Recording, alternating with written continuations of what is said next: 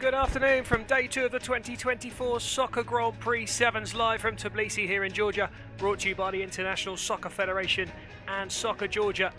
Day 1 brought us 28 goals from the 8 matches yesterday. 6 ended in wins with 2 draws, those between Oman's Al Hara and Egypt's Contra, who tied at 2-2, and the host side Tbilisi City Hall finishing up 1-1 with Football Rapido of Spain in Group A. The first game today, kicking off at 2 o'clock local time here in Georgia, is between Belgium's Sporting Carpathians and the USA's Diamond Dogs in Group C. Sporting topped the group after their impressive 5-1 win yesterday. That after falling behind early to Streffi, pouncing on some sloppy defensive work for San Antonio. They quickly got their act together though and ran out comfortable victors against the Greeks. Win here and they are through to the quarter-finals with a game to spare tomorrow. Group A boasts the most goals from Wednesday's action. Of the 28 goals scored yesterday, 12 of them came in this group. And your colours for today, all in blue, are Sporting Carpathians. In the red and navy blue are the United States of America's Diamond Dogs.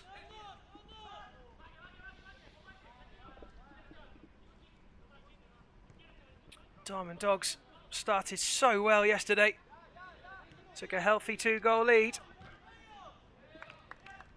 They were forced to surrender it. Lost against the Georgians. Krosti by 4-2. A real capitulation from Diamond Dogs, who were well in control. They must get something from this, they know that. Carpathians with a little breathing space this morning.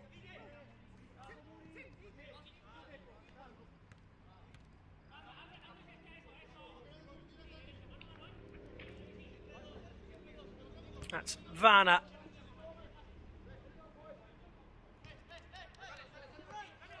Over to the number 7, Bichene Toma, who is registered already in this tournament. A couple of beautiful finishes from him yesterday. Radu tries one. The Americans, Diamond Dogs, get away. Only as far as Toma though. A bit of a lazy lob over the top really from Isaiah Dargant, who hangs his head after that effort.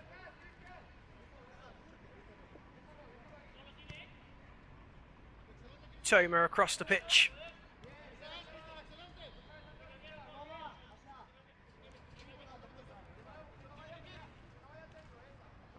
Nice feet from Panzaru Adrian. Might have a shot here, and we do. The first of the game from Bertu Radu. That one's not going to trouble Alan Ramos.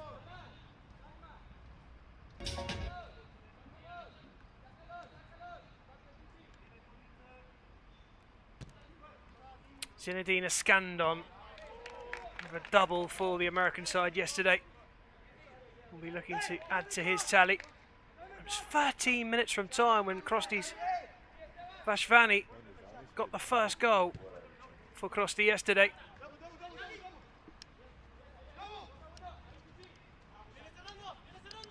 That's good defending. Corner.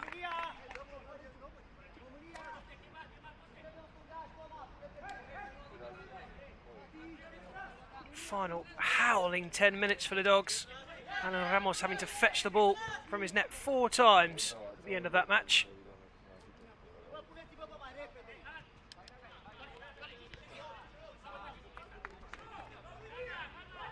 So far, in the opening few minutes, they've been mainly camped inside their own half.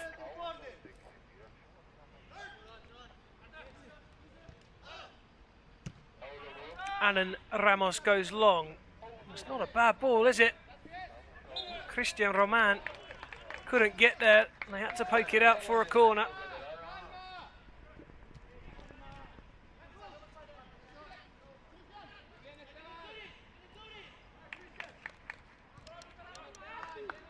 Diamond Dogs happy to go back and reset.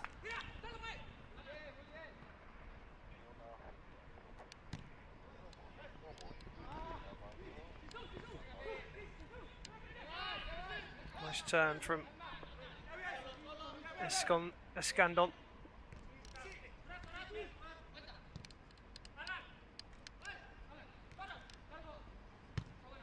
And a bit of keep ball from Diamond Dogs. Ramos looks long for Dagen.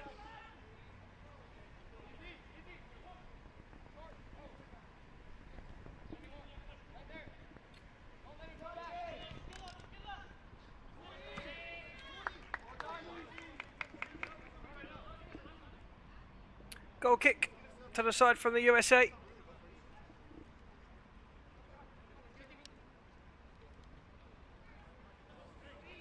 Ramos in no rush.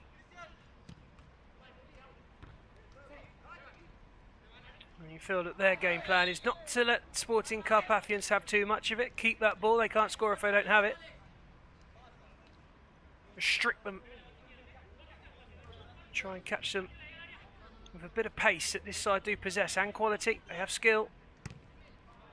And you also have Zinedine Escandon, who can hit a good free kick. That wasn't one of them.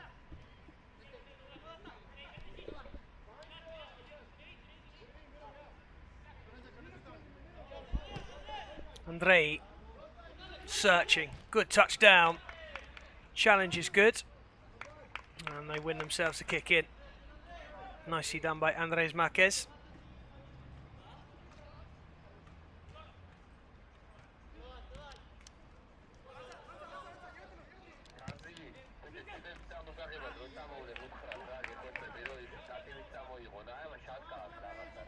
Quickly out and back underway.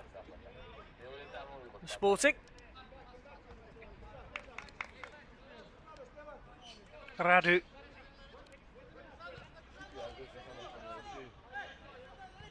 And again. Adrian.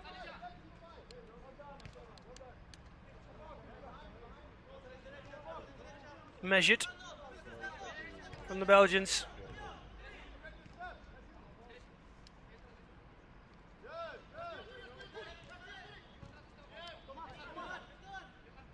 Toma, a puller of strings with a lovely ball through.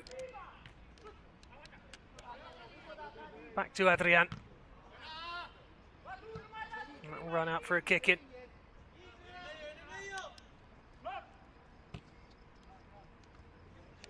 Toma. Adrian again. Just running out of space, and Diamond Dogs, although they have been camped back most of the game, have restricted the shot so far. Not letting Carpathians have anything for free.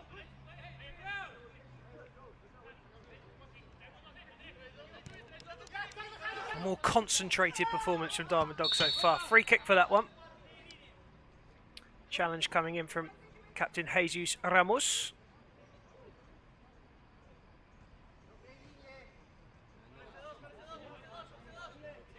No complaints for that one.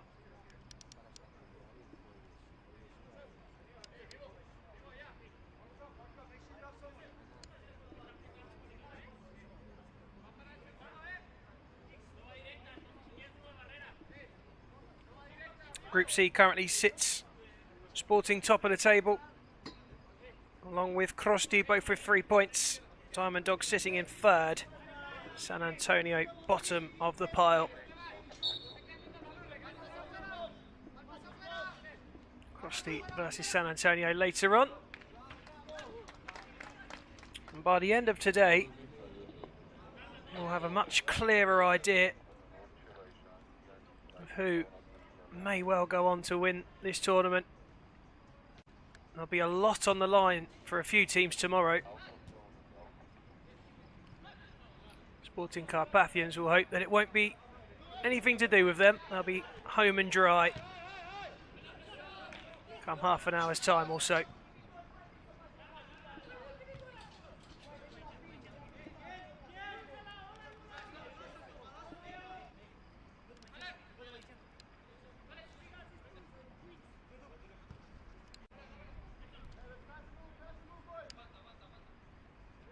It's a lot slower, a lot more thoughtful from Diamond Dogs today. went hell for leather in their first game, particularly in the first half, and they did run out of steam in that second half, and I think that's something that they're wary of today. That's nice. Good run. Good skill from Andres Marquez, and his shot was blocked.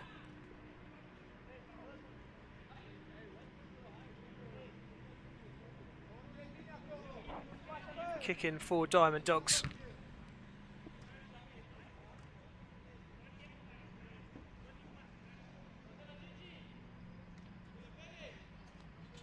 And another, which again will be taken by Andres Marquez. Opts for the chip to the back post, headed away but only partially. And a tidy header back from Toma into the hands of Andrei.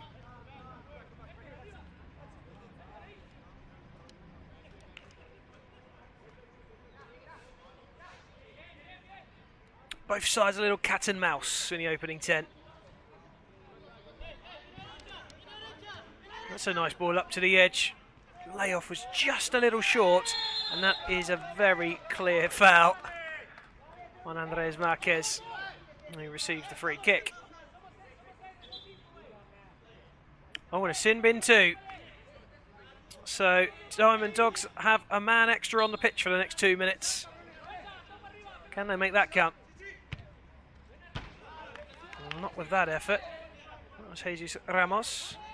Chichi on the back of his shirt.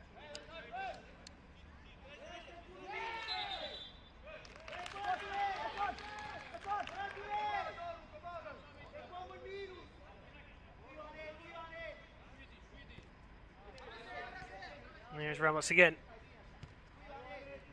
Diamond Dogs just drifting all their players into the half of Sporting Carpathians for the first time. That's a foul from Ambrose on Andrei.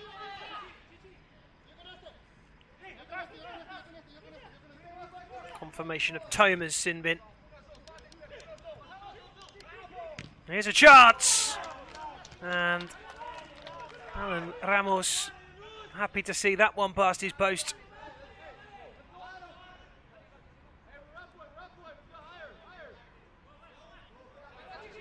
A good old-fashioned layoff on the edge of the area, almost paying dividends. And that shot is wide of the mark. Yet to really get going, this one.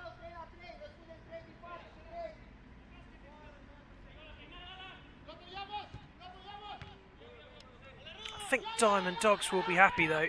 Their game plan is, I think, pretty much this. It's been executed well. Won't be happy with that kick out though. Adrian to Timok Paul. And that took a little nick on the way through, I think. It's a corner.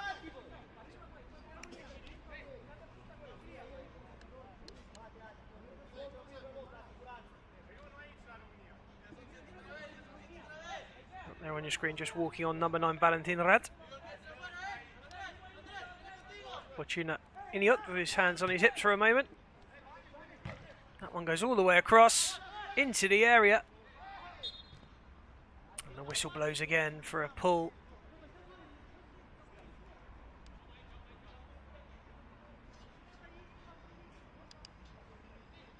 Badileno, the closest man to the ball in blue currently. Ramos. Down the line for Marquez. Inside, ball is loose at the American side. Retain. Ramos just feints the shot. Turns back again. Again you see just no rush at all from Diamond Dogs. They'll only take that pass if it's on. Nothing cheap, nothing given away. Carpathian's going to have to work for it.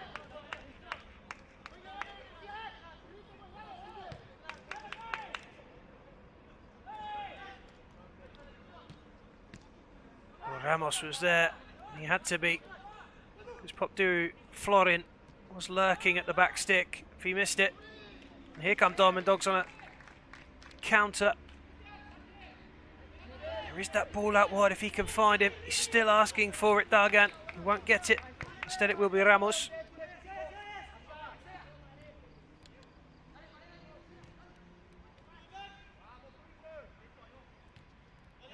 All of the little 1-2s, the little movements off the ball being blocked out well by Carpathians, just nullifying any threat.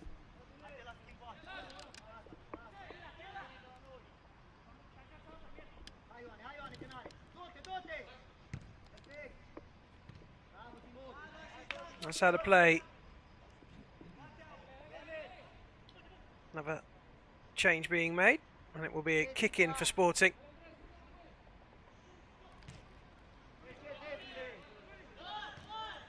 Chara away. Marquez with the touch. Challenge from Pop Doru Florin. Valentin Rad. And Spielt chance.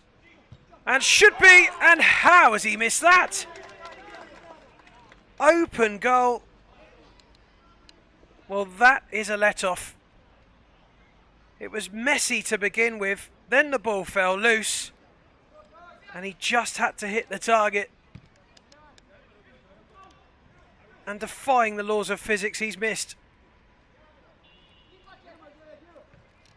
Well, that's pacier on the attack from Sporting, but dealt with by Diamond Dogs. Lovely turn to ease the pressure on Sporting.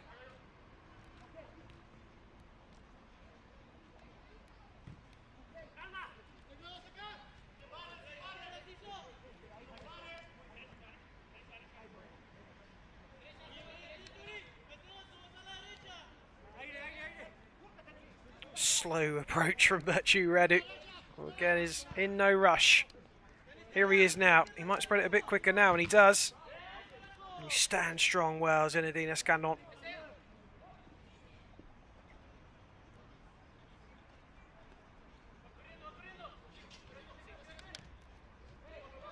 Sporting just pressing a little higher now.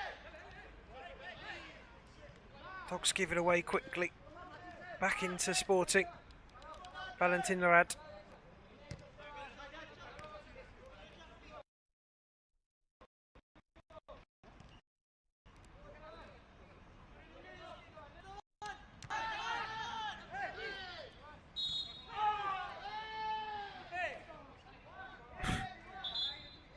Well, that was an unusual one. Have a little look at this then. So, there's the free kick. Well, it looks as though the foul came from Pop Doru Florin on a Choa, I think it was. But Florin's reaction almost made it seem as though he was the one who'd been fouled. A minute time out.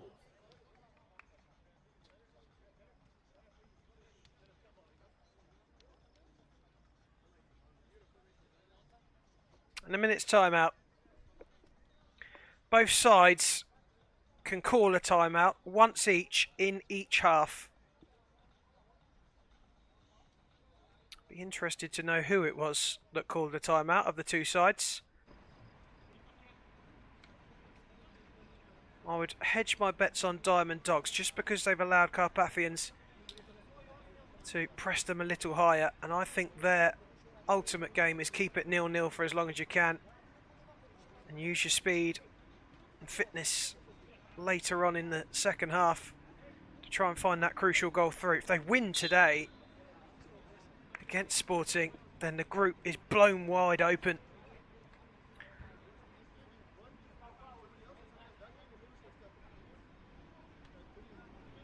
Unless Diamond Dogs were to hammer Sporting with a win, they would still remain third before a ball's kicked in the second game of this group, but they would still then be right in it because they face bottoms place San Antonio tomorrow.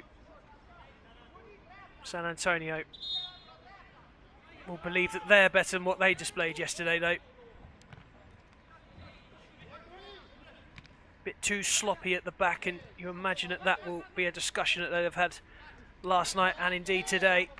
And it will be much like Diamond Dogs. Don't give anything away for free.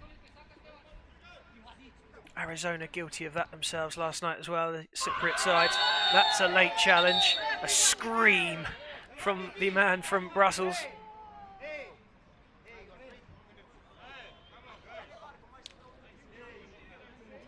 Well, there's a lot of noise coming from that touchline.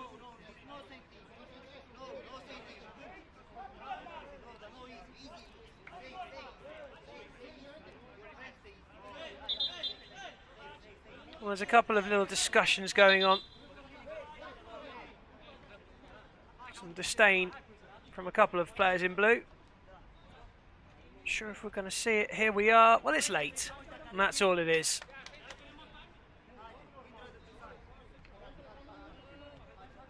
I think Andres Marquez trying to make the point. Look, I was going for the ball. You were just too quick for me. It's a compliment, if anything.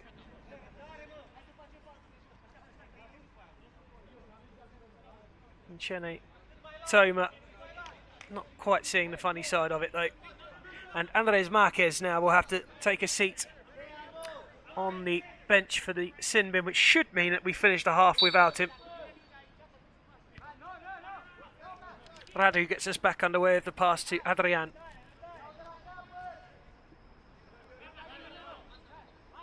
Diamond Dogs will sit deep with that man less on the field.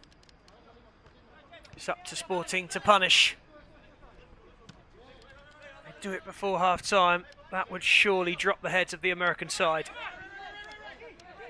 who have executed their game plan well so far. Have to commend them for that. Ochoa coming across.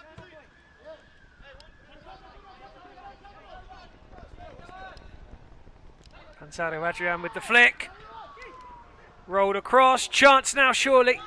Cleared away, hacked away, and that will do. But that's actually turned out to be a great ball. And a shot comes in from Diamond Dogs in the shape of Esteban Tapia. Last minute of Didn't get hold of it. And it drifts harmlessly out of play. And Sporting Carpathians will come back again.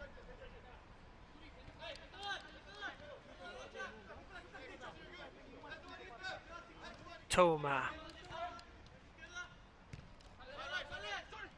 Always just lurking in the middle, looking to play those 1-2s and find a bit of space. And here he is. Shot with a left foot. Saved. Wrestling to try and get the second bite of the cherry. Ochoa clears away.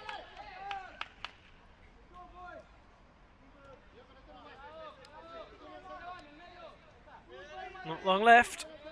Might be one chance left in it for Sporting. Diamond Dogs standing strong. time is over.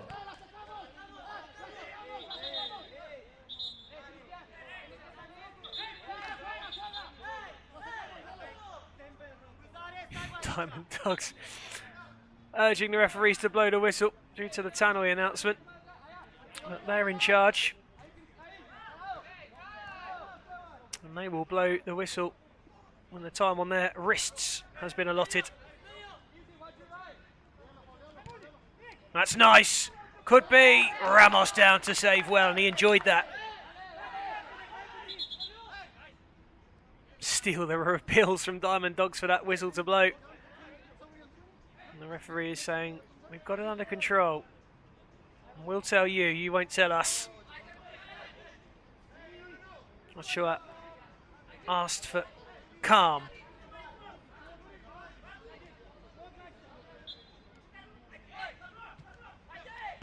Radu having to go all the way back to Andre, who's not seeing much of the action at that end.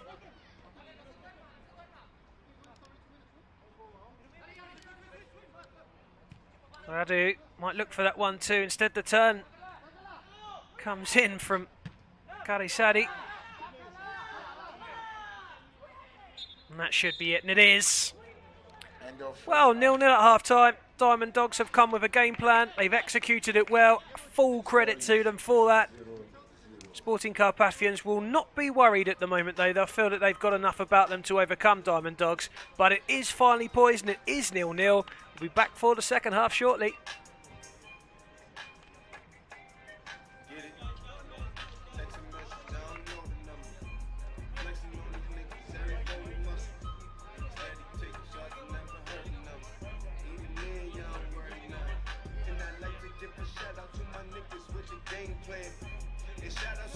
tickets with escape plans. 20 beers, reindeers. We can either rain check or we can make plans. Pockets loaded, rocket loaded, okay, let's rock and roll this. Time to go, lock, stock, and two smoking barrels locked and loaded. Diamonds glowing, drop, climbing on them. You think I'm jumping out the window, how I got them open. Line around the corner, line them up and block them over. Sometimes I even stop the smoking when it's time to fold. My shade, Dior, my pants below. Create, explore, expand, concord. I came, I saw, I came, I saw. I praise the Lord, and break the Lord. I take what's mine and take some more. It rains, it pours, it rains, it pours. I came, I saw, I came, I saw.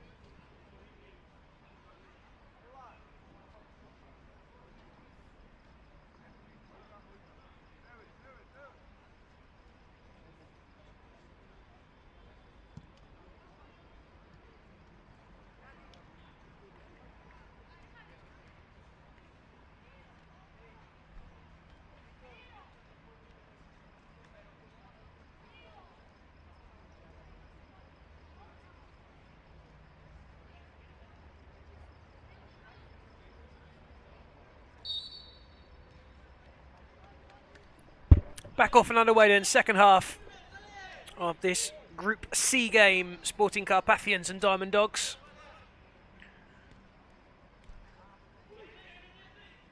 A draw would put Sporting Carpathians onto 4 points, Diamond Dogs onto the 1.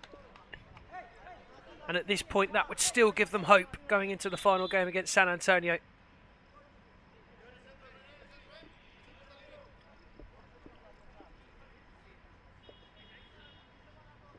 Corner for, kick in, sorry, for Sporting. Chance at the near post, they want a penalty. I think they've got one, they have. So this is the first penalty awarded of the tournament. None yesterday. The closest we got was a VAR check, which was turned away.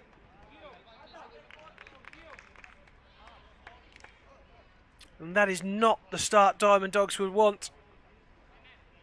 If they fall behind against Sporting Carpathians, they'll find it very difficult, because this is a side who know how to play. And they will know how to frustrate.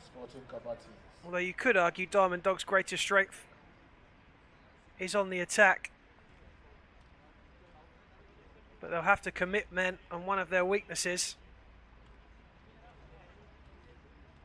is that they leave a lot of space at the back when they do commit.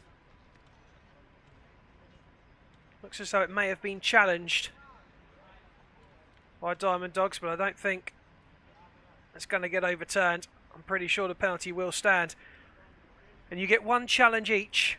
If your challenge is correct, then you keep it. If you do not get the result you're looking for, then you lose that challenge. And it is a penalty. Penalty for Sporting Carpathians. Now, if I was a Sporting Carpathian player, the player I'd be selecting would be Vincene Toma, and that is the man to step up. Alan Ramos with the responsibility in the goal, just doing his best to try and put Toma off. Cuts a big figure in that goal. But it won't matter when you hit them like that. Vincene Toma once again scores for Sporting Carpathians, and as it stands, Sporting are heading to the quarter-finals with a game to spare. Goal for Sporting Carpathians, and the goal scorer is number 7, Vincene Toma. Whack. He wasn't saving that, Ramos.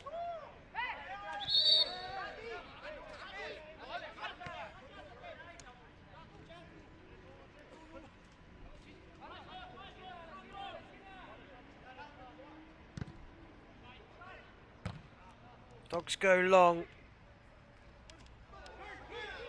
Desperately need an equaliser, and they nearly found it through Andres Marquez. A whisker away.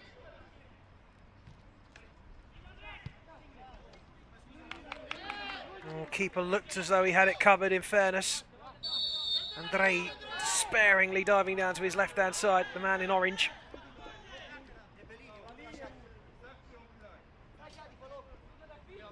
Ochoa, who is not a fan of exposing much of his legs on these surfaces.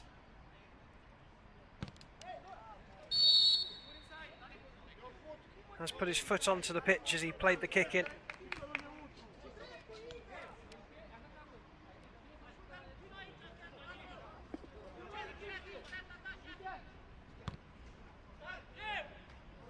Clip to the back post. Wasn't a bad one. Andre is down momentarily. I think he'll be okay. He's going to ask for the physio though. Christian Roman, who is a big fella himself, was the man underneath it, challenging with the goalkeeper.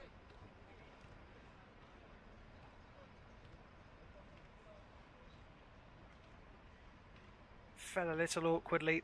Might just be winded a little.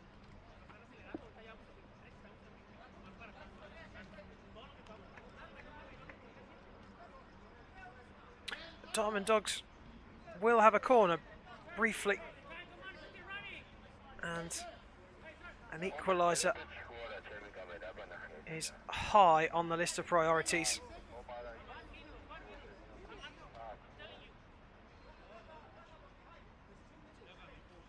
Sporting Carpathians have played a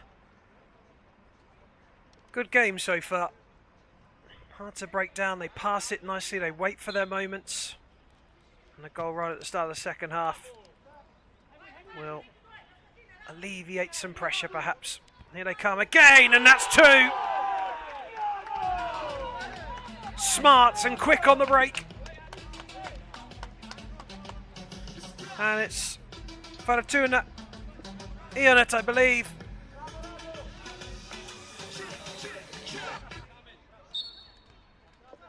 In fact, it's Radu, Bachu Radu. Second goal for Sporting Carpathian, and the goal scorer is number 13, Mugiu Radu. Incisive on the break. And that is a huge, huge blow to Diamond Dogs, who at the moment are all bark and no bite.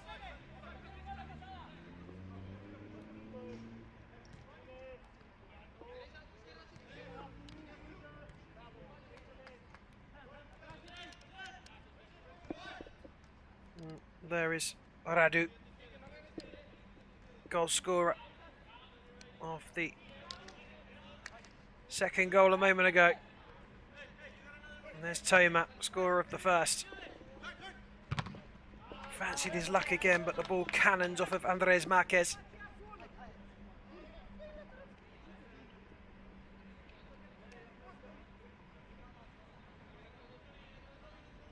Well, it was a really well executed game plan in the first half from Diamond Dogs. The game plan now will be attack, attack, attack. And the gestures and finger pointing has begun, as it did last night. Roman and Marquez in disagreement. That happened to them last night. They lost their cool. Began to argue amongst themselves and faded away.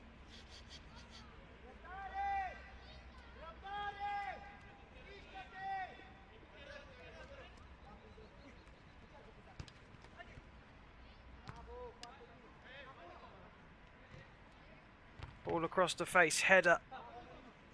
Comes off of a Diamond Dogs defender. Diamond Dogs, who desperately need the ball at their feet right now, are struggling to get any kind of possession. Well, that's speculative. And actually very unusual for Sporting. They're pretty much an error-free side, and that's what's so tricky in facing up against them. If you want to get that ball, you're going to have to work for it more often than not. And make every pass count. Usually that's a challenge that has been awarded against Sporting. There's a little hop away from Jesus Ramos, who took the challenge. And that's the right call.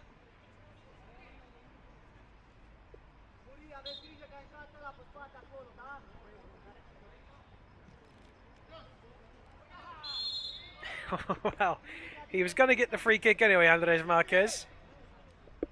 And he was taking a splash in an invisible swimming pool.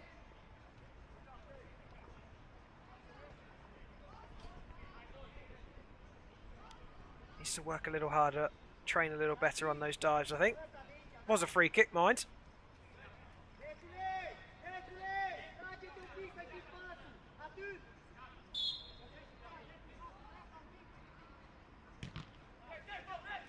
Free kick blocked. This is where Diamond Dogs struggle, is when they're up high. They let teams through. They nearly did again, just doing enough this time.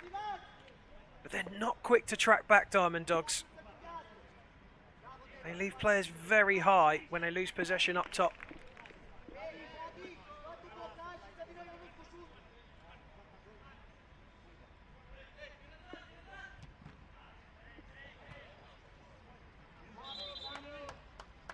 Goal kick.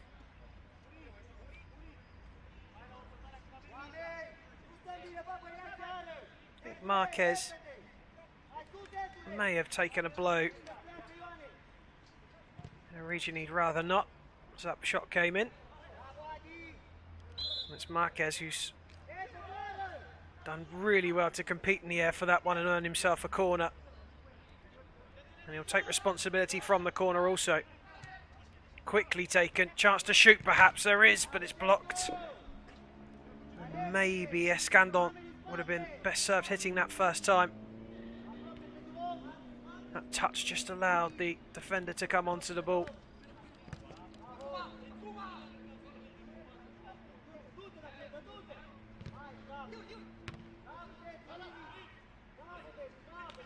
Alan Ramos just gives his defender a shout to let that one go.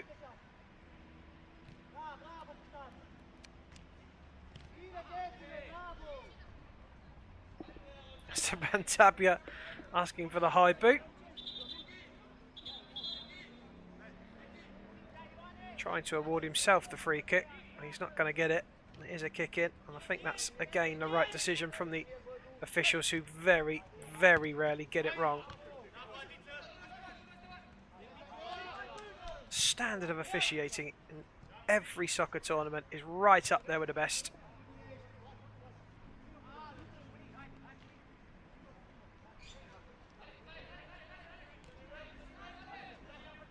Real camaraderie amongst the officials as well.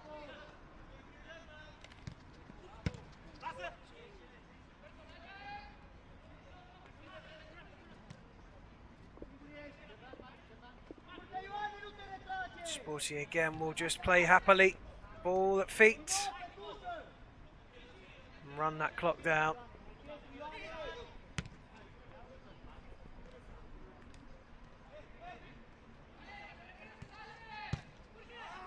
Beautiful football from Sporting. Not quite so beautiful.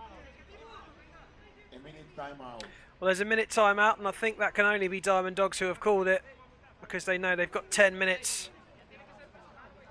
Really, they need... Well, a point will be fine for now, but that will still be dependent on other results. But a point you'd think would keep them in it for tomorrow. But they haven't looked like scoring 2 goals, in all fairness. Escandon is the only man to register out of the entire Diamond Dog squad so far. They need somebody to step up.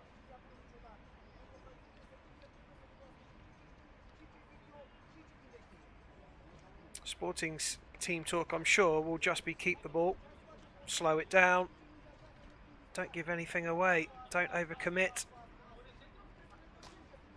And it was a similar performance from them yesterday. Despite going 1 down after there was a mistake from them at the back. Other than that, they were pretty flawless. And organisation, understanding is such a crucial part of soccer. Ukraine internationally, Croatia as well, have an organisation, and the world champions, in fact, Kazakhstan, have that in abundance, an organisation, and they're just drilled. They're almost like robots, the Kazakhs, in the way they operate.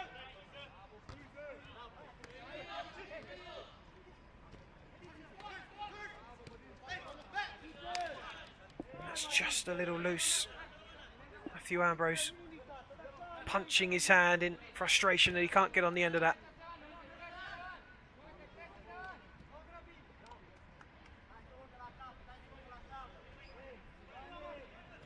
Kick in for Sporting.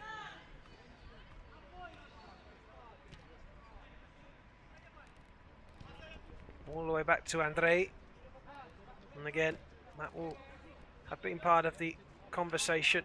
Take the easy ball now. You don't need to do anything rash. Make the passes count. There it is. Stretching Diamond Dog. Beautiful stuff. Here they come again, Sporting. Chance for 3 then perhaps. Just overran it and is fouled.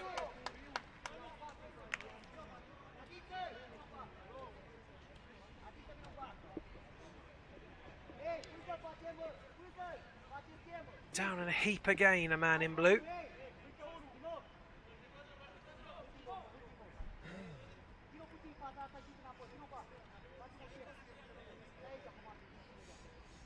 Just looks as though he slipped.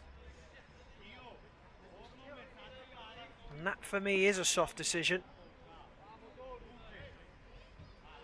Diamond Dogs couldn't challenge it. They've lost their challenge from that penalty appeal earlier on that was granted.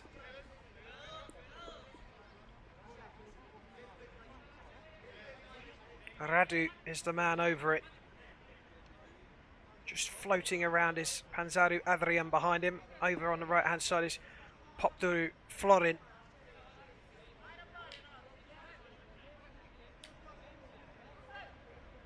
And the man inside the post is always one of my favourites. He's moved away though. And the shot comes in eventually. Off the back of Escandon.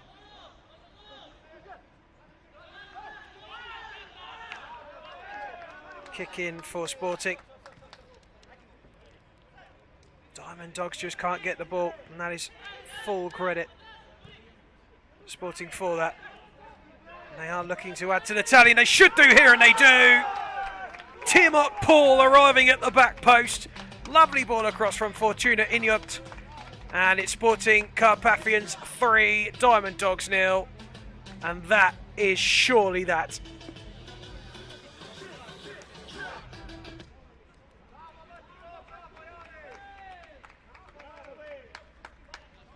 Carpathians spreading themselves across the pitch, opening gaps, playing the passes crisply and applying a lovely finish at the end. It's an easy tap-in, but the way they worked it to find Paul at the back post was picture perfect.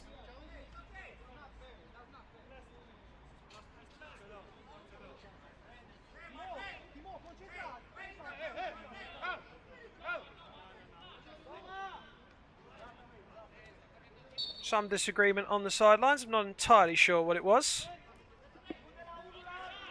But we're back off and running. Diamond Dogs now realistically need a miracle. 3 goals against Sporting. And that's a slightly late challenge. Referee keen to have a word. Babalini.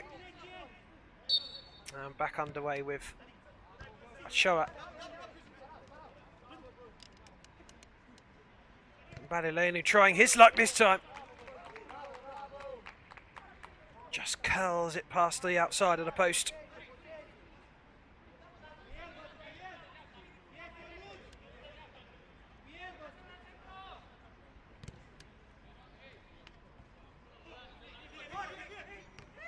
Tidied up again.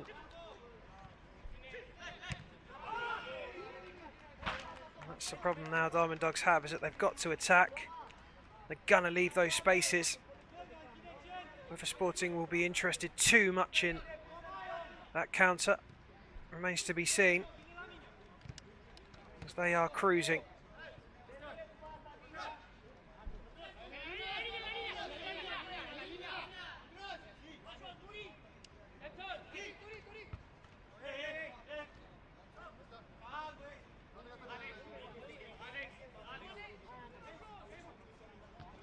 Kicking for Sporting.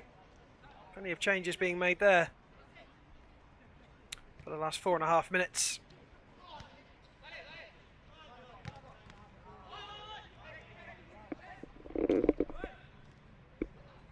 Diamond Dogs have got to get a move on, and they know it.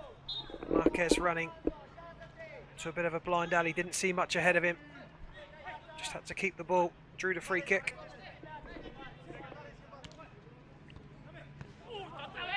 That was late.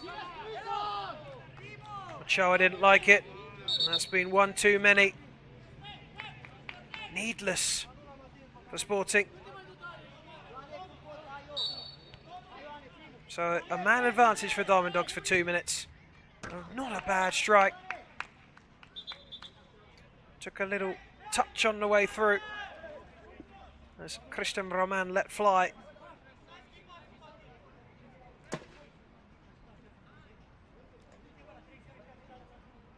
corner for Diamond Dogs. Urgently need to get one back, just to spark a bit of life back into them. Right in it at half-time. Sucker punched a minute into the start of the second half by conceding the penalty. It's been hard work ever since. And that one might go in. Not enough to get past Andrei.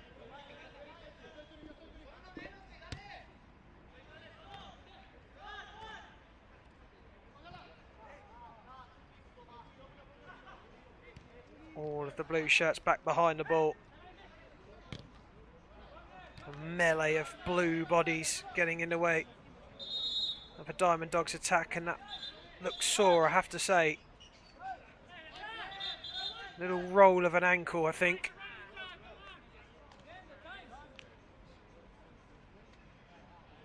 And those ones can be really nasty.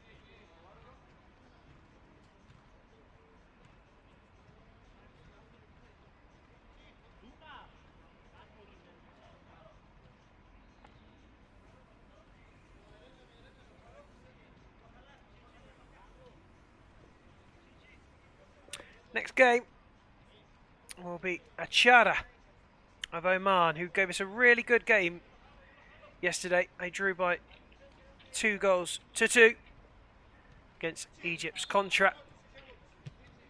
They are facing Football Rapido of Spain.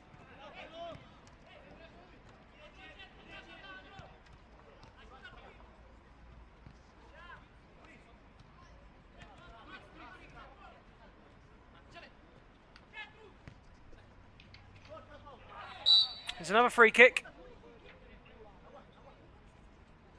They're just chipping away, Diamond Dogs, towards that goal, but they've got to hit the back of the net.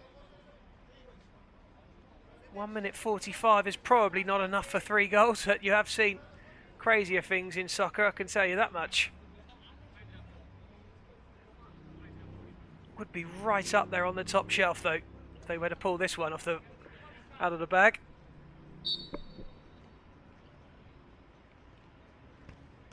Oh, they almost found a way through. They have hit the net, but it's already gone out of play.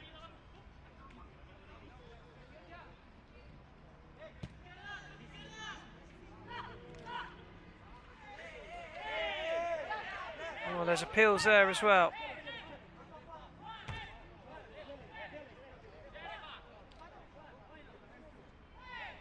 One minute left.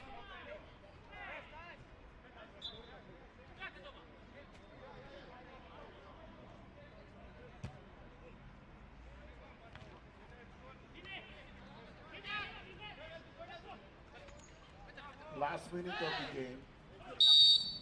And free kick finally given. Wasn't really anywhere for Edson Roman to go, so they pulled it back. That one might be a free kick too, and it is. Andres Marquez fouled now. Scandon will surely fancy this. He scored from similar range yesterday, but he is walking away from the ball. Jesus Ramos is the man over it currently. Just to his right hand side is Edson Roman, and to his left is Christian Roman.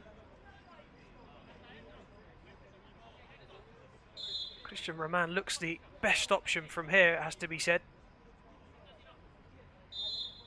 What is Ramos to do? He hits it and he scores it! Well, it's probably too little too late. But Diamond Dogs have scored. And it's another free kick. Jesus Ramos, the captain. Time is over. It's 3-1. Go for Diamond Dogs, and the goal scorer is number 30, Jesus Ramos. Nicely done. Good technique. There's a chance for a second. Well, this would be a story. Into the side netting. And there is the full-time whistle. Diamond Dogs gave a really good account of themselves in the first half. They stuck to a game plan, but it was undone by a penalty at the beginning of the second half. And from there, it was always an uphill battle. Sporting Carpathians racing away to a 3-0 lead before a Ramos free kick right at the end to make it 3-1. But Sporting Carpathians, they're through in Group C. For Diamond Dogs, it's all but over.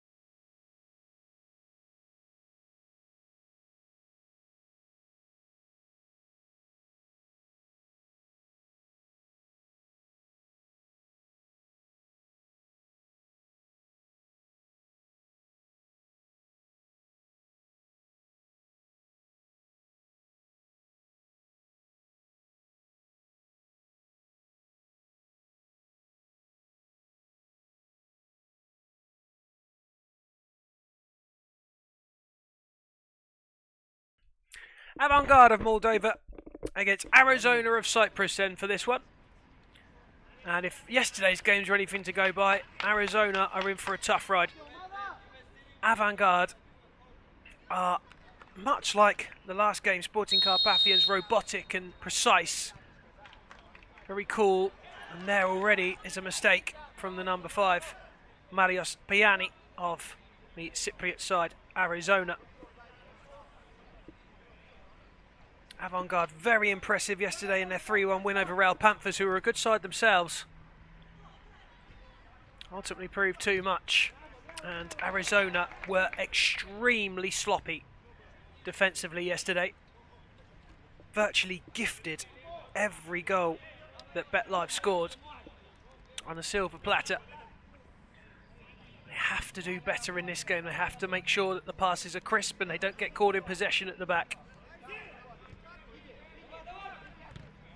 Cleared away, no nonsense from Mikhail. And the same is done at the other end. That's Antonio. And his pass is intercepted swiftly by Viktor Savchenko.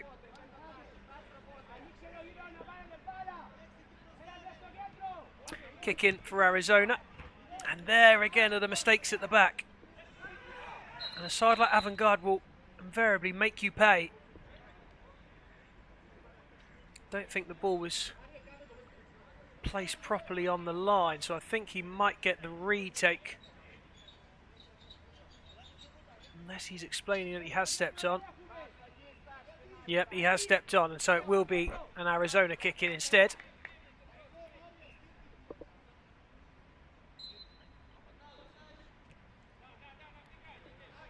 Mikhail under pressure.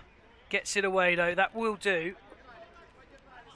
But already Arizona looking a little nervy in possession.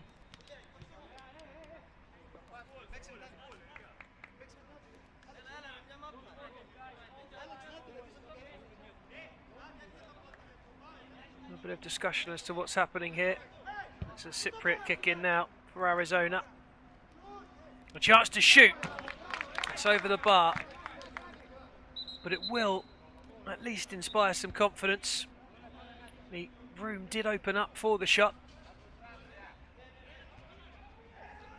Arizona must be wary not to go behind early in this one. If they can take the lead, and that would be a huge boost to them. Give them something to defend. Because Avant-Garde at the moment look one of the favourites to win this tournament, you have to say. Them Carpathians looking good sides. And there's a few others in the mix there as well. It's probably just off the basis of day one. 5 or 6 teams in there you think have got a chance. And there's plenty of time to have our minds changed. This is the second game of day 2. There's a whole day tomorrow as well. A lot of football to be played, a lot of points to be proven. Cypriot kick in. Antonio will take it. Time and space for Arizona to move it forward. That's a long searching ball from Gregoriades, which is too strong. And it will be a kick in for Avant-Garde.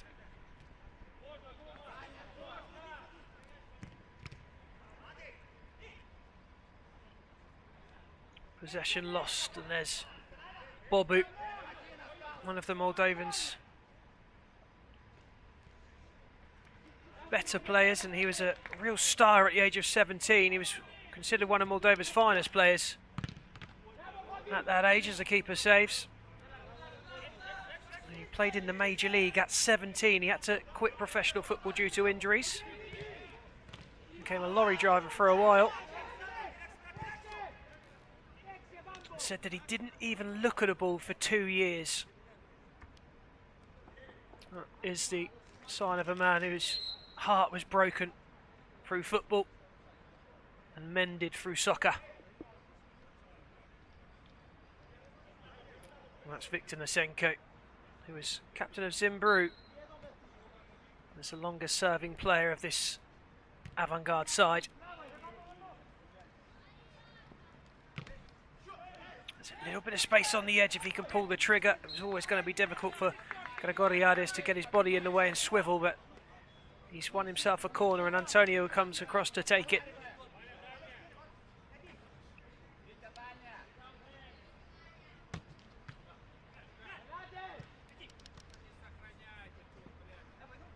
Kept in well in the end by Zefki. Tarniu battling. Avant-garde come out with the ball. Still going down that left-hand side. Out of play in the end. It's a really determined run down that left-hand side. Just ran out of room in the end.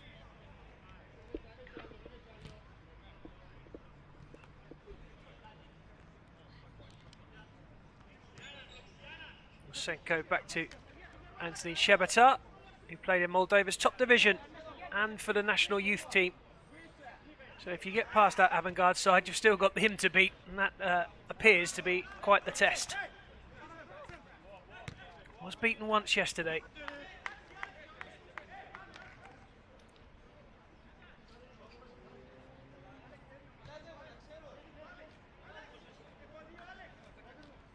Artyom Baranov, the substitute goalkeeper, waiting on the bench.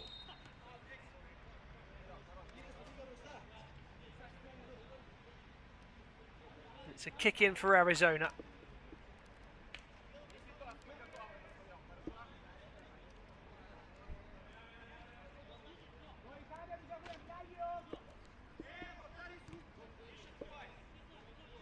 Off we go. Might well have been a shot from Marios Piani.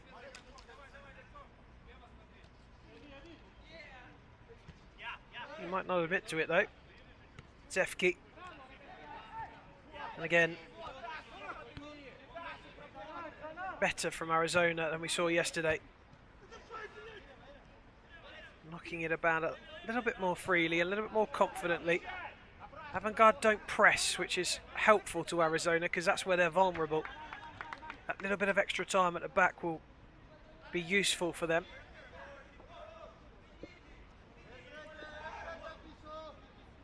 Shebata will take his time. Bobble to the right hand side for Nasenko. Bobby switches it over to the left hand side now. Shot in is wide. Mikhail made the dive, but I don't think he ever felt he was in real trouble.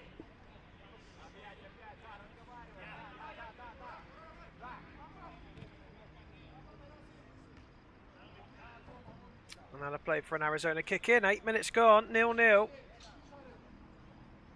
Avant-garde won't be concerned, but Arizona will be buoyed.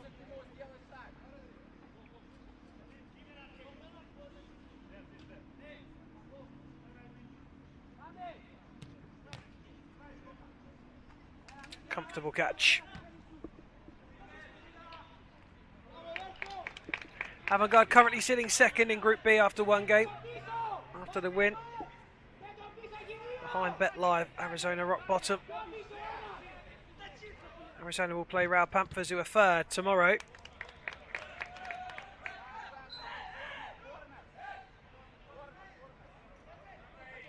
By the end of today, both Panthers and Arizona could be out. Which means it's important for both sides to get something from their games today.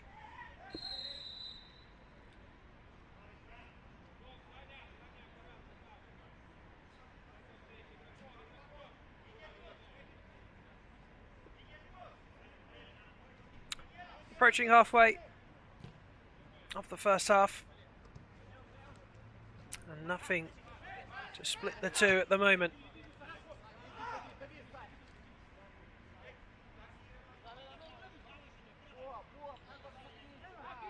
Mikhail just looking for the option, goes long. Just bouncing and hanging around outside the area made it difficult. Avant-garde had to clear. Christo There's the man on it. He walks away.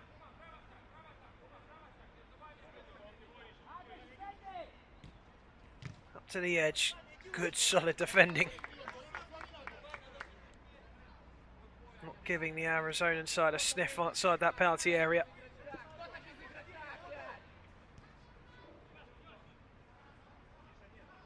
And Senko doing his job well.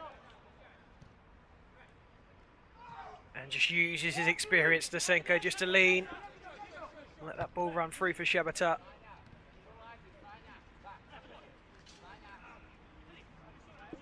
That's good from Zefki. Still Zefki goes. Doesn't want to use that left foot, does eventually. And he gets himself a corner. Right, it's a kick in rather, just a yard or so in. And right across the face, that wasn't bad. Touch away was from a red sock.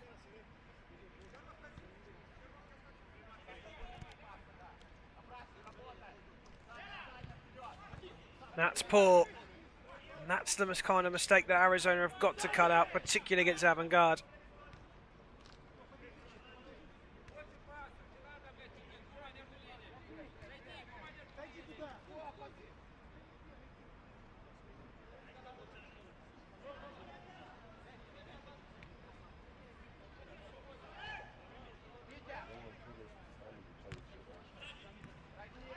The ball so nicely, but that ball through is loose, and here's a great chance for Arizona, and into the side netting it goes. A counter-attack which left a little space. They just couldn't hit the target.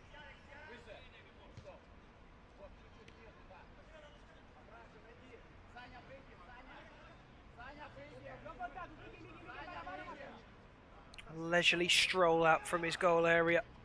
Chabata.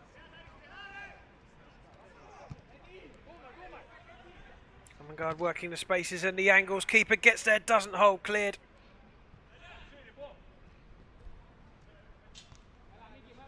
That is coolly done.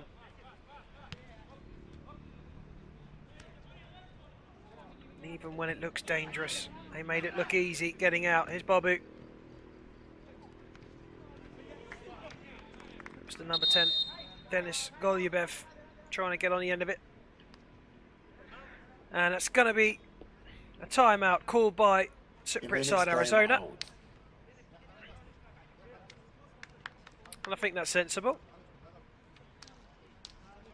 And stay in the game is absolutely key. They were blown away far too easily and far too early yesterday, Arizona. They're in a game here.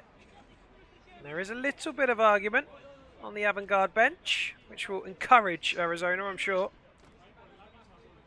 Bobu not particularly impressed with Alexander Yemen's point of view. Avangard founded in 2019. They play in the Major League, named the Amaliga. Highest finish of 3rd place in that division, which would tell you that that is a pretty strong league, because this is a good side.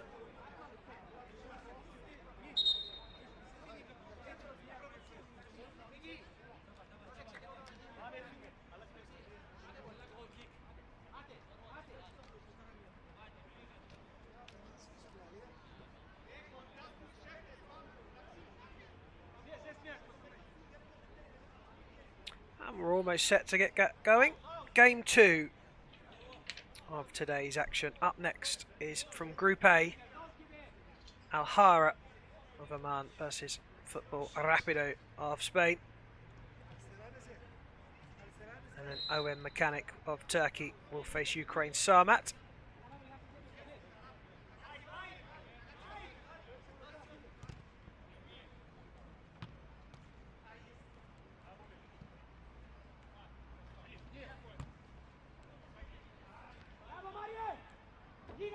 Headed out after some aerial football. Don't see a great deal of that in soccer. The infringement will mean that it's a Arizona kick in. Cristal will gratefully take that.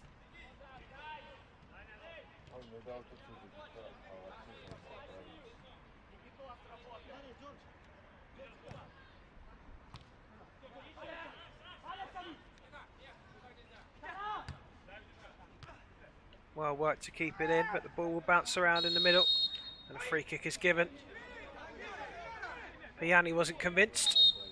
Referee was. Oleg Gumanek over it.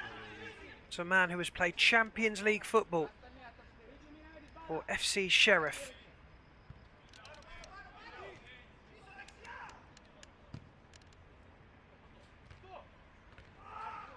Nicely punched away by the keeper, Mikhail, and he took a little bit of a whack for his troubles and he's awarded a free kick for it.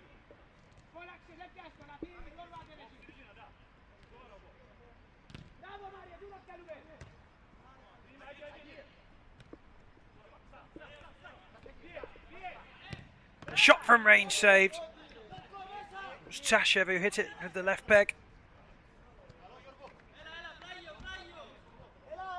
Kick in for Avant-Garde.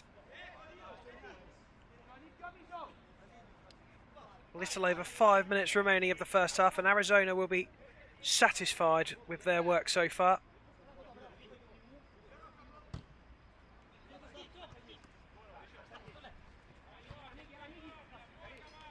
A point could make it interesting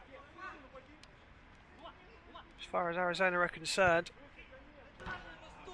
because if they get 1 point today, Avant-Garde move on to 4 points with BetLive, who are top still to play.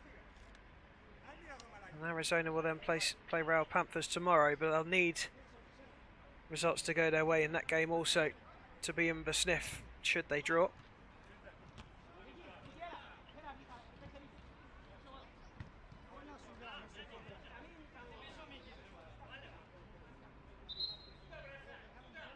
Couple of balls on the pitch, so the referee asking for one to be cleared before we get going again. Antonio, as is traditional in this side, will take the kick in.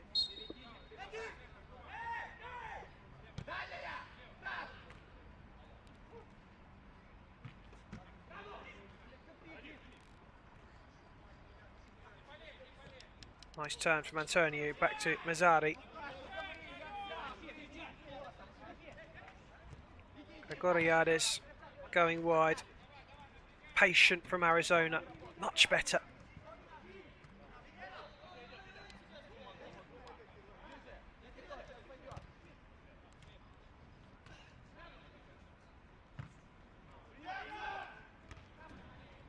Powerful header back. And out for an Avant-Garde kick in. Mosenko will trot across. Avant-Garde have pushed a few men on here. Bobu comes looking for the short ball. I don't think he's going to get it. Ball into the centre is good. The roll isn't quite so good, and Cypriots have it back, and it's almost sneaked in. The Cypriots going close, but not close enough. And again, Arizona will build in confidence from that.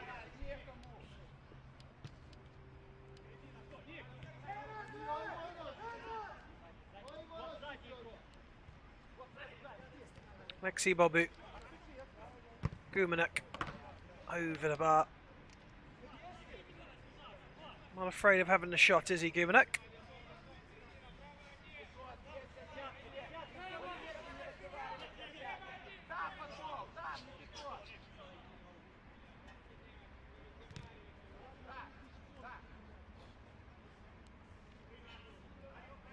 Tenacious from Arizona. Showing a lot more grit and heart than they did last night. Just approaching 3:30 in Tbilisi.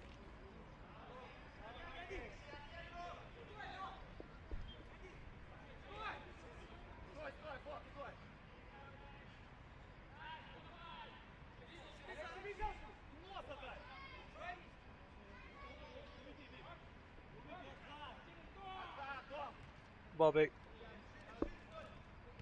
Savchenko.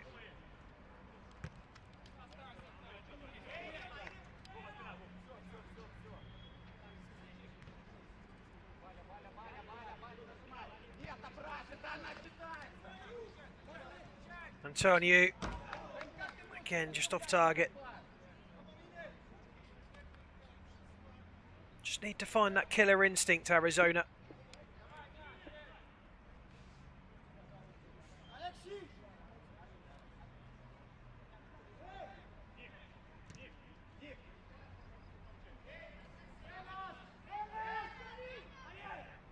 Time and space for Avantgarde on the left-hand side, and Papagiannou has to run across. Given away, that's cheap, and a chance for Avantgarde to capitalise. Athletically cleared.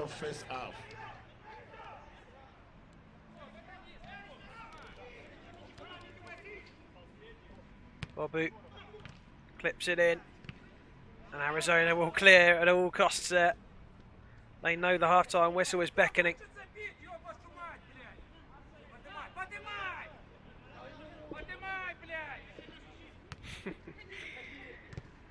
Keeper with a little bit to say. He wants more. Mikel in the other goal will be happy to have the ball in his hands.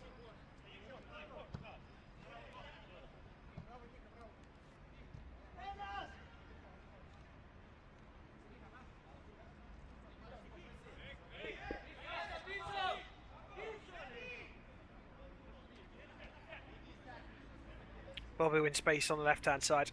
Time is over. Gets it back, and that one is bought. Half-time then. And Avantgarde, 0-0. who are much the favoured in this, are being held by Cypriot side Arizona, who have been a lot better today.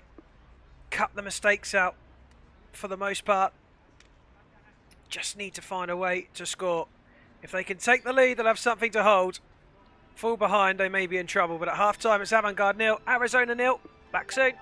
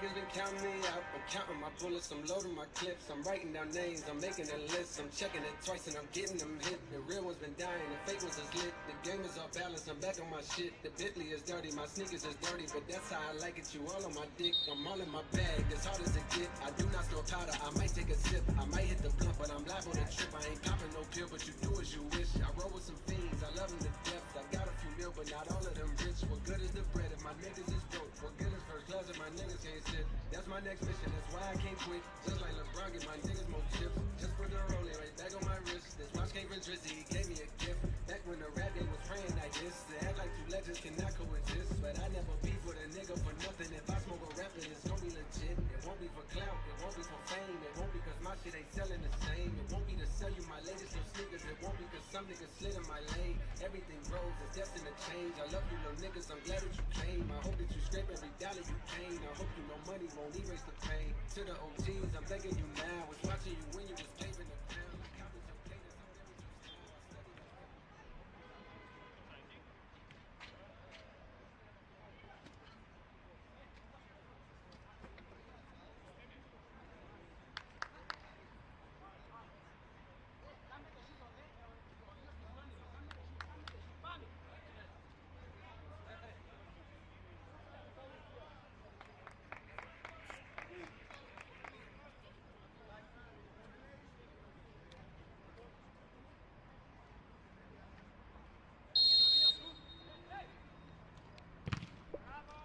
Underway in the second half then.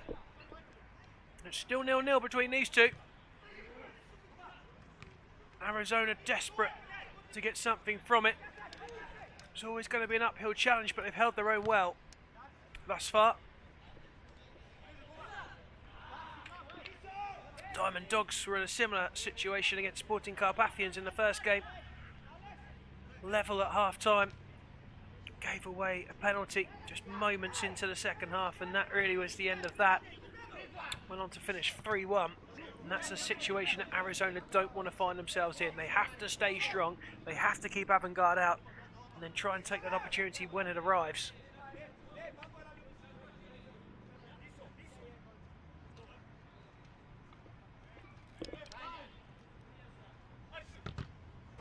Good defensive work in the corner. Avant-garde are being made to work here, which you might not have expected before kickoff. Credit to Arizona. That's a corner.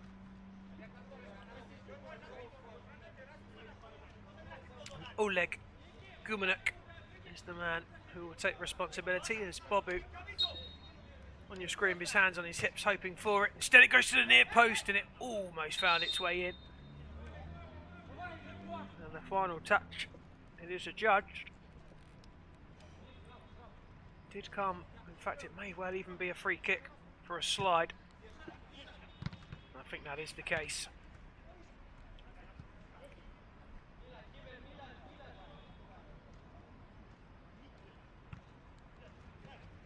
Oh, a little scoop forward from the keeper. Looked a little half-hearted, but it found its intended destination. It's Antonio. A confidence building, growing amongst Arizona. That's a really nice touchdown on the edge. Can they find some space to get that shot away? It's currently Antonio on it. Now Piani, and he hits one. Scuffs it really. But again, just a little something to build on for Arizona, who were all smiles coming up for the start of the second half. They were very content with their efforts in the first. And they're keeping that ball so much better today. That's the one thing they don't like, is the press. And avant-garde play with a style that allows a side to retain possession at the back. They don't put too much heat on the back line. As I said earlier on, that may just help Arizona a little. What they do need to find, though, is someone who can take responsibility and score.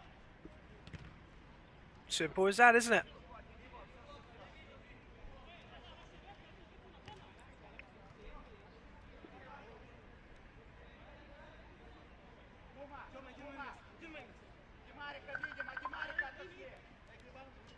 That's the DJ's FaceTime going off.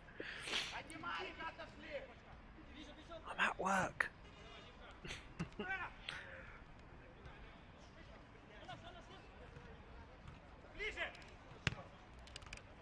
I was angled forward by Antonio, and it meant that Oleg Gumenuk had to get his head to it. Nodded over the top of the keeper's bar. And this has been a good start from Arizona second half. 4 minutes almost in. There'll be a satisfaction from the bench. And an ever-growing belief on the pitch. Antonio flashed it across, no touch on it. And Lysenko goes across to claim. Oh, and that's another impeachment of the pitch. You cannot take a kick in and place your foot onto the pitch before kicking that ball. You must stay behind the line.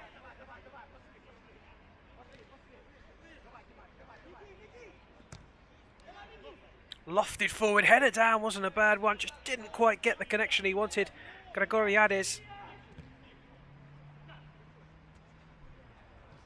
And that was a useful flick from Dmitry Popovic, but ultimately ran over played. And Popovic is another one who played for FC Sheriff, and he scored in a Champions League qualifier. And that is one for the grandkids, isn't it?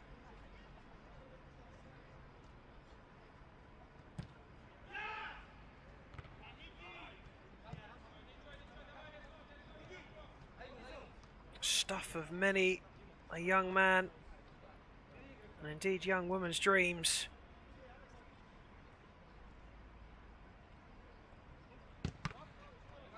Oh, here's a chance.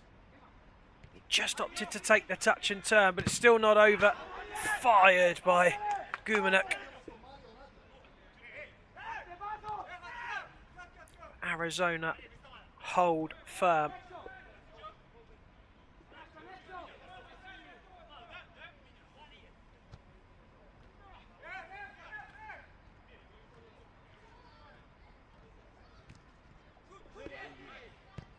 Bolliger, lovely dink.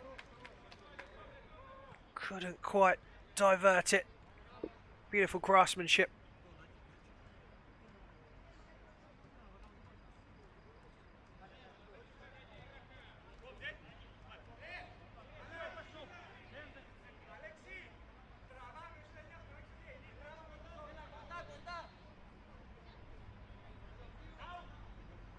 Mikhail's kick.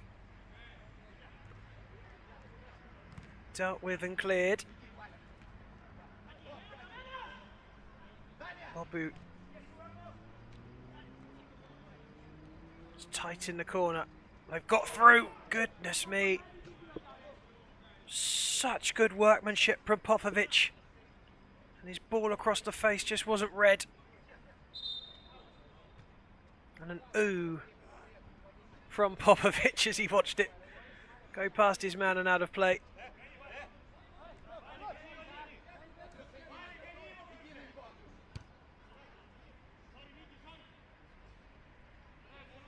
And that drifts out past Gregoriades. Arizona with one of the smallest squads. And that may play a part as we head towards the last 10 minutes.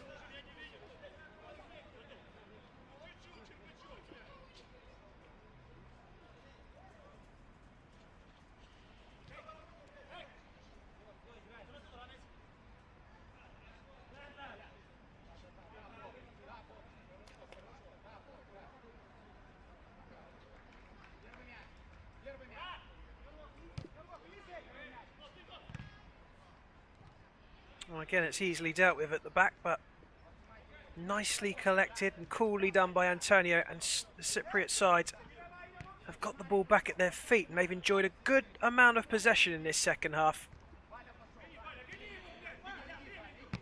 Can they make it count is the big question. Keeper quickly onto that Really well done again, Antonio. He's had a good game today. And that is not going to harm anyone. And Popovic, not particularly impressed with it. Now there's a timeout. I'm not sure who would have called that one. That could be either or, couldn't it, at this point?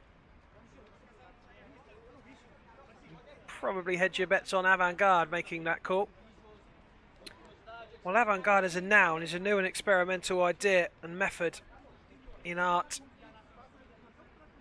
And that's one thing that really Avant-Garde don't have. They're not experimenters.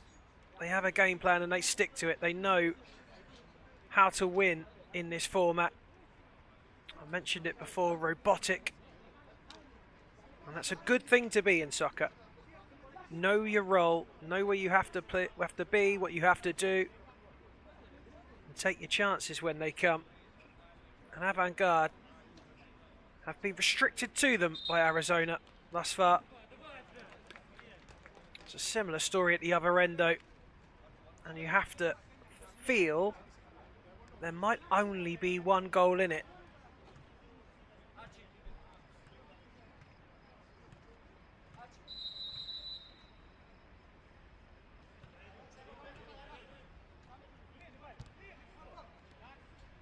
That not quite so good, and that hasn't been the story of Arizona today. That was them yesterday.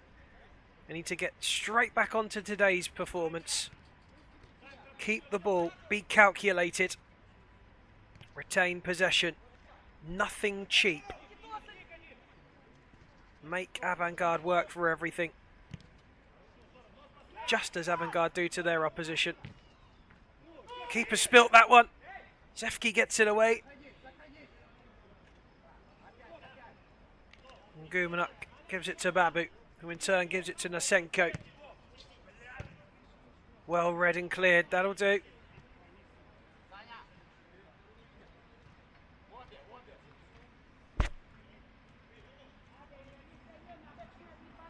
Well, will either side go for broke? Arizona need it more than Avant-Garde. Don't see a change from Avant-Garde in the offing. I think they'll just keep doing what they do, what they know how to do.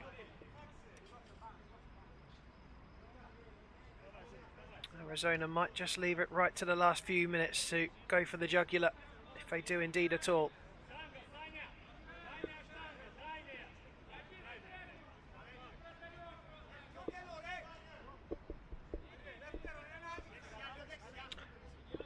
Oh look, Gumanuk over it.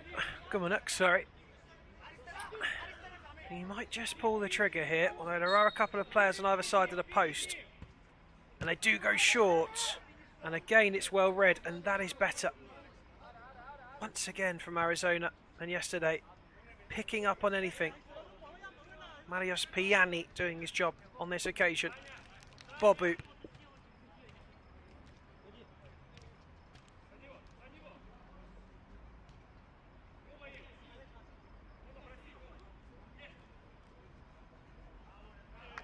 Just tried a little bit of skill. Get down the line, Gumanuk. Just ran out of room. So Prix took a clip across the air hole for his troubles. And Antonio at the moment won't mind.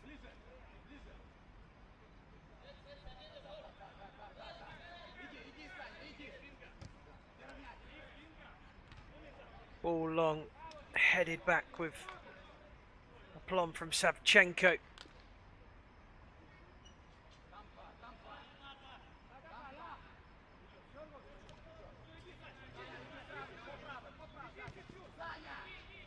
Much better. Just as a neutral, it's so encouraging to see Arizona playing like this after yesterday's performance.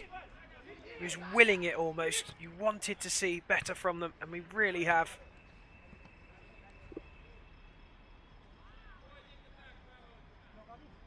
And I don't think Avant-Garde would have expected, before this game kicked off, that 32 minutes in it would be 0-0. Possibly a little bit too close, but play on. Chance for Avant-Garde now. Surely to make it one. It's a heavy touch, though.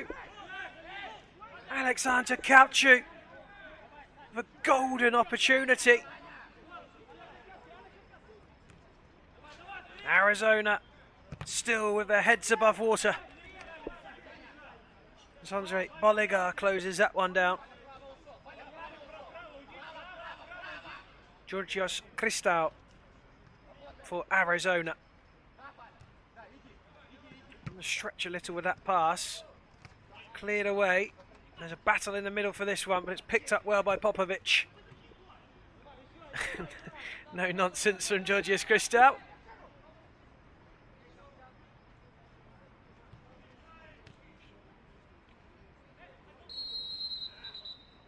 Challenge was fair, and in the end, Arizona get a free kick. 7. Maths has never been my strong point. 7 minutes of normal time to go.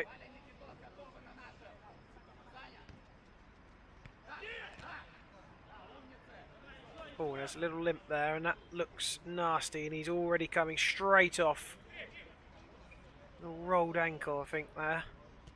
The fact that he has been able to make his own way off is encouraging.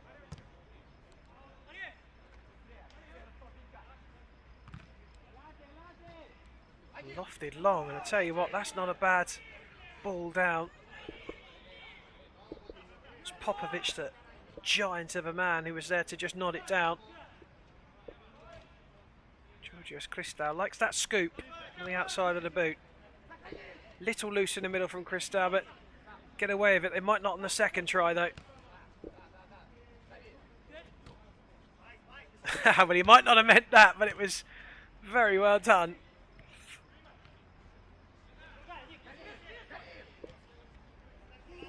Bobu just going back. Avant-Garde going a little bit more direct now.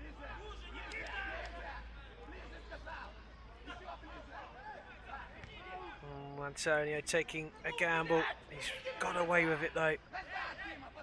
And there is just beginning to be a little bit of nervousness and restlessness about Avant-Garde out on the pitch.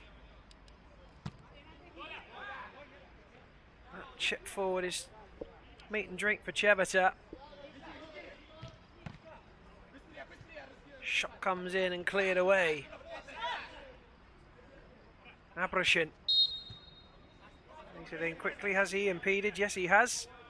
And the Cypriots will take that all day long. Last 5 minutes. Business end of the game.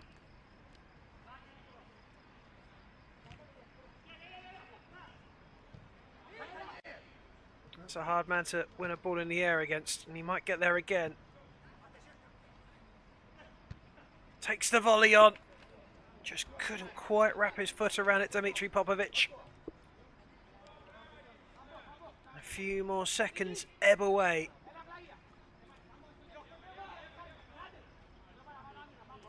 Wouldn't surprise me to see another timeout called at some point before the whistle's blown.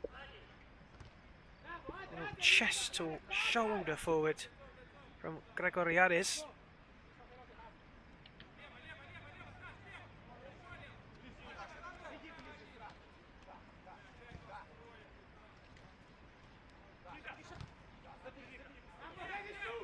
Nice play.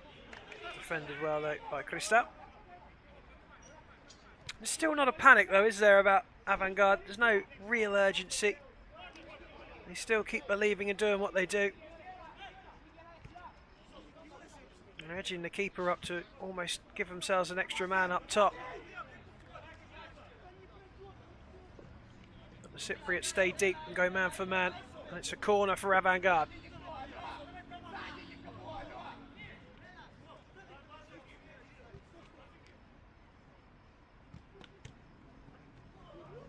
Almost got the touch, still might get the shot off and do through Popovic.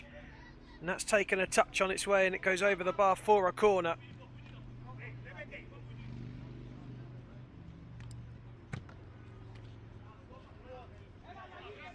Didn't see it.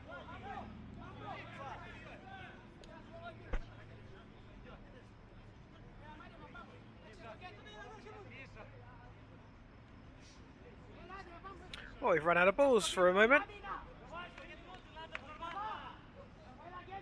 There it is.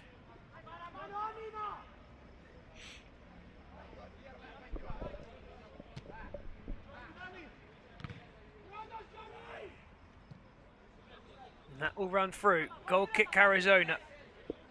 2.5 minutes roughly left to play. Deadlock yet to be broken. And we are yet to have a 0-0 in the tournament so far. This could be the first one.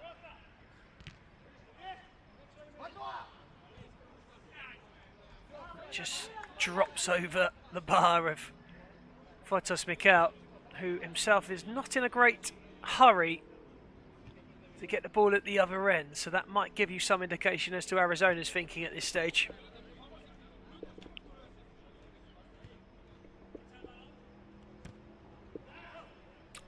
Lofted long and just runs through, and the keeper might return the favour. He does with a massive long throw. Popovic just trying to make himself useful and head that ball down. And Atrium Tashev was trying to get on the end of that little flick.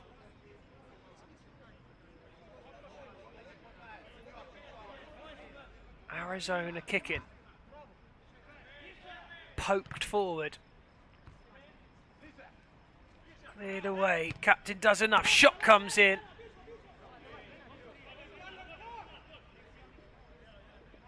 And we are very quickly approaching that final minute. Oh, and here is a chance. That looks like handball. Nothing given. And it bounces around everywhere. And Mikel clutches desperately to his left-hand side. Did look as though it took a fairly substantial hand on the way, and that would, I'm sure, have been checked by Arizona had it ended up in the back of the net as an appeal. Another harmless bounce through. Popovic is a real good option for that long ball when they're just trying to get it up the other end. It's a free kick. Last 30 seconds.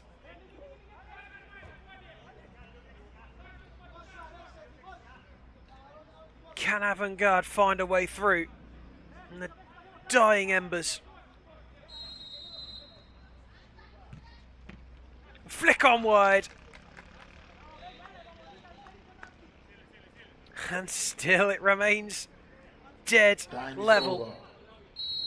And there is the whistle. The game is over and the score is 0-0. Well, it's a useful point for Avantgarde. Is It's something to build on for Arizona, who yesterday were in all sorts of trouble. So Number as 9, it stands, Avantgarde go Ole top of Group B with 2 Women. games played on 4 points. Second are Bet Live, 1 game played with 3 points. Arizona now move up into third 9. with 1 point from 2 games. And then Avantgarde, Real number Panthers, 9, who will play later on, captain of the are team. bottom with no points. And Real Panthers will play each other. So Bet Live and Avantgarde tomorrow means that point, for the time being at the very least, keeps Arizona in the competition and in with a shout. Up next is Al-Hara of Oman and Football Rapido of Spain. We'll be back in just a moment.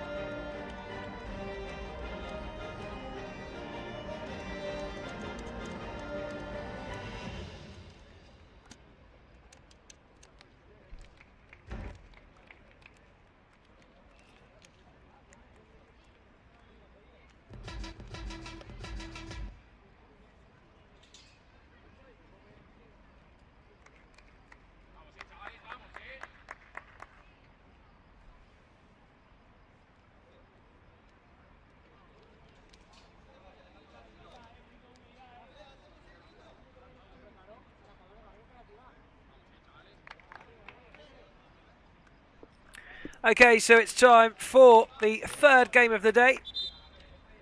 Al Hara of Oman and Football Rapido Euskadi, the Basque side from Spain. And that there in the white is the Omani side, Al Hara. Euskadi playing in their favoured green. And there they are, just going through their final preparations. Now this group, as I mentioned, is Group A, and it is a very tight group indeed, because all four teams are on 1 point from one game. After yesterday's results, Al Hara and Contra of Egypt drew by 2-2, and Tbilisi City Hall, led by their mayor and former football star in the shape of Kaka Kaladze, drew 1-1 with Rapido.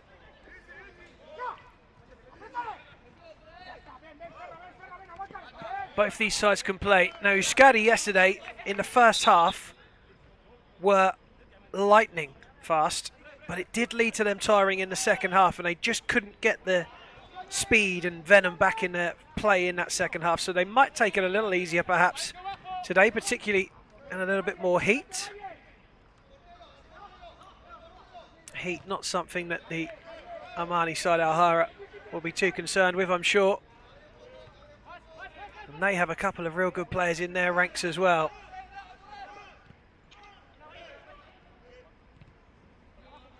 Al Shamsi, the number 8, and in particular Bahajaj, number 6. A real delight to watch yesterday at times.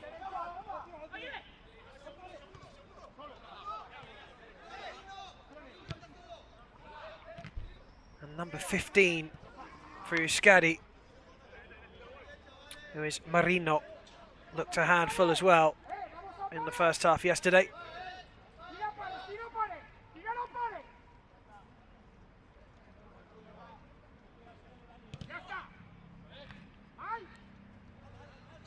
Both Group A games were tightly contested.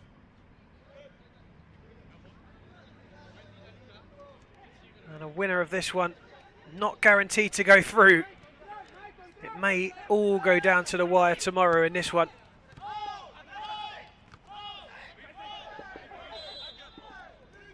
Saeed Al Shari just trying to nutmeg and getting the free kick, and here they come. And that is the tricky Bahajaj.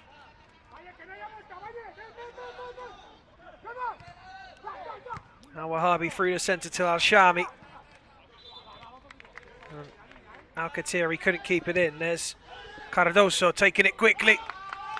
Nicked away by Al Shamsi, and forward will come the Omanis.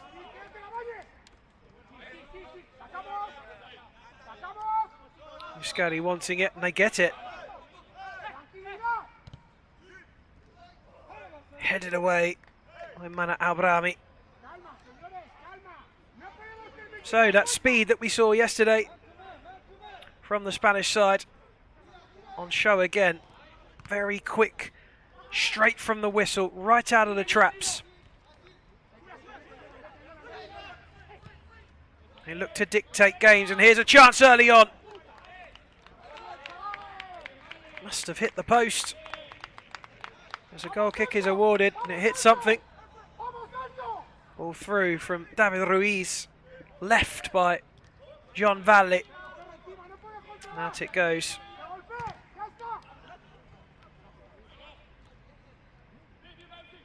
Header had enough on it to make sure it didn't fall to an Al Hara striker, but too much on it to prevent the keeper from stopping it. And it will be a corner for Al Hara. Bahajaj is the man to take it. He'll find room, he'll take the shot, but they've done well to prevent that happening. And the ball's bounced, and that spells danger potentially, but the header was enough. Keeper gets there. How you fight?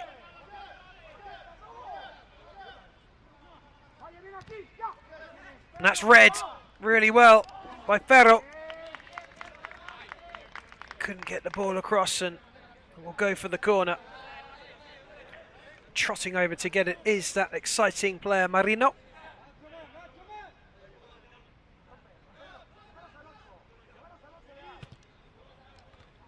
Cross to the back post, dealt with, volley blocked. Ruiz giving it back out wide. And that's craftily done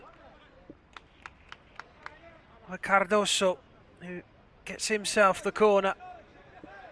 And Marino will go across to the other side to take this one.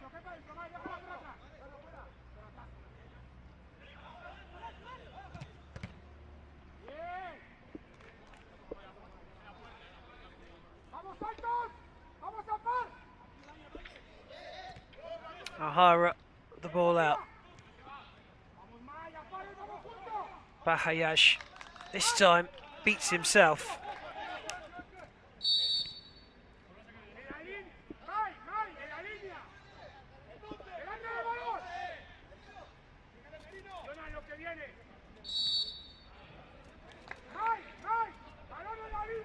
Kick in for Euskadi,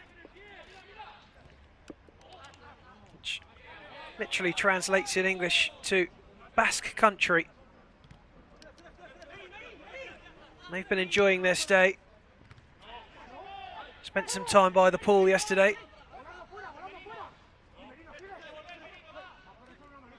Lovely feet. There he is, Bahajaj. When he gets going, he is a joy to watch.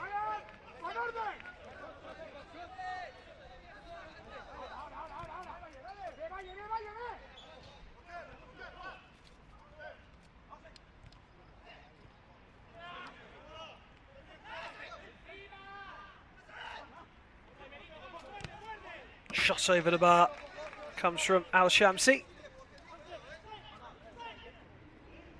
And he hit a couple of real beauties yesterday. And he just give him an inch, he will pull the trigger.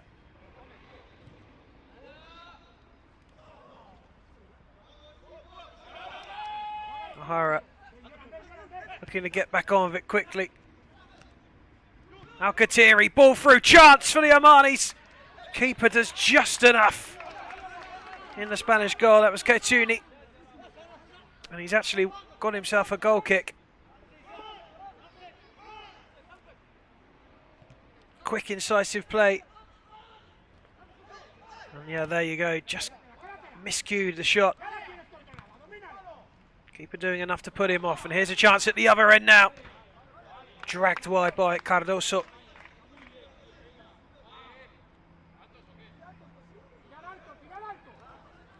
Well, end-to-end stuff. Thought it might be in this one. Both teams' styles are to go and win the game.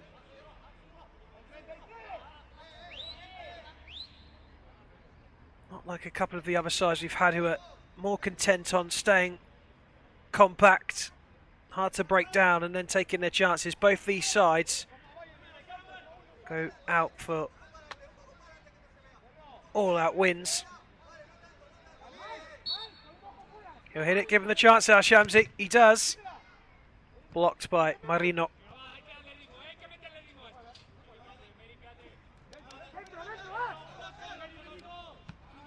Euskadi bench, one of the most vocal at the tournament. And a little quieter today, but yesterday they were fired up.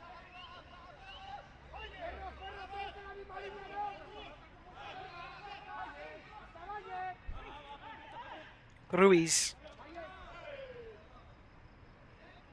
stays in, does it? No, touch at the death was out. Felt for just a second. Euskadi were going to approach into the area with John Valley. Just didn't quite keep it behind that line.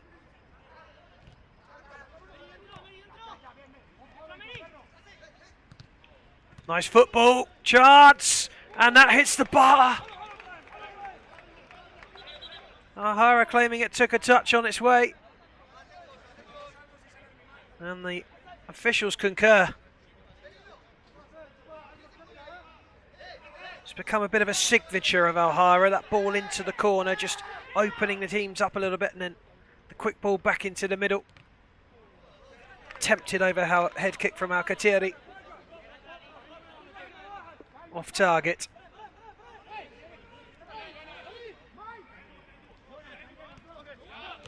That's given away, and a chance for Alhara perhaps here to make it 1-0. Woof, the left peg of Al Shamsi, and a good save by Katuni to keep it level. Nice turn. A good shot as well, to be fair. And the keeper did really well to spread himself.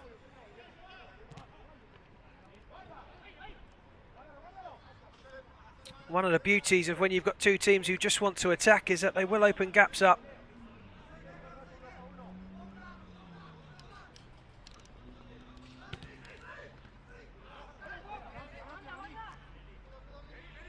Nice header down over to the right hand side. Good spin, good drive. Keeper spills at the first attempt but gets there ahead of Marino.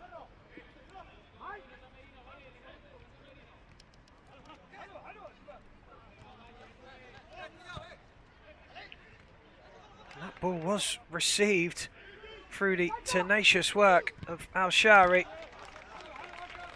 who had no right getting first to that ball, but he did. There's the little magic man.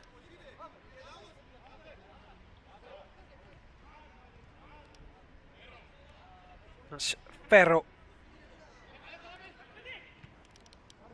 Squeezes it through for Valle. Ferro again.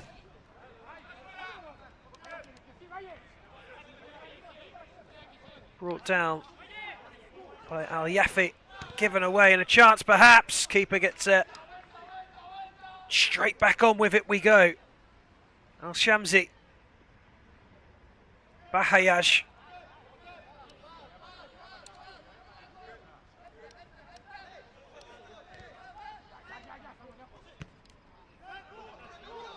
And again. Threads it through just enough. Plenty of green shirts in and around though, blocking off all the angles. Little early in the jump as a defender. And it gave the chance for Valle. And that is a foul, and that's a shame because Euskadi were boxing Alhara in there and making it difficult. And end up giving them a free pass out. Just a little tentative there. Alkatiri on the ball. Got his free kick.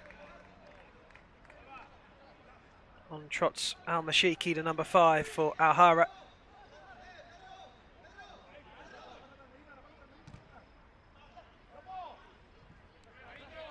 Long ball through, goes all the way through.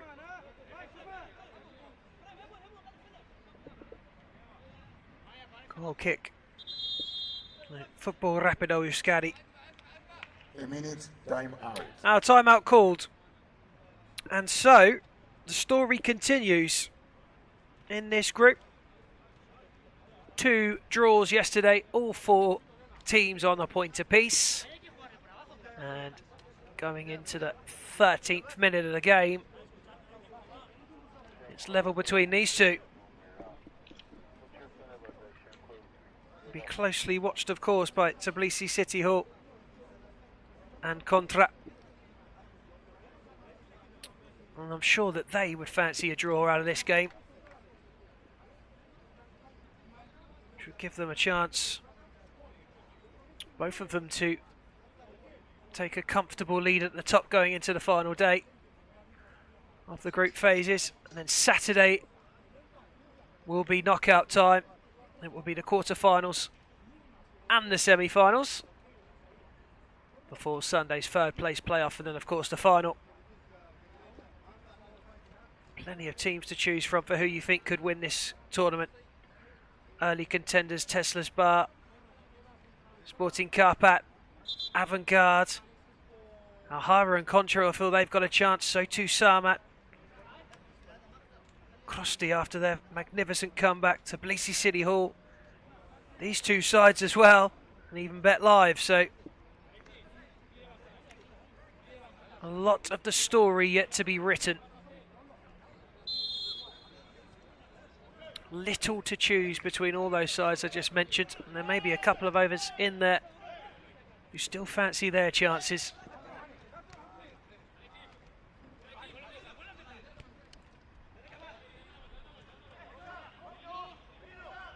Yamasas. Lisaga doing well on the left-hand side. Al Shamsi standing up to him and give him the kick in. Jose Quintala. He hits it, nearly runs through. But for the outstretched leg of Mana Albrami.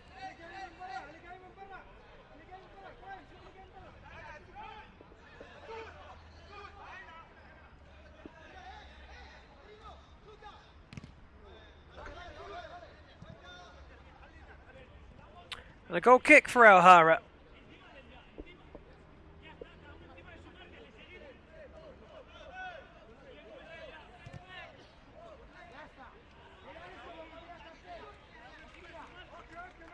And a goal kick at the other end.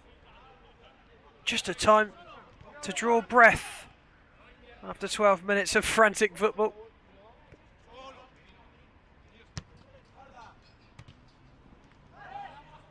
Spin and clearance.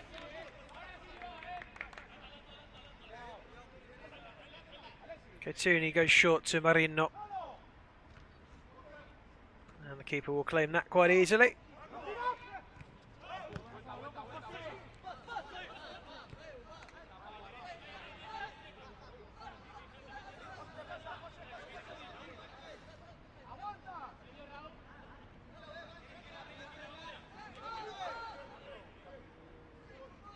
Just feel as though Euskadi marginally on top at the moment. Al-Hara not playing quite as aggressively as they were to begin with. But still very, very little to choose between the two. That might change though here. And Bahajaj, who would have backed himself to hit the target from there, fires over.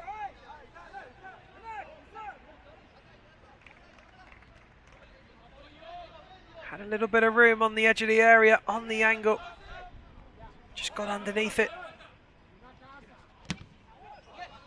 Robust challenge on the halfway line. Falls away of the Omanis. And here's a chance, perhaps. Athletic attempt from Saeed Al-Shari.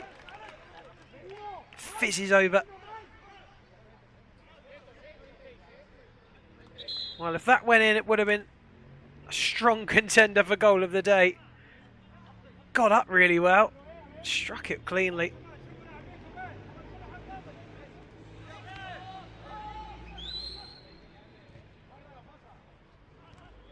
That's a nice touch and turn.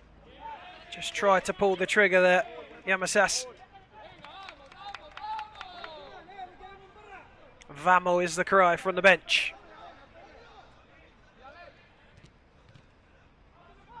Hit into the area, just found a way to turn.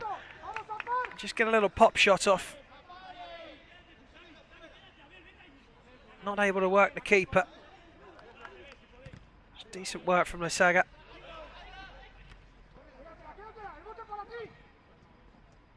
The defender lets the ball bounce, and that's always dangerous in those areas. The man in green was a little bit too keen to get on the end of it. Shoved his man to the ground. He's holding his ankle.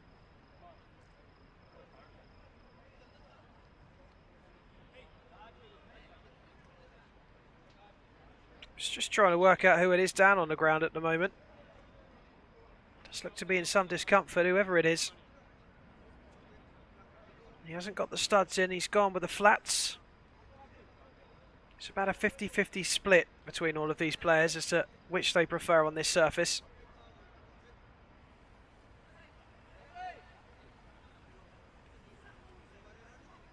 Gets the old magic spray. And back to his feet.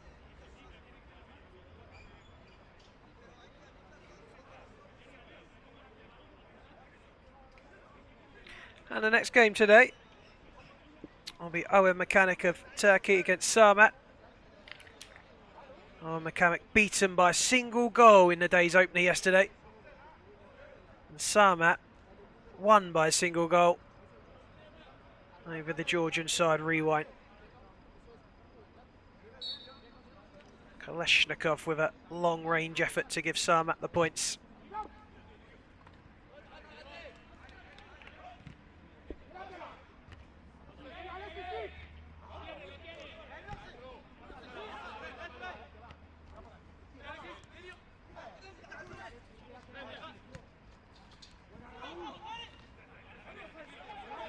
A little bit of to-ing and throwing in possession between the two sides, and then a shot comes in left-footed.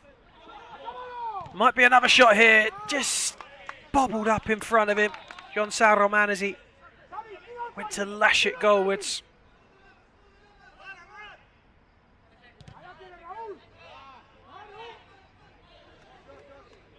And the long-range kick out of play, kick in for Euskadi.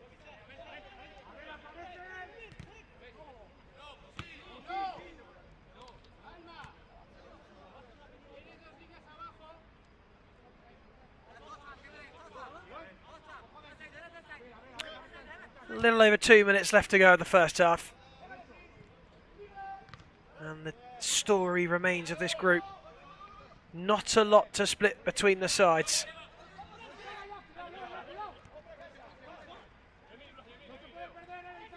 It'll be a case of who scores first wins. Free kick in the middle. As Bahajaj goes down. Now he is a player they won't want to see coming off with an injury. I think he'll be fine. But as ever, when you're a small man with tricky feet, you quite often find yourself bundled to the ground, and he's just going to await a little bit of treatment.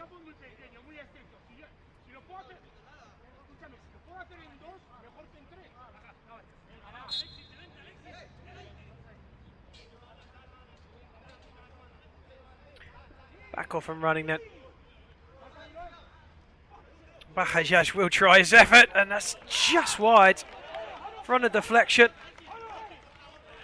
Danced into a pocket of space and let fly. And that's why he is so dangerous.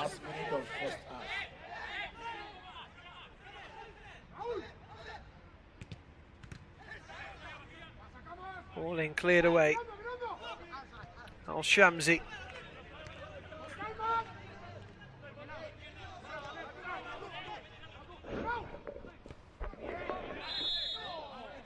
Another free kick from the work of Bahajaj, and this is his effort.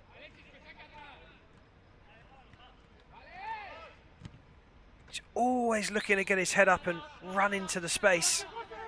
I think the keeper would have had it covered, but Raul Justinho wasn't to know that. Keeper does well. Bahajaj again. The release this time not so good.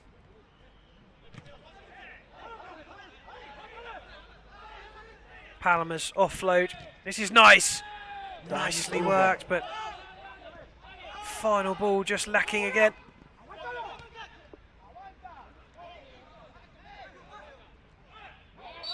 Well, Shamsi goes down, and Abel Palmer didn't like it. Now Shamsi asking for the yellow card, which Palmer didn't appreciate too much.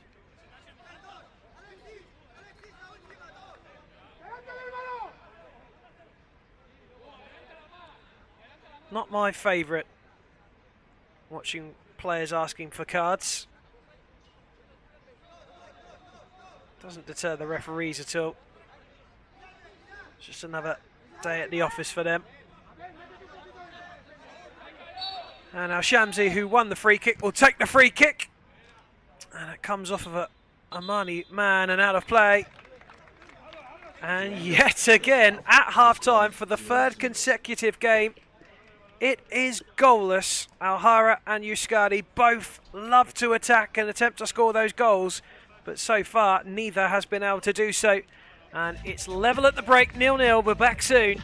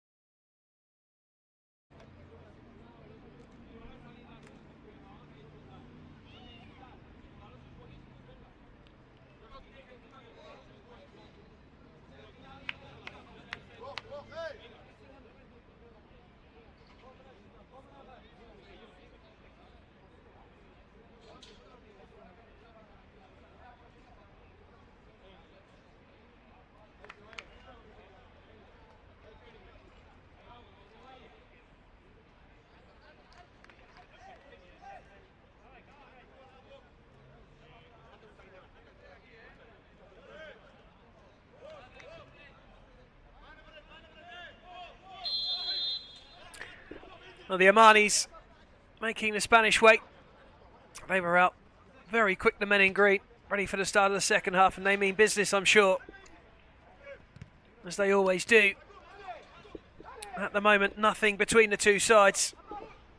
Still 0-0, the third consecutive game that half-time has brought a 0-0 draw. It's an early corner for Al-Hara.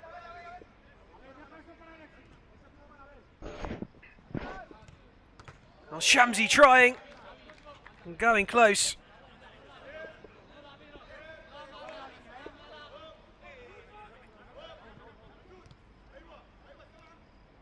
Found that bit of room for himself on the left peg. And let fly. Hits the woodwork. Keeper was beaten.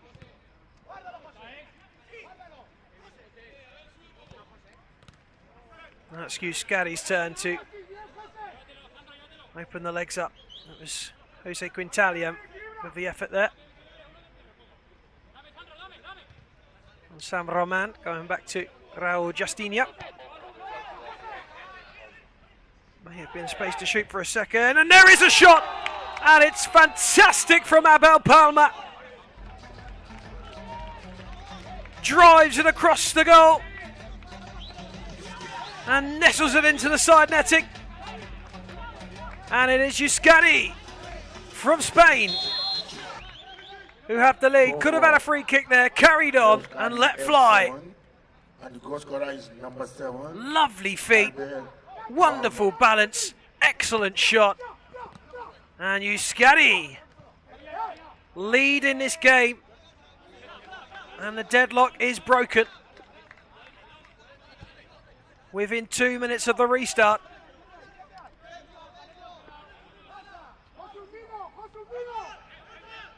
And as it stands, they top the group.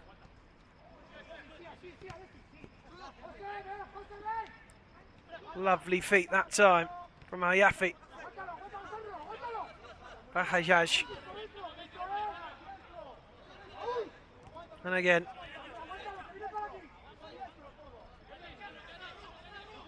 Just keeps that ball moving every time it lands at his feet. It's a real busy player. So Shamsi, who's gone closest for them though. And a bit of space on the right hand side. Touch was heavy, being recovered. But it was Xavier Loisaga. Got in the way.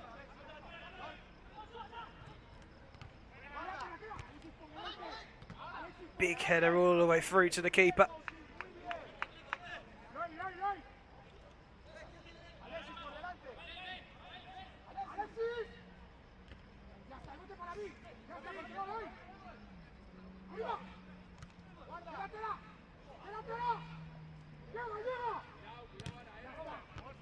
O'Hara calmly playing it back to the keeper, but he was in a little bit more of a rush than the others to get rid.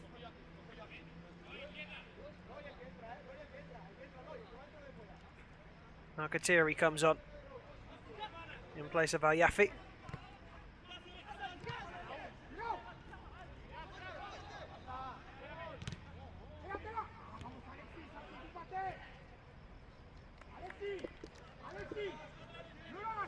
Rolls out for a goal kick. And that will settle a few nerves. Well, Football Rapido Euskadi. And there's another chance. Just blocked at the vital moment by Albrami.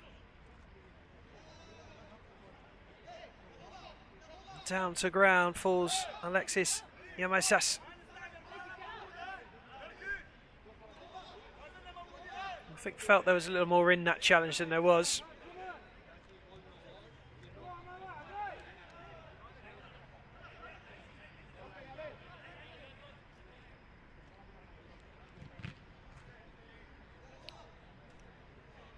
Quintalia just trying to roll it into the near post, but it's denied. He tries again. This time it fizzes through into the arms of the keeper. Bahajaj gets a bit of a lucky break, and still he goes. Gets past his man and gets a free kick, and there again is the skill and pace of Bahajaj that causes so many issues. Oh, and it's a sin bin for Abel Palmer, the goal scorer.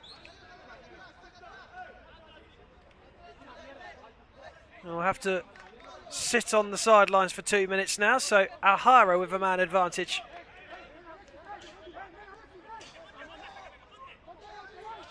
And they make it count. Hajjaj is over it. Back on comes Marino.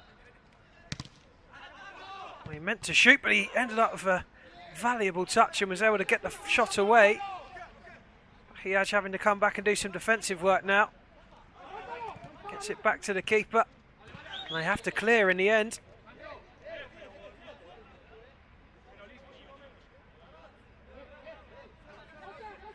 Well, he went to shoot there. It turned into a great touch. Fizzed it in. Keeper slapped it away. San Roman crossing and then winning the ball back just for a second before losing out again. O'Hara have a chance to trot forward once more. Hajjaj wanted that quicker. He knows that man advantage isn't going to last much longer. Al-Shamsi.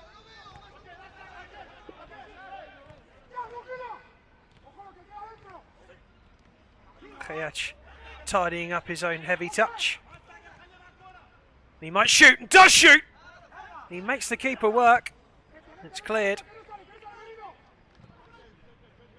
Bounces away from Marino and out of play.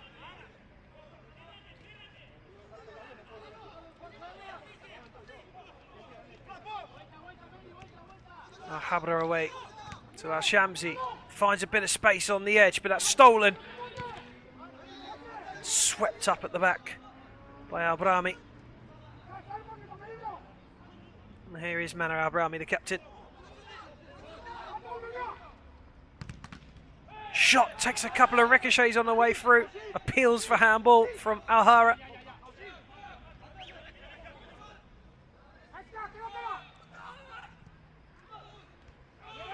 Well, there was a yelp and a throwing of himself to the floor from the captain, but that looked weak.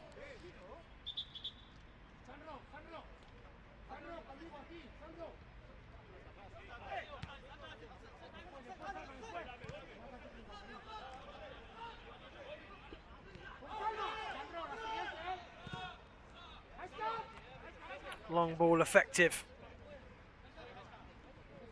Garcia to San Roman. Garcia again.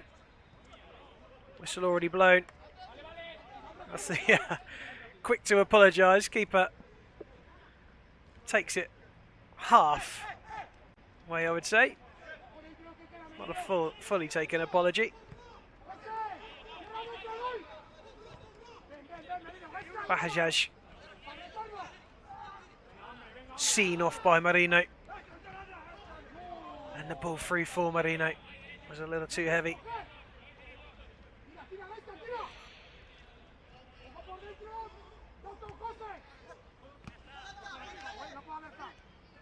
Tidy footwork from Saeed Al-Shari. Yafi earning the kick in.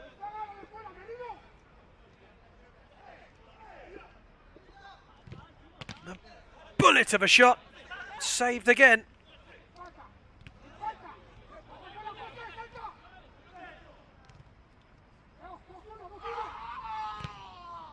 Another scream from the centre of the pitch.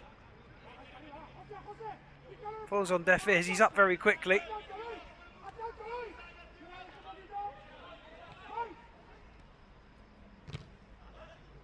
Well, the soccer's on for about another 10 minutes, and then I think both these sides will be off to their amateur dramatics classes.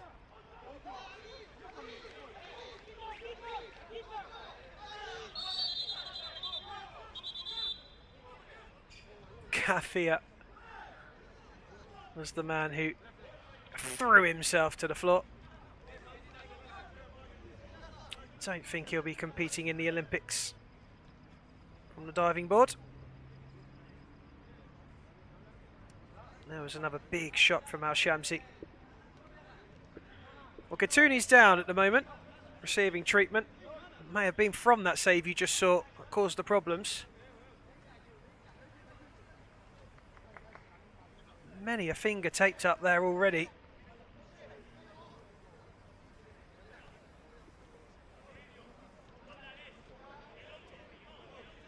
And a wrist now being strapped up as well. So that's a concern. And I'm sure it will take the eye of Al-Shamsi, who knows that he's got a keeper now struggling with a right wrist. Referee asking the physio to move, and the referee on the other side asking one of the Omanis to behave himself. And he has had plenty to say from the stands throughout the game. Doesn't really stay in keeping with the spirit of Grand Prix Sevens.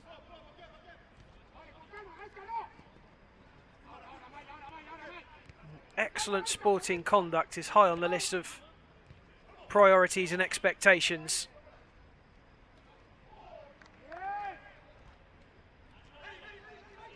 Goal kick for Al-Hara. Al-Shamsi.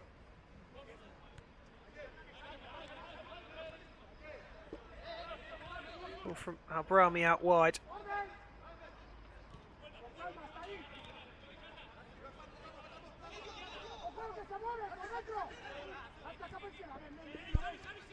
Euskadi, since scoring, have gone into energy conservation mode, which is good. So they ran out of steam yesterday. They've been able to maintain decent batteries amongst them in this one. Maybe a little bit of a learning curve yesterday.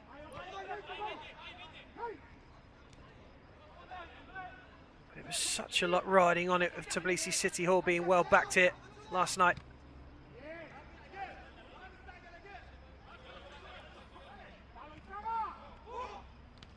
Now Shamsi did fancy the shot, but he didn't get hold of it this time. And yeah, that game last night, before the Tbilisi City Hall and Euskadi game, had an opening ceremony, a packed stand, the night had descended, and it all added to a kind of cauldron-like atmosphere on the pitch in the first half. It really died down after the half-time whistle.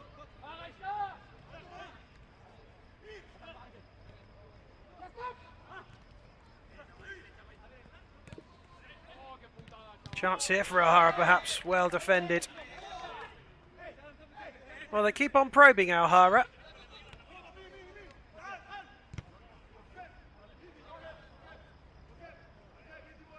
Good trickery. Still he goes. Another scream on the pitch.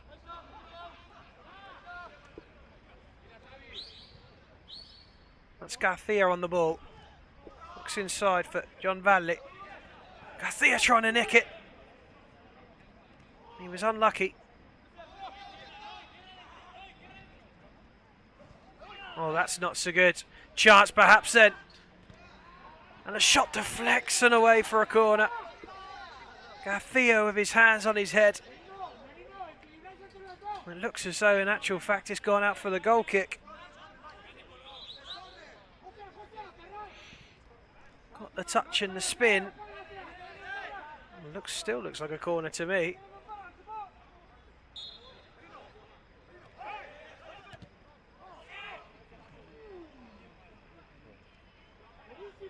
Out of play. Al-Hara kick it on the right hand side.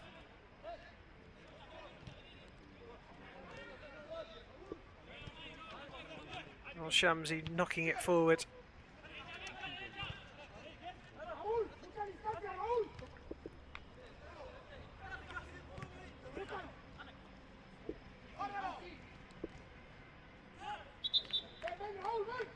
Kicking awarded to Al-Hara. Not quite so sporting from Raul Justinho. He gets a talking to.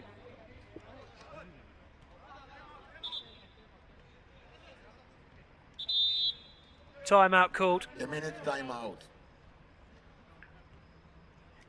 You feel there's much to be said from both benches at the moment, because it is still finely poised. Euskadi have the lead. but it's a slender one.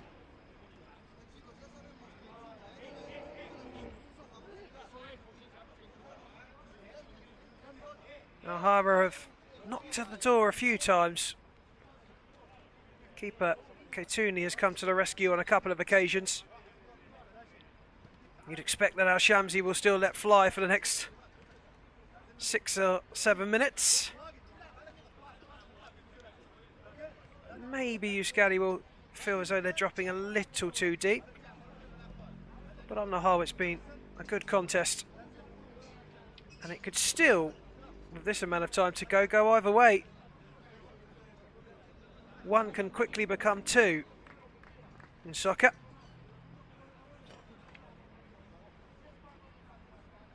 In actual fact, Euskadi led for all of about 10 seconds last night. When they took the lead, Tbilisi City Hall struck back immediately.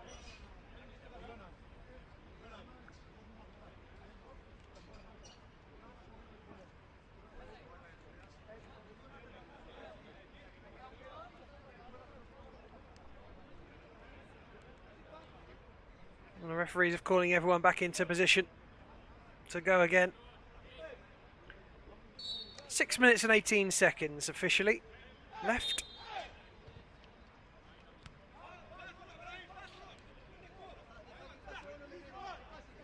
Can Euskadi hold on for 3 points or maybe even extend their lead? Or is there a shock still to come from Al-Hara? Could they be the ones to turn it around?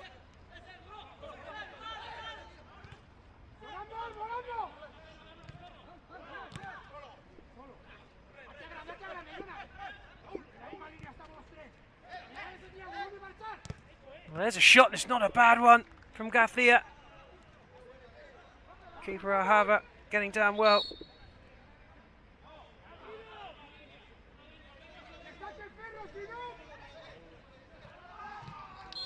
Just does enough to tip it away because actually waiting at that back post was Al-Bokisi.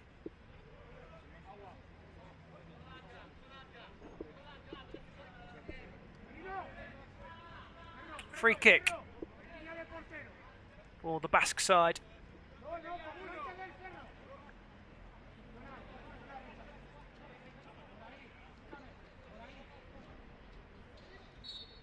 Foul there from Salim Arawas.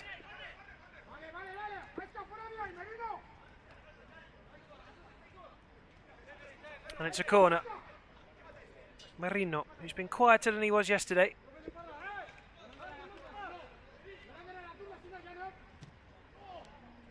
And that one is all the way through and out of play.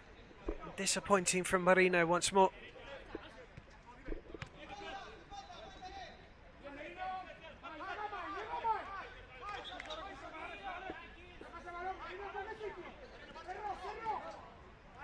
Al-Bokisi.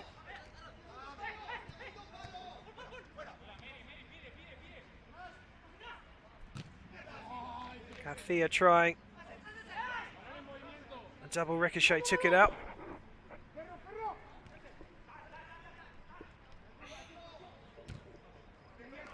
Keeper brave to clear away there. 2 green shirts bearing down on him.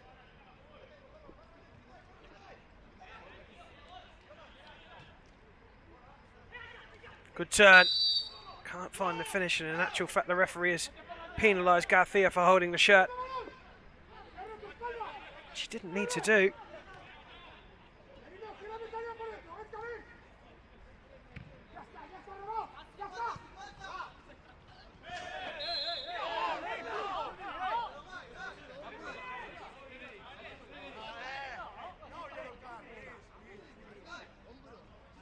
Well, there might be a yellow here. No, not given. There was concerns just for a second that Al-Bokisi had gone a little too hard there. I can't say I agree. I think that's the right decision from the referee. Not to issue the yellow. And it's Al Yafi who stands over it. Valle and Marino make a two-man wall.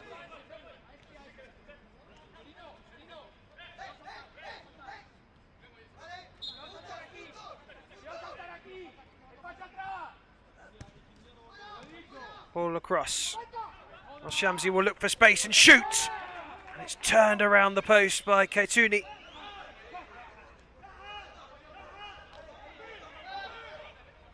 Does everything he can, Al Shamsi, just to find the room. Quite often, he does do it. Quite often, it's out of nowhere, really.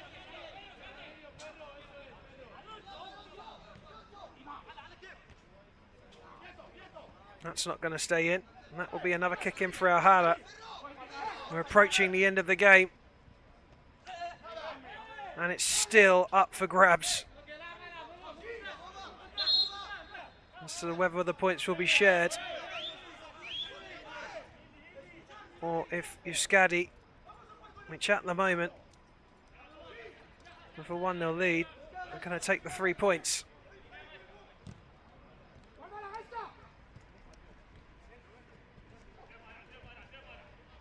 Well, this could be it, and it is! Garcia finding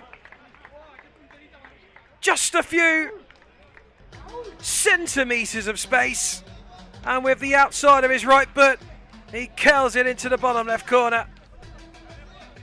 And that is that. Lovely strength, a great wriggle. That little touch there to turn inside was delightful. And the goal scorer is number 17. Rolls Mana Albrami and slots into the bottom corner. Fantastic from Garcia. And you have to say that's got to be that.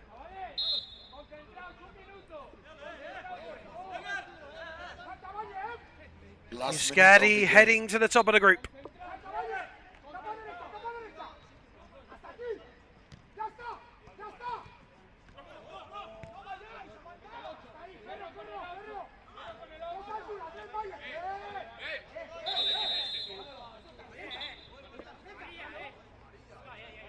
Well, that one went out of play.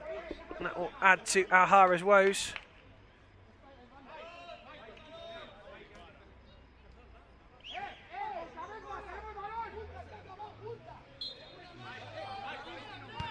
Now Barakisi. Forward it goes, and Bajayas has been sin bin, so that's the end of his game. And it might be 3 here. Just tried to step away, Ferro. Maybe a chance for O'Hara. He turned defence into attack in a blink of an eye. Keeper equal to it.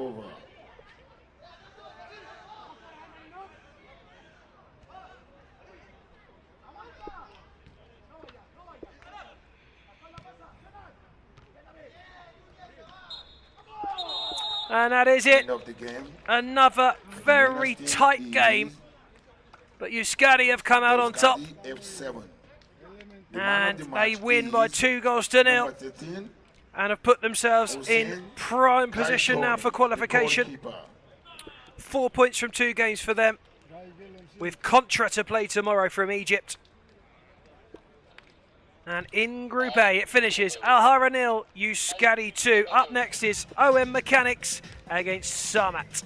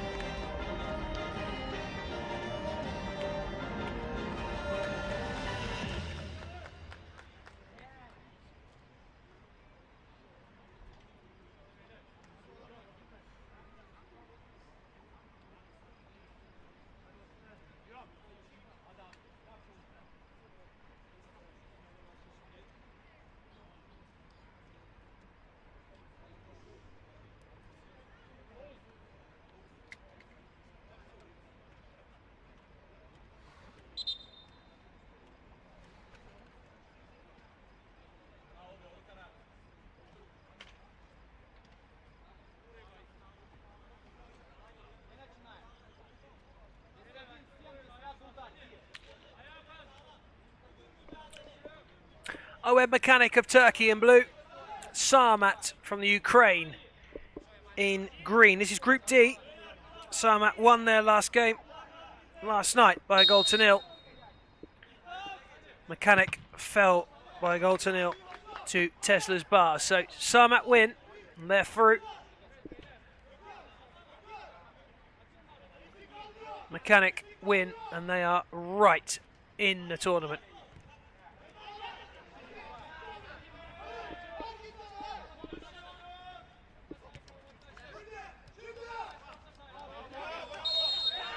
Early free kick for the Ukrainians. Down to ground. Went the man in green, and up will step Dmitro Kolochko to get us restarted. A rare missed touch from Alexander Koleshnikov, who scored the only goal last night of a shot from range, and you can expect plenty of shots from him from range today. Ukrainian international at the Soccer World Cup final last year in Germany. Was never afraid to pull the trigger. He's a big, strong guy. And when he hits them, they stay hit. Good turn in the middle. And out of play.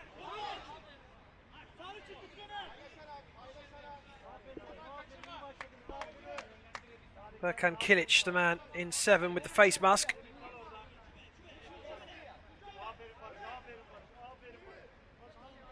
Asked to move away.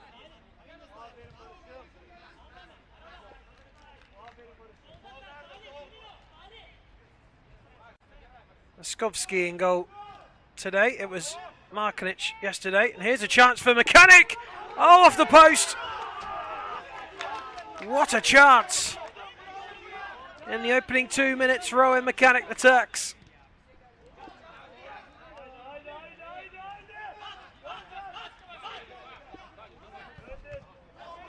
Denis Sandetsky with the hustle and bustle down the left-hand side. And here's that chance again. Ran himself into a beautiful position. Struck it cleanly. Just looking to roll it into the bottom corner and denied by the post. Turkish ball.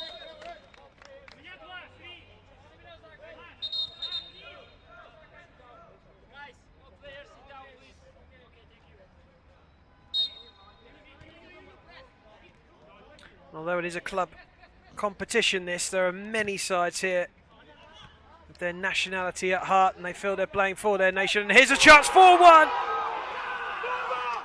And Emin Durgan gives Mechanic an early lead. Sarmat were given a warning just a moment ago. And this time, the Turkish side make no mistake. Go for Mistake at the back, seized upon, number 10, and coolly finished. Durgan makes it 1-0.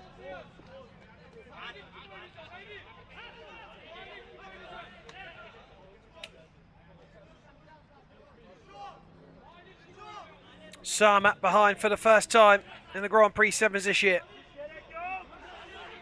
What will their response be? Well, some nice football to begin with. Lovely football.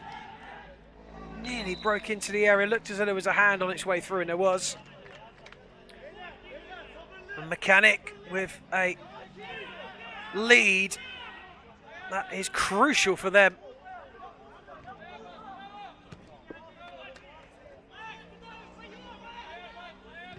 Coolly stepped away and rolled out to the right-hand side for the goal scorer, Durgan.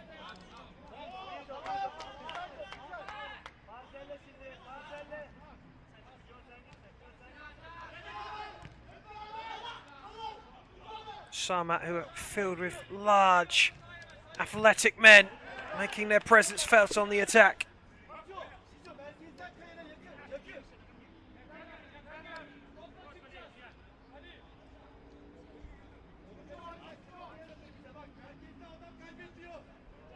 But over the bar, and a goal kick for Mechanic.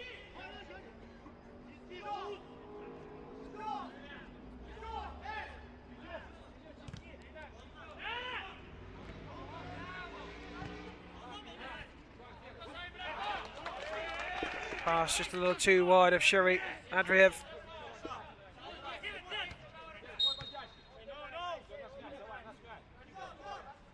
Encroachment from the kick in will mean it's a kick in now for Sarmat, which Klotchko will take. Oh, and the man just moved as he made the pass, and so Bergen will take it away again. His shot, this time way off target. A lively opening 5 minutes. And a goal in the first half, which has been lacking for the last few games.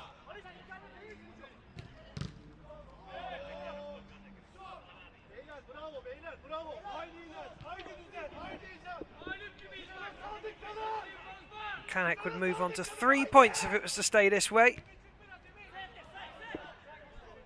And that would put them alongside Sarmat and Teslisbar, who play later against Rewind. There's a header at the back post and over. Effort from Sandetsky.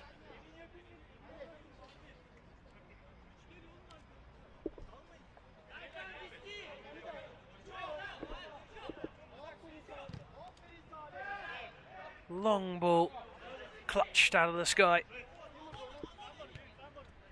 Klotchko Kaleshnikov's ball long. Mechanic happy to roll out and play from the back. It'll go through and out of play for a kick in. In fact, it's gone up for a goal kick.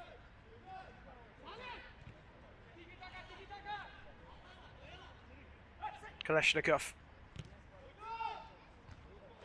tries to ping it out to the right hand side, but a Mechanic have got it again. That's a wicked shot, and there's a rebound to deal with. It's blocked down in the corner. Good save from Kasper Laskowski. And he has to be called into action again. Shot is way over the top, but Owen Mechanic have showed that they have got a bit about them in this opening 7 minutes or so. Really taken the game to Sarmat. May have caught them a little cold.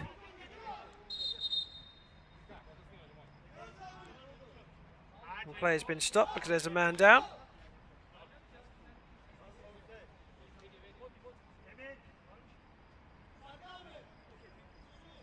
The medic will have to get his trusty spray out once more.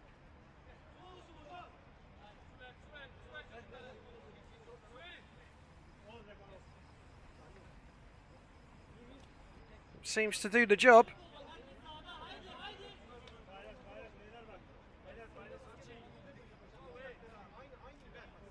There it goes, magic spray. Who needs doctors and surgeons? It works every time.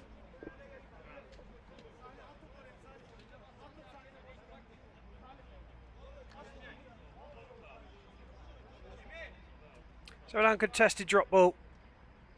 Sarmat will get us going again.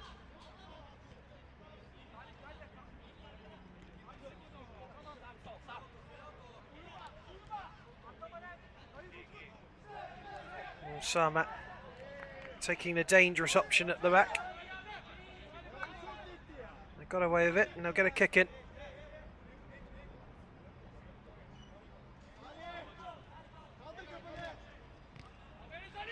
Shot from outside the area over. Sat nicely, there was a bit of space. It opened up. A little bit too much on it.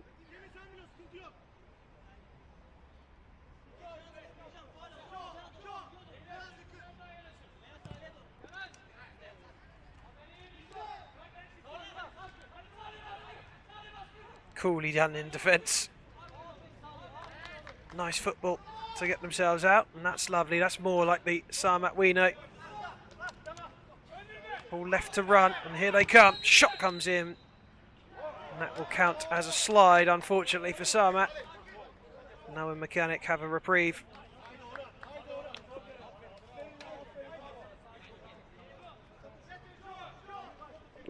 Next game up for you is Crosti against San Antonio.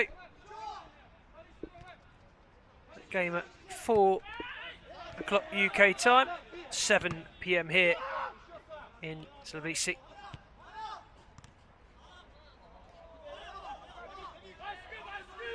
And then the games will be on the hour, 7, 8, 9 and 10.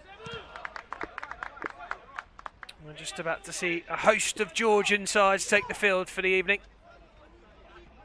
For now though, it's the Turkish and the Ukrainian.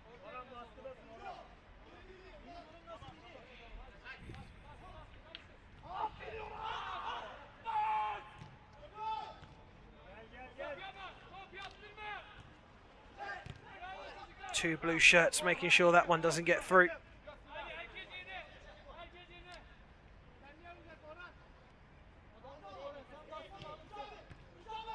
Mechanics restricting Sarmat really well at the moment. Sarmat a side who will like to play through you. Normally their passing is crisp. At the moment Mechanic are making life difficult for them, unsettling them.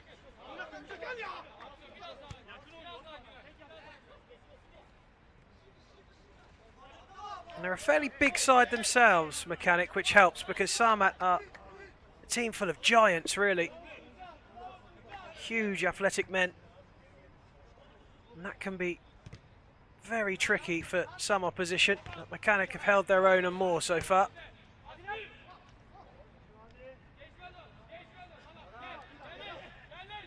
Makovsky going long. Nice header away. Bows out. Kalashnikov will hit it on. You can't let him get his head up and see a sight on goal, because that is what he'll do. He will pull that trigger. Oren Keskin just about gets there in time.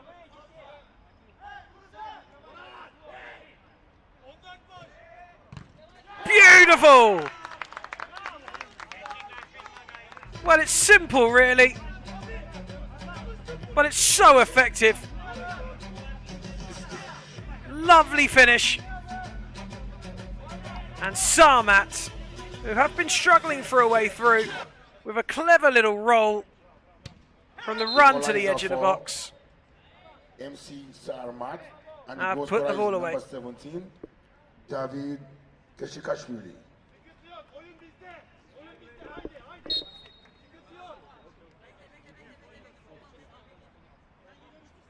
OM Mechanic 1, Sarmat 1, 12 minutes in, they take the shot from the restart.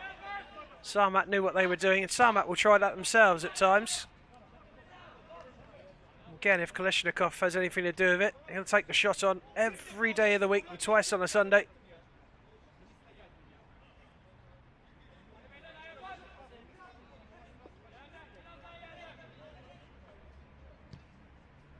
Clip through and almost found a way into the top corner. Unlucky for Bakan Kilic.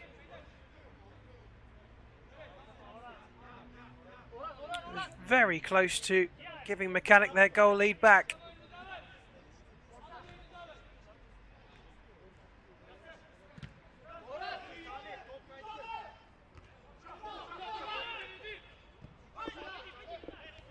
Perkin doing well.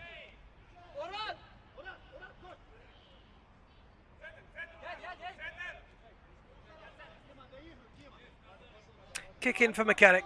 13 minutes gone, 1-1.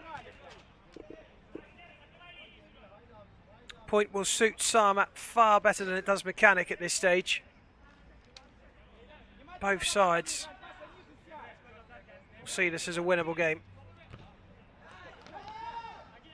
There are many seconds to go before that full-time whistle. Both will have quite a few chances if the first 13 minutes are anything to go by.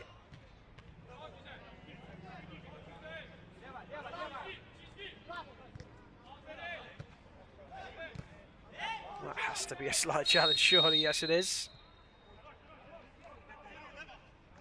Doesn't get much clearer than that, really.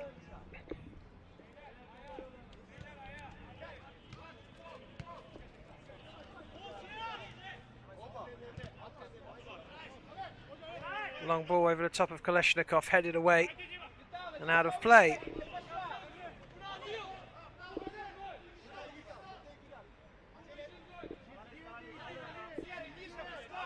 Durgan, scorer for Mechanic today, to send the ball across.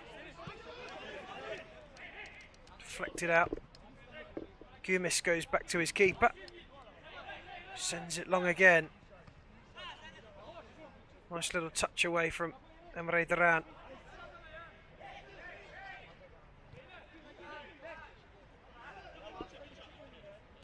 Sandetsky sends it long as well.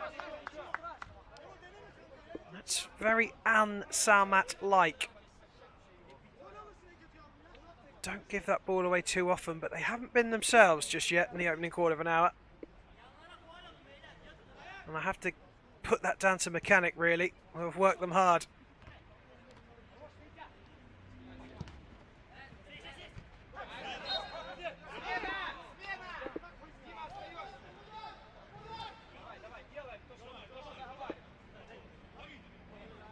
Changes afoot then. Fresh green shirts onto the pitch.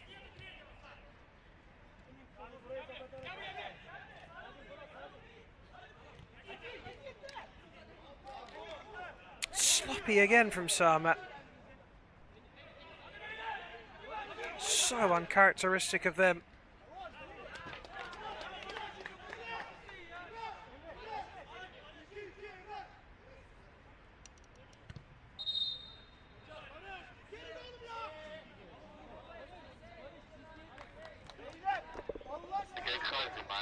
foot on the pitch as the kick in was taken will mean that Sarmat awarded the kick in themselves.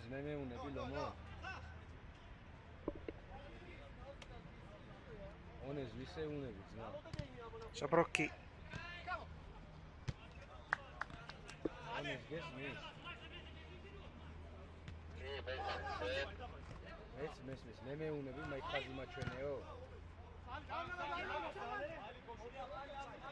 Time at the back for Laskowski, the keeper, to collect and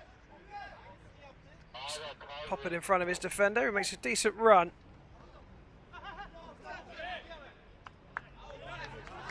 Up for the kick into Sarmat.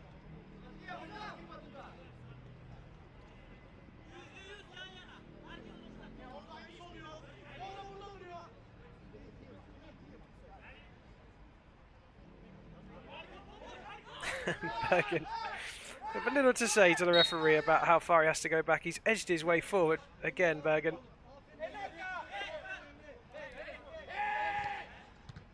And that's clever. Well, they showed some real clever play off the training ground for the corner. They nearly did it there from the free kick, and that's a foul. Bergen incensed, and he's asking for the card.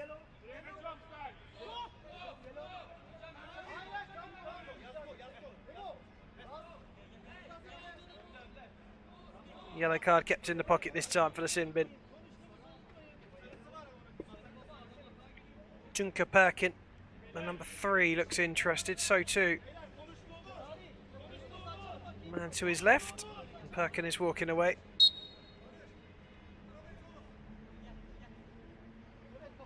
Perkin will hit one this time. Just rolled to the left-hand side by Baris Bozal. Perkin, the captain, fancied it.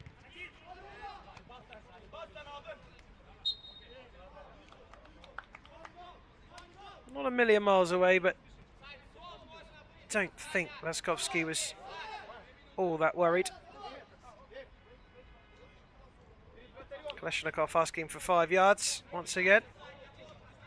And if I'm stood in front of that ball, I'd give him about 50 yards because he can absolutely smash it.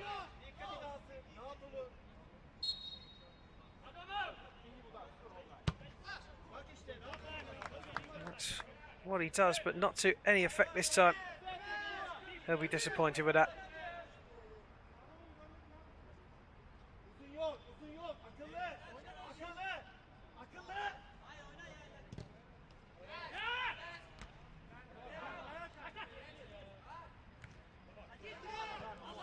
Here comes Sarmat, right before half-time, looking to take the lead for the first time. Touch and clearance away is good.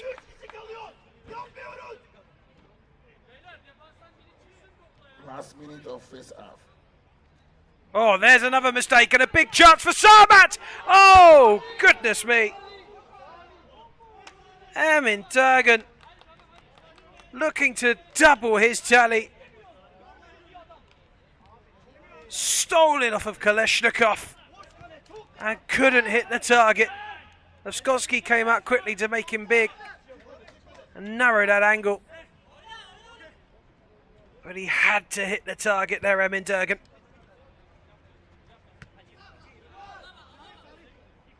Kalashnikov, well, that's a foul, and that really, I imagine, will probably be a sin bin for the first time. And Durgan is losing his head a little at the moment.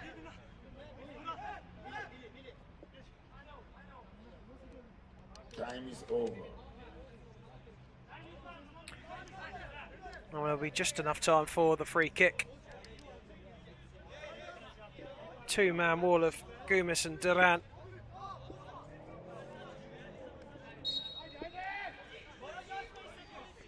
Doesn't look like they're going to turn around for it.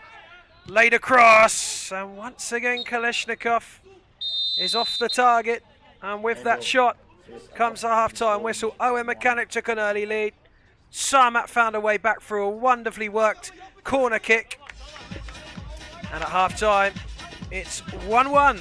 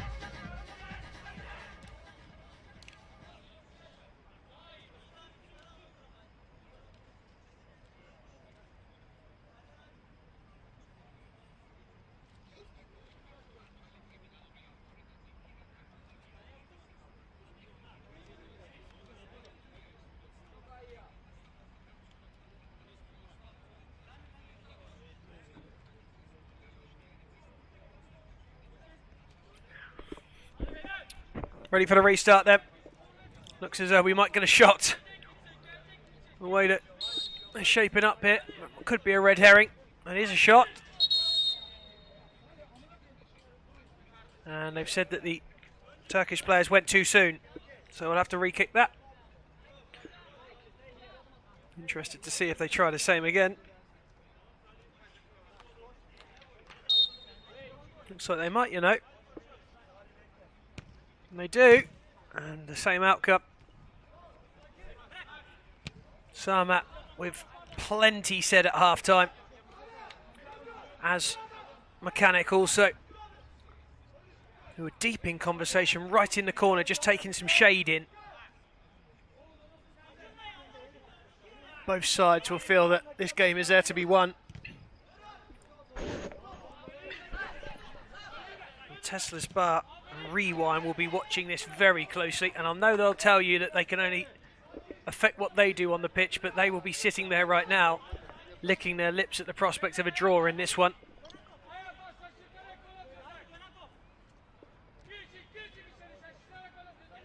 Rewind did everything but score yesterday in their defeat.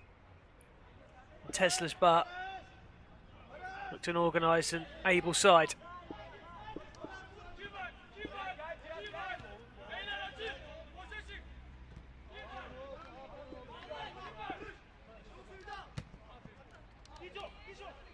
Good turn. Thought the shot might have come. This is a lot more like Sarmat. Men behind the ball. Staying strong and waiting for the break. Mechanic nearly stole a toe in there through Berkan Kilic. Whistle's been blown. There is Kilic in his mask.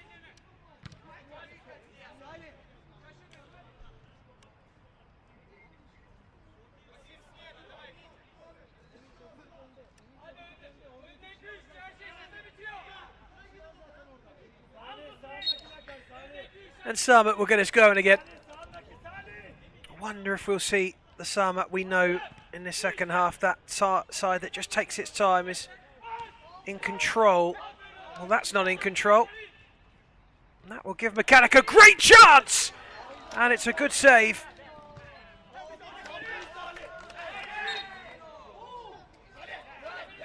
Sarmat kick it. And Slavskovski was called into action. Nicely worked. And I felt sure there that one was going to hit the back of the net. The header of Kihat.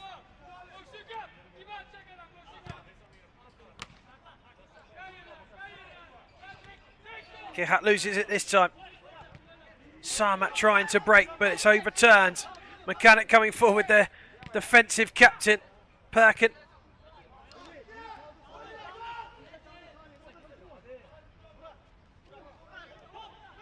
No foul. Play on, says the ref. Touch is heavy, but kept in. And offloaded, still lots of space again. A shot from Berkan Kilic was parried, and Perkin just couldn't quite get a touch on it. Sarmat have gone right back to type from the first half. Open.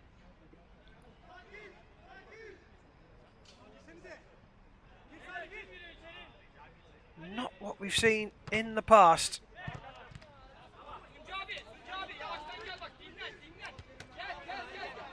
Good defensive work. Put that ball out of play, and it'll be his last touch for Saleh Gomez for a while. He takes a break.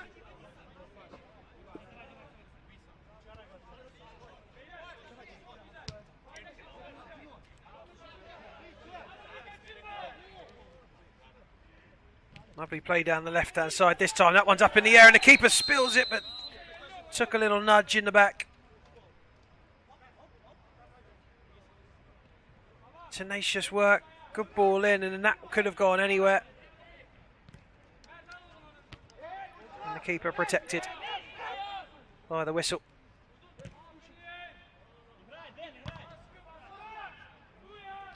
That too again, so un-Sarmat-like. been a real off day for Sarmat. The good news, though, is that on that off day, they're still level, which means they can most definitely still win it. And if you can win games on off days, that makes you a dangerous side.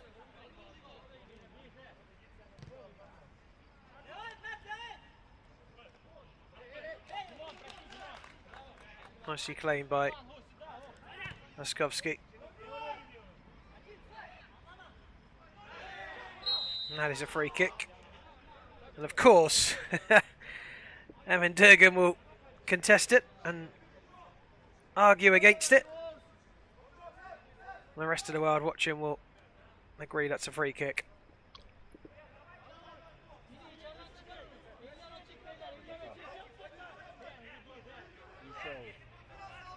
Kalashnikov felt that one. He's just struggling a little bit, his hands on his knees. Well, he might be the one to receive this ball because he does like to hit them from range. And he will try one. And it might lead to a break for Mechanic. Great opportunity for the Turks. Keeper stands tall.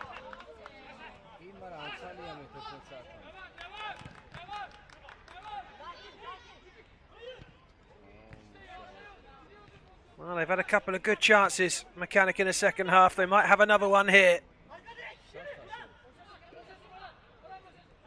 Got a bit of skill, didn't quite come off in the end.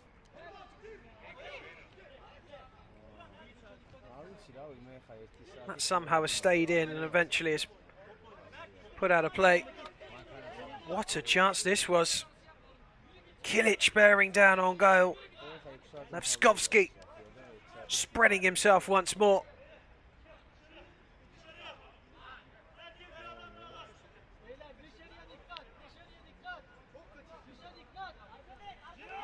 I wouldn't be surprised if he takes the shot on.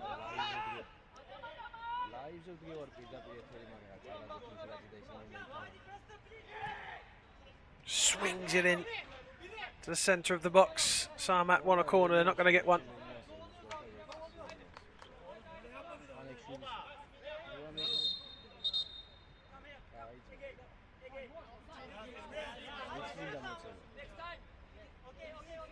Well, a substitution was made. About the referee say so, and he's organised it. Strict protocol to be followed on the sidelines.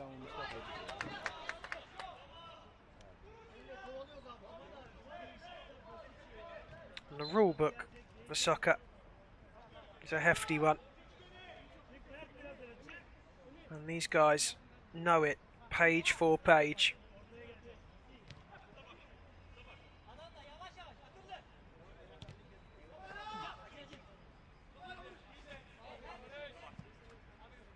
Kick in for Sarmat. Nice ball across the face. Early cross towards the back post and a header high and wide, but it was a delightful little move.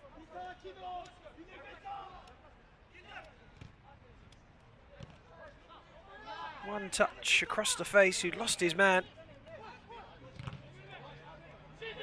And here's another chance on the break. Can they make this one count? No is the answer, as Emre Duran just tries to thread it through the eye of a needle.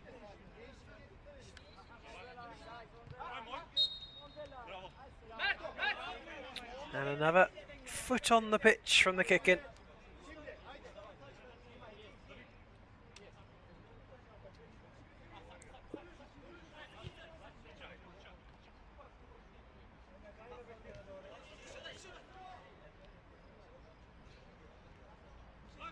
Nice drop of the shoulder, just to move into the space. A slip on the edge of the area was unfortunate. And Mechanic will come forward again. Loose in the centre. Touch was heavy. Clearance isn't bad. Sarmat have a chance on the attack. Shot comes in. Bounces around after the initial effort from Horsky.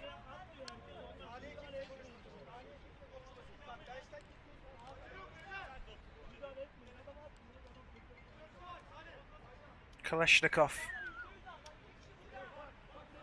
Take the kick, and it may well have been him who had that effort actually.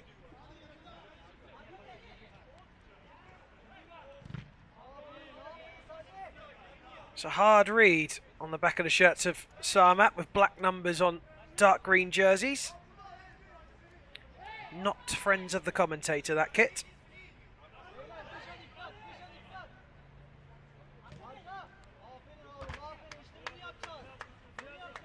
And out of play. Well, Mechanic have had a few chances. They've pinged it around nicely. These little moves, the 1-2s, the pass and move, the Mechanic's favoured way of playing. Sarmat just not got going today. And yet still it remains one apiece. Will Mechanic be made to rue the missed opportunities? Well, here is a chance for Sarmat. Cleared away.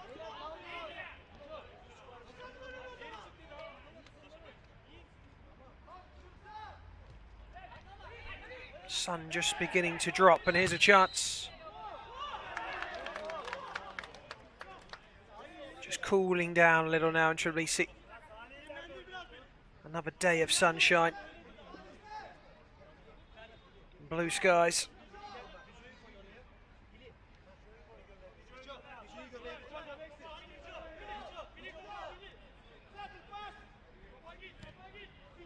Forecast the same tomorrow. Sunshine and 29 degrees. And here come Sarmat looking for their moment in the sun themselves.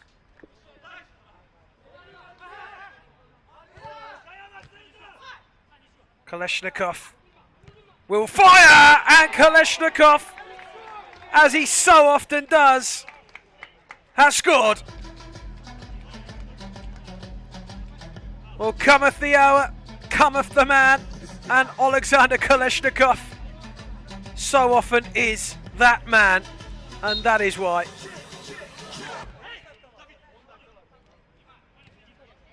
Lovely stuff from the Ukrainian. And the goal scorer is number 14. He's deadly at times. So Sarmat have the lead for the first time in the game. 32 minutes is taken.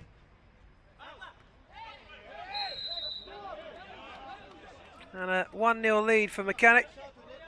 Chasing the victory. A couple of really good chances. Have now got a rescue mission on their hands. Stays like this, they're out.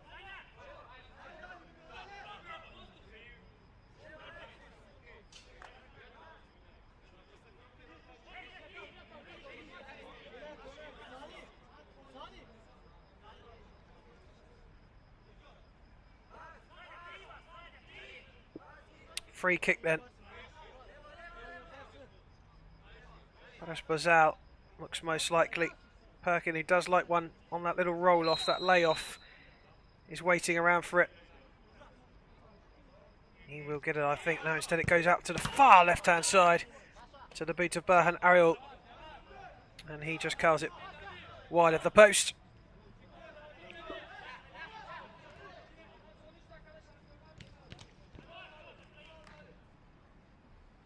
Well, I said it earlier. Sarmat have not reached anywhere near the highs that they're capable of, and yet still they lead against a fairly decent side in Owen Mechanic. There are no pushovers.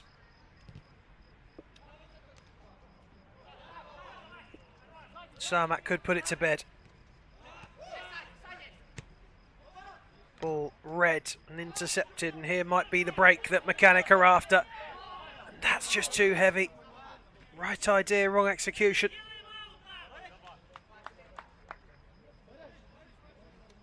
Little smile from Salagumis. He'll be screaming on the inside, I'm sure, because he knows that there's a little over 5 minutes left. And his side are behind.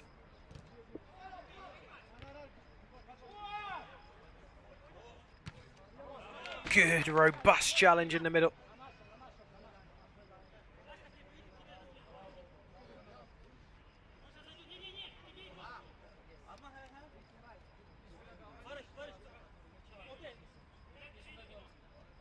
been a day where we've not seen many goals so far. Sporting Carpathians ran out 3-1 winners over Diamond Dogs, but since then we had a 0-0, a 2-0. This one heading to 2-1. Time to change it. Precious little of it. So nice clip to the back post, but not effective. Kihat.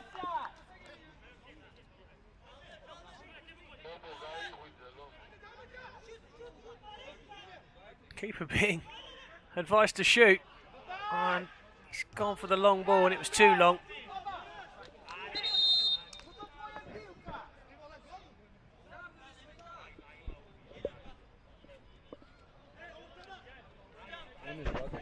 And that's the timeout. You imagine that's mechanics call, because they need just a minute or so, which is what they get, to rehydrate, readjust and replan. Equaliser they'll settle for right now, mechanic. It's not ideal, but it will give them hope of getting through tomorrow to the quarter-finals. And they did have chances in the second half. Keeper Kasper Laskovski has done well on a few occasions to keep them at bay. This was fantastic. That little peel off, just watch him here, just runs to the front, and the cushioned volley takes some real technique. Looks simple, but it was magical. Back underway.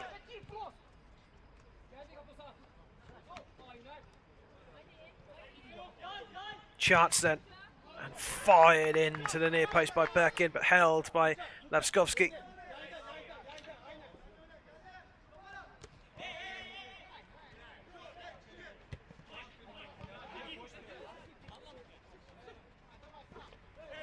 And that's a body check. They don't agree, but I think once again the right call made by the referee. Free kick.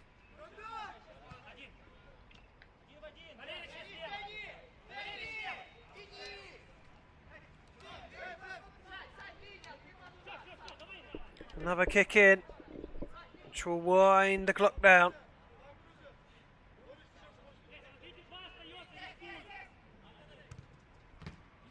And it could finish here. That's game over. And that is Pantelashuk. Mechanic have worked as hard as they can, but the cream has risen to the top. And Sarmat have got the third and killed the game. And they are going to assure themselves a place in the quarter-finals with a game to be played tomorrow.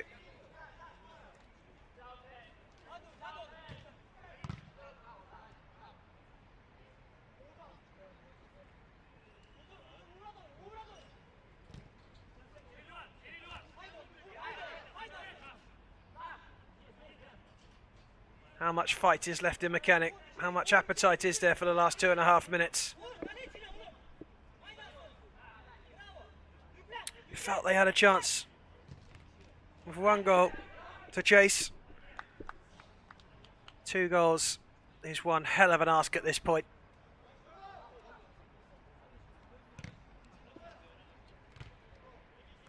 Skovsky just wanting to get rid, but back will come Mechanic. Here's a challenge from Kalashnikov though, and still he goes, and he will be interested. And he actually just tried to guide that almost into the top corner. And puts it over.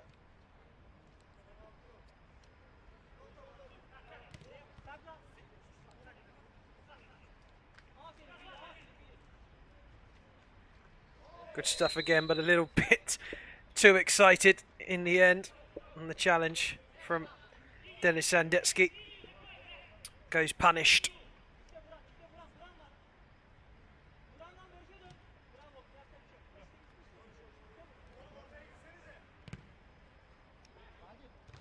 Oh, header down and wide.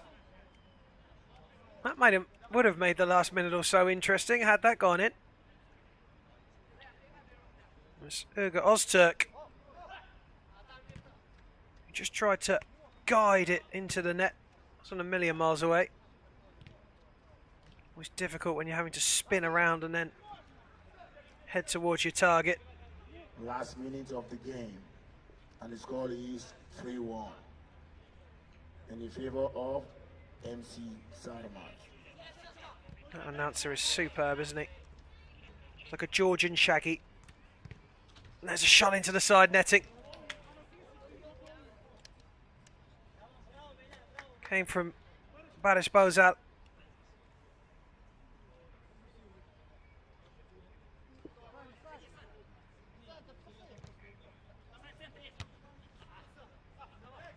Just wide. Sarmat have the ball right where they want it. Up the other end away from their goal, and they may well make it 4 here. A sliding clearance to put it out for the corner. But the bad news is that will probably be the last action of the game once that corner's taken. And that for Mechanic will mean that they are heading out at the group stages. They might get one back here though. Little twist and a turn and then a ricochet off a defender. But it is 3-2. Mechanic pull one back. They're hoping they've got enough time, but there's the full-time whistle. Well, they nearly did it, Mechanic. The game is over. Last touch of the game was a goal. It was an own goal. MC Sarmat. The man of the match is number 13, Dimitro Klonko. And full time here between Owen Mechanic and Sarmat in Group D. Finishes Mechanic 2, Sarmat 3. That's it from me, Dan Short. The next game is on in just over an hour. And taking you through the rest of tonight's action will be Niall McCorn. And his first game will be host nation side Krusty against San Antonio of Greece.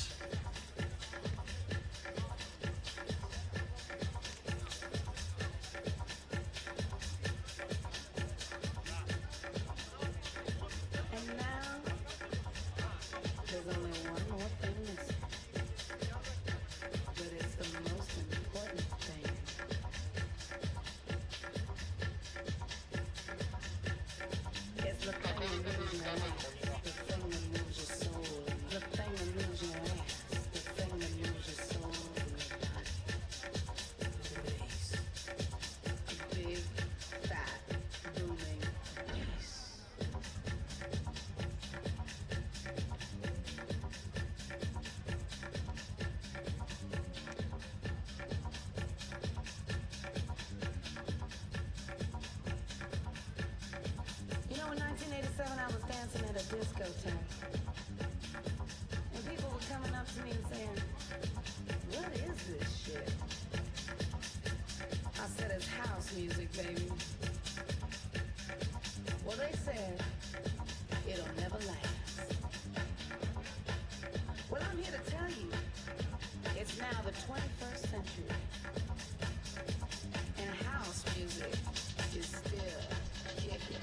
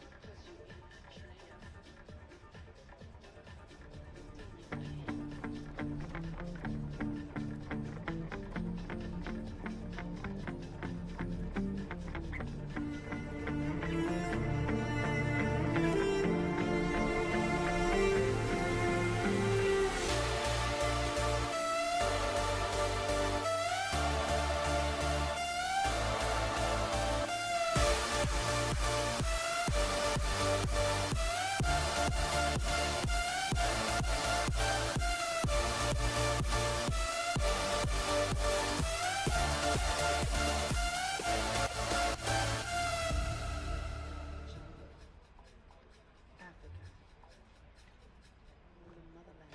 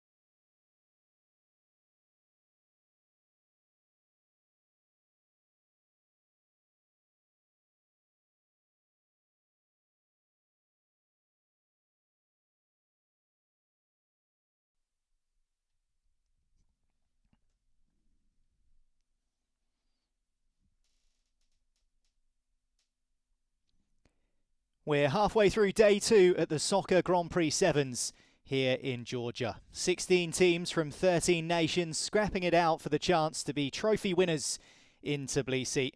Grit, guile and of course goals all needed to progress through the group phase. There's been plenty of the former, but we haven't been blessed with too many of the latter so far today. Will hometown team Krosty and Greek side San Antonio bring the heat this evening as the temperatures tail off? Good evening from the Georgian capital. I'm Niall McCorn, and we have Group C action for you to kick off the evening's soccer here at the Grand Prix Sevens.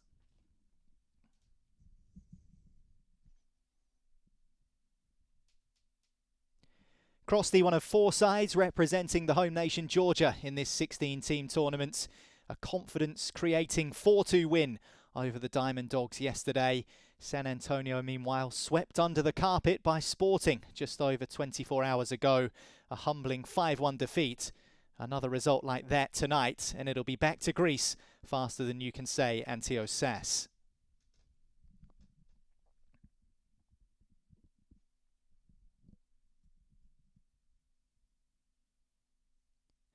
Well, all of the match officials in Tbilisi for the tournament are FIFA accredited.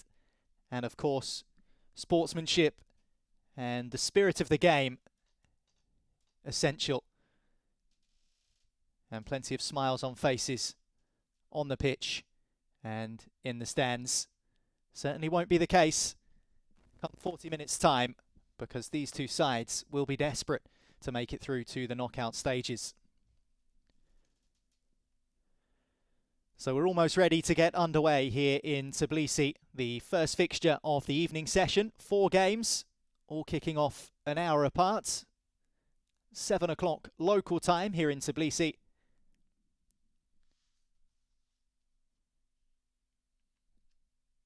And Krosty get us underway.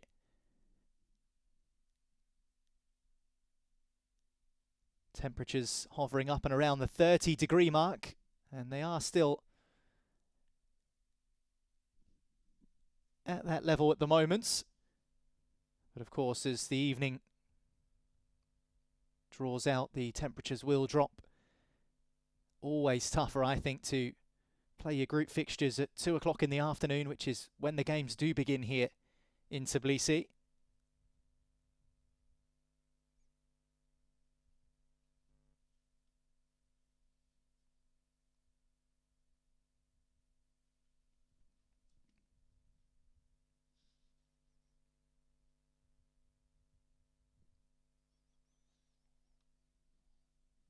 Well, just a minute played, and early on in the game you expect both sides to try and get a feel for the ball, find their rhythm, but of course only 20 minutes a half, so you don't have too long to get into the speed of the game and find that tempo.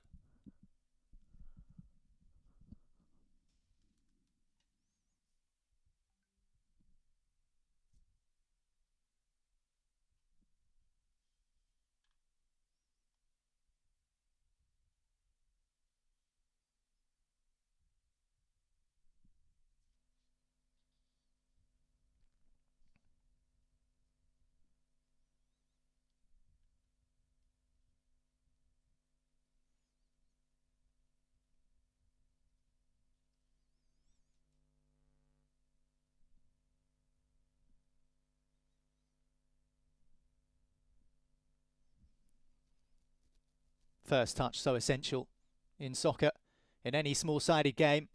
Ball speed also critical when it comes to trying to stretch the opposition.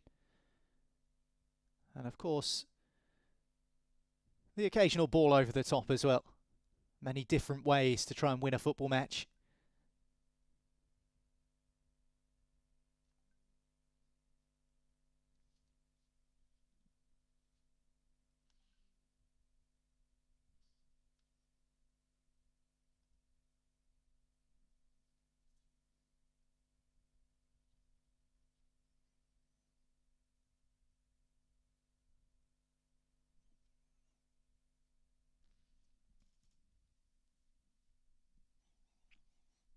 Just aware that there might be a few issues with the sound of the ground, the atmosphere here in Tbilisi at the moment, so bear with us whilst we Do try and figure that out as another shot comes in. The goalkeeper can't hold it and couldn't at the second attempt. Eventually, Bakradze sorts himself out.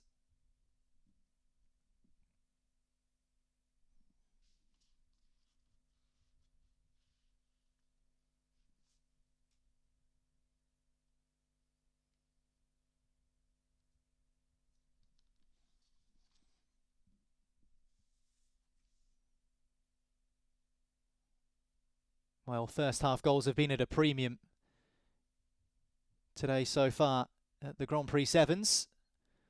Might that change here between Crosti and San Antonio?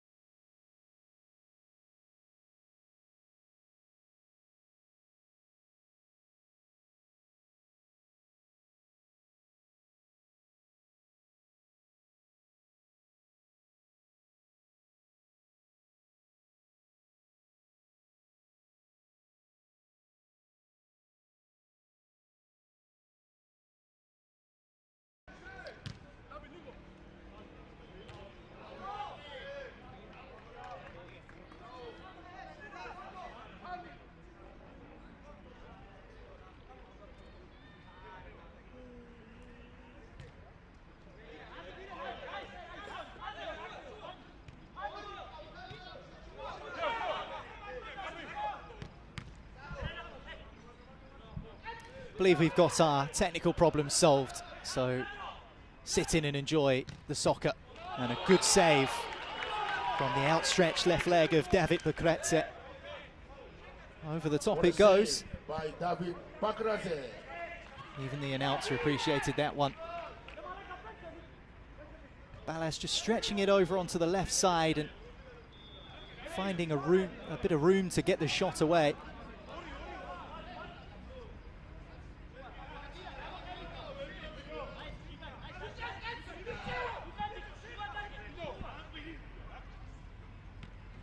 Devishi.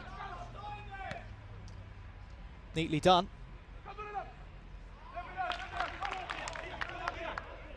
Well, there was a figure in there for Sanan in the form of Ballas, who's already tested the goalkeeper in this opening 6 minutes.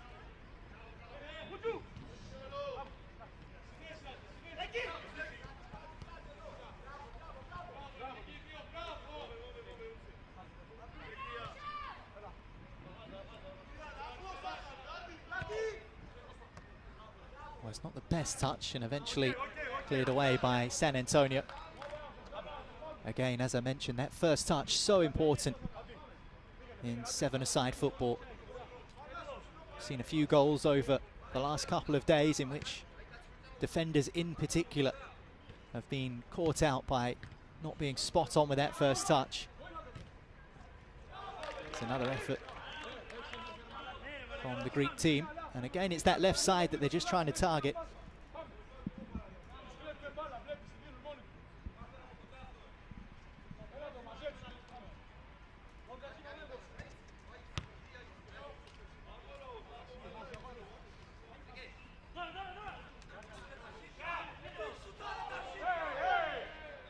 Appeals for a foul. Referee says, get on with it. Just tell Crosti trying to make the most of number 10, who's Erekle Khashvani.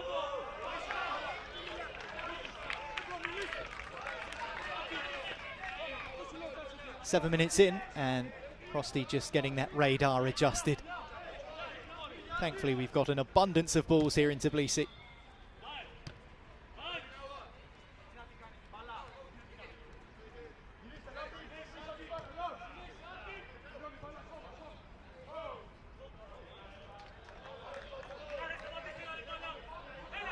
Well, corners the decision.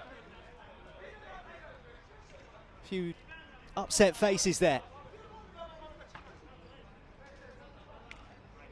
San Antonio concede that they're just going to have to get on with it here.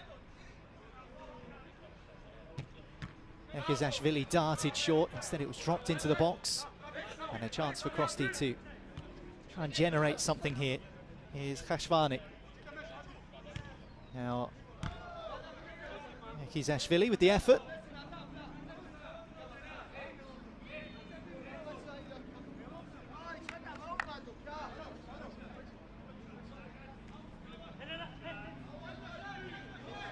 Again, both of these sides just trying to warm up to the rhythm of the game. We've already played 8.5 minutes.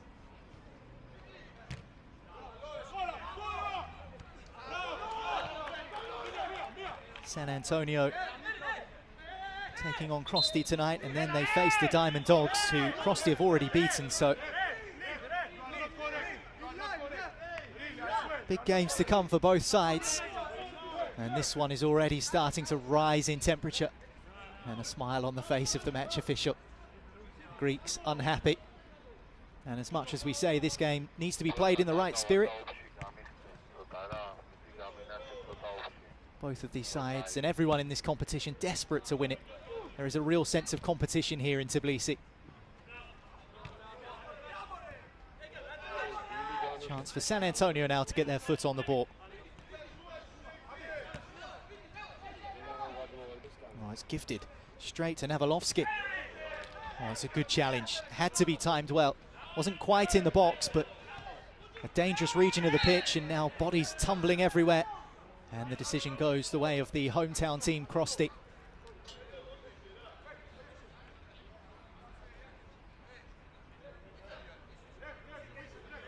Now, Klienti Streti is just having a chat with the referee, as is Ekizashvili for Krosty.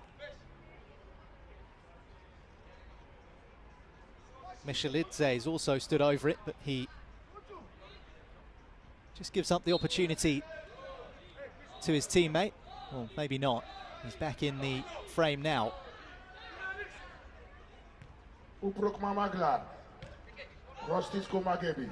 Good space, and it's off the post. Bit of a toe poke from Erekle Khashvani. Well, I said that the Krosty number 10 was someone that they're looking to utilise and get on the ball. You can see why there. Unconventional effort. And the post, the difference between Krosty and a first half lead here. Well, let's take a look at this again. Bit of space. Just shifts it nicely from right to left, and you can tell his left foot isn't his strongest, but he managed to get the shot into a dangerous area. Almost deceived the goalkeeper, who was blindsided by two San Antonio defenders in front of him. And just pings back off the post and out.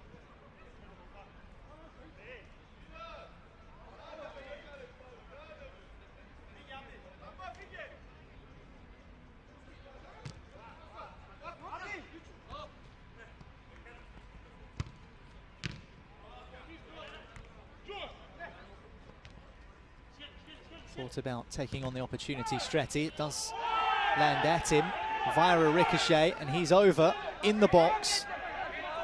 Well, VAR is being gestured vociferously by the Greek side. Remember, we do have video challenges, and that is exactly what will happen. Only one per game allowed for each side. Of course, matches 20 minutes a half. If the challenge is successful, and the decision in this case is given as a penalty, then San Antonio will be able to keep their challenge for the rest of the game. If it's not given in the way that they want, then they'll lose the challenge. Well, I'm not sure there's a great deal in that. I don't think it's going to take the referee too much time to make the decision here. We'll take another look here.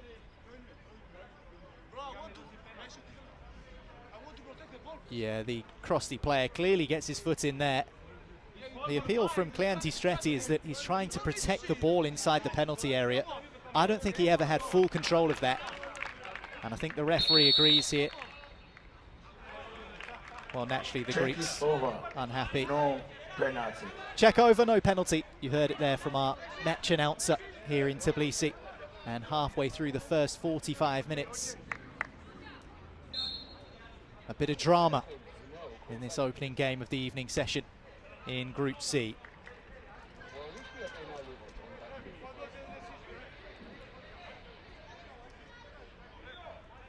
Well, I think it's fair to say there was contact there, but certainly not enough in the way of overturning the referee's decision to favour the Greek side.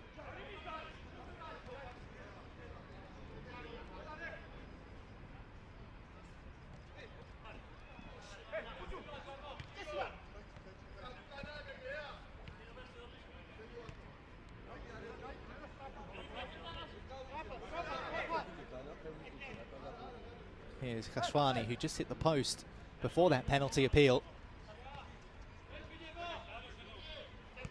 Mekhlidze. Gagnidze across to his right side.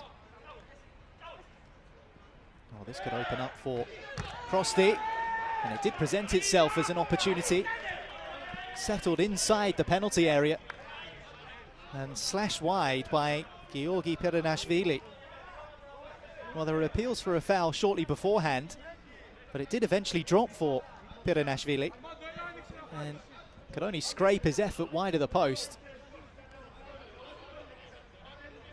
Sometimes difficult when you're in that situation on the half turn to really assess where the goalposts are.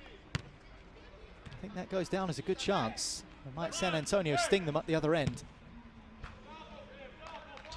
Well, they tried to through the left boot of Stretti.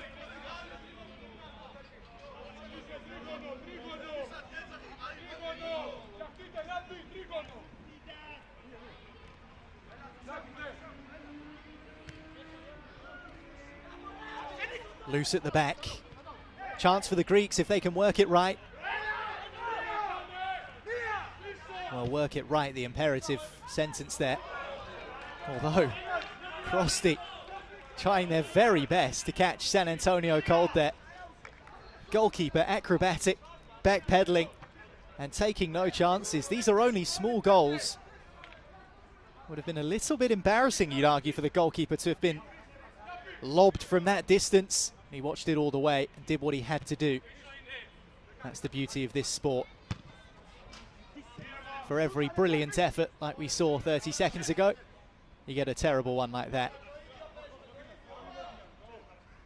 Not Georgi Navalovsky's best, it's fair to say there with that effort.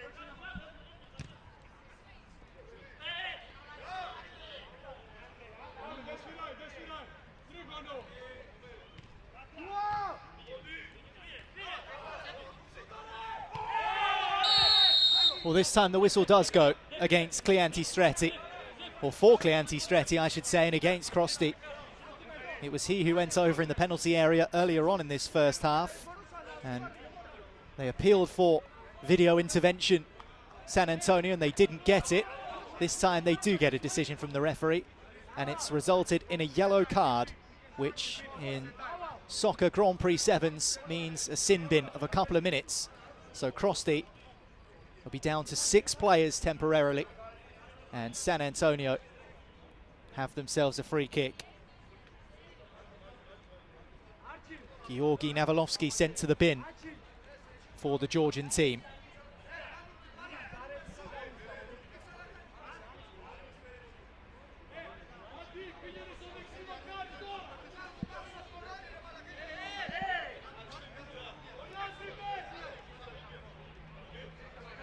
There's a 3-man wall here for Krosty. Stretti, primarily left-footed. It's a short one, and well read by the Georgian side, and it might present itself as a counter-attack. There's a bit of shirt pulling here, and the whistle does go.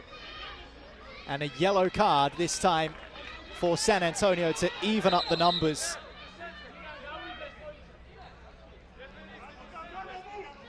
Well, Krosty were trying their best to burst through and get one-on-one with the goalkeeper. But you can see here, Stretti, who's been heavily involved for San Antonio in this first half here in Tbilisi, clearly has a handful of the shirt, almost ripped it off the back of the Krosty player. Krosty, body attack. Well, you don't need me to tell you who the supporters are behind here in Georgia. Krosty. As supporters begin to trickle in. 6v6 at the moment. 2 sin bins apiece. Short free kick, fizzed in and fired over.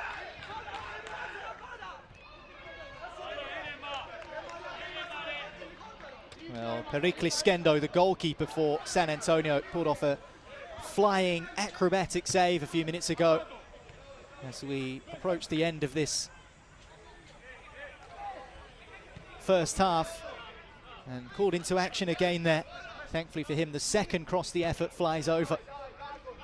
Let's take a look at this again. There's the initial save, low down to his left, makes himself big at the near post for the return, but thankfully for him, sails way over the top of the goal.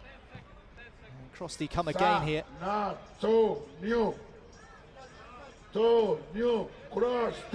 Crosty.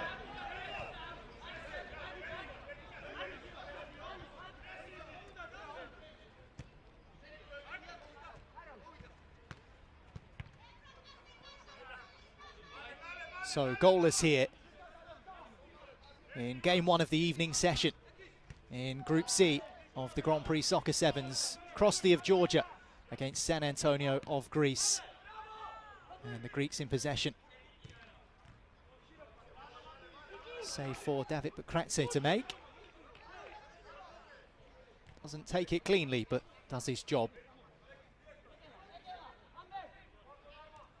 Crosty on the move here. Bakratze.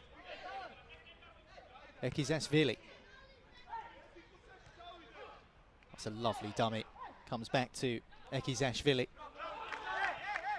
Oh, Georgi Silagava trying to get involved on that left side.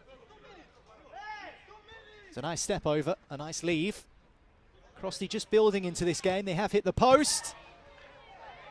And deflection is what the Georgians are appealing for.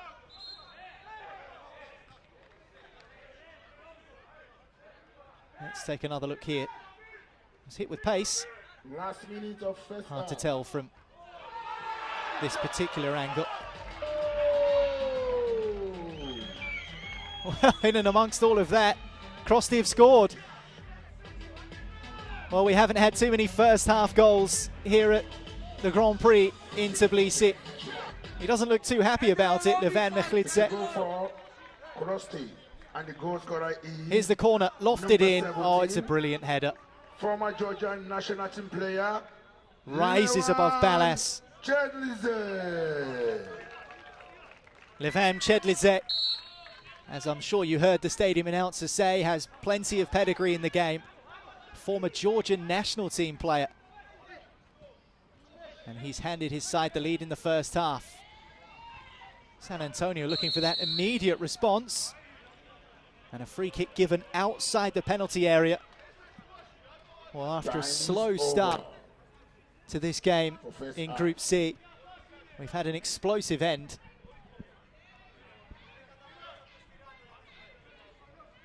To the first half in particular. Cleanti Stretti, who's been the villain of the piece really from a San Antonio perspective. Appeals for a penalty that went to VAR that wasn't given. Crosty hit the post. A couple of saves made for either goalkeeper really. And as we tick into additional time at the end of the first half, Crosty have a lead. San Antonio looking for that immediate reply here. And once again, it's a set-piece situation.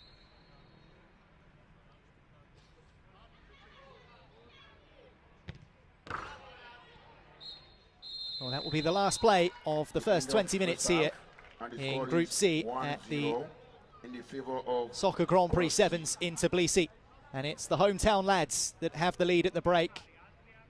Crosty 1, San Antonio 0. Thanks to Levan Mekhlidze's header. Brilliant header it was as well, in from a corner. Rose the highest and headed home. Crosty have also hit the post. Erekle Khashvani was unlucky. San Antonio have been in the game. They'll be frustrated that they trail at the break. Half time here in Group C. Crosty 1, San Antonio 0.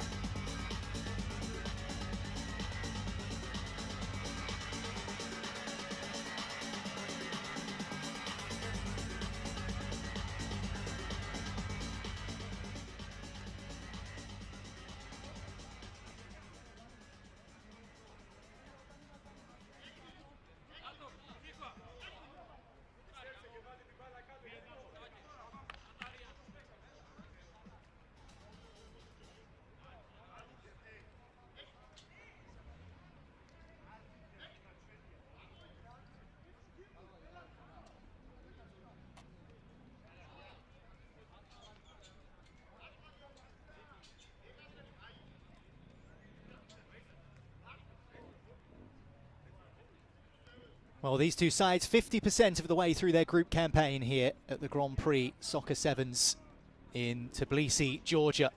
And at half-time in Group C, it's Krosty who leads San Antonio by 1-0 thanks to a towering header scored by the former Georgian national team player, Ivan Chelidze.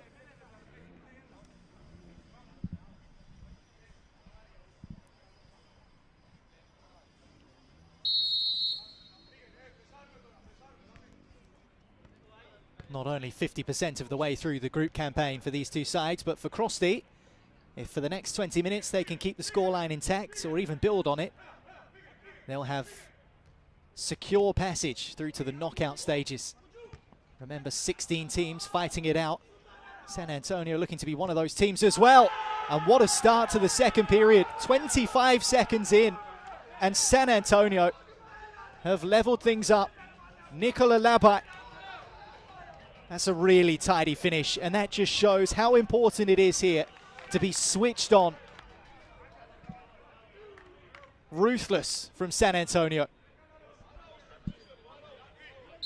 Well, David Bukretse was just settling in the Krosty goal. And despite spreading himself well, he was never going to keep that one out of the bottom corner.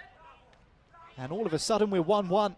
And Krosty now looking to regain their lead. And they have done. Remarkable. 1 minute and 10 seconds of the second half played, and we've had 2 goals. And it's as you were, Krosty in front, leading by 2-1. Well, that's why we love soccer. Piranashvili with the side-footed finish, just bouncing it into the ground, and that might well have deceived the goalkeeper. Took it well on the chest, almost rode the bounce of the ball. Might have even clipped him on the chin on the way through. Yeah, I think it might have done. And then the side foot down into the ground and just skips off the dry surface and deceives the goalkeeper for 2-1 to Krosty.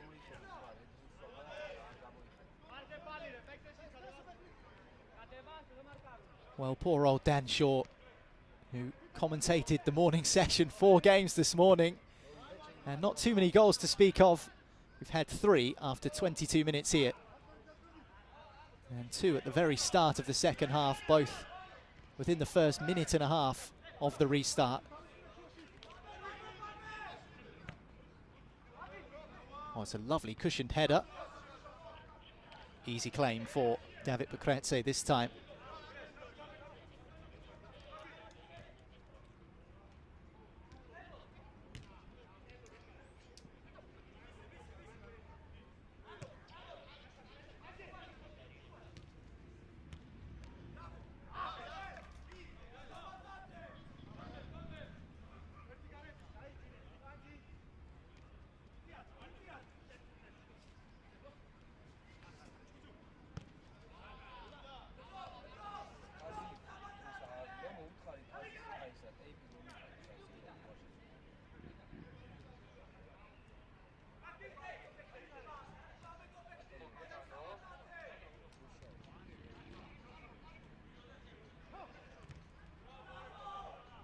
Well, San Antonio will be so frustrated that having started the second half in perfect fashion with an equaliser,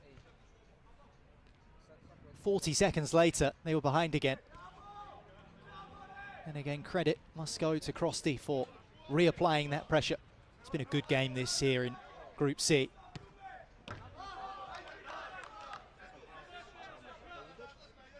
No test there for David Bukretse in the Krosty goal. I think the Georgian side would be quite happy if the Greeks are restricted to those sorts of opportunities. It's a good first touch from Ekizashvili. And that will be a corner to San Antonio. It's a little deflection.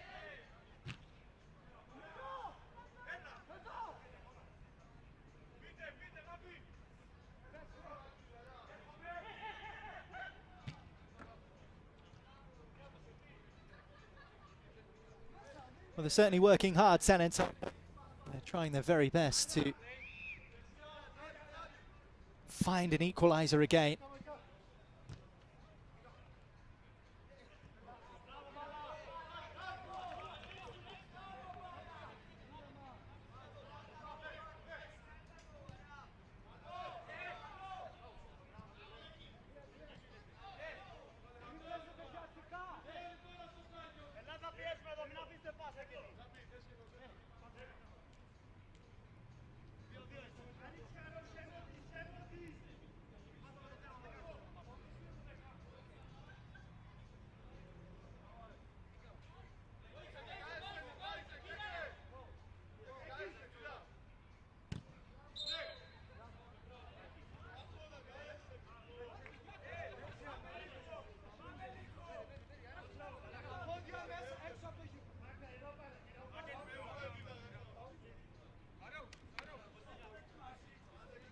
Bit of gamesmanship.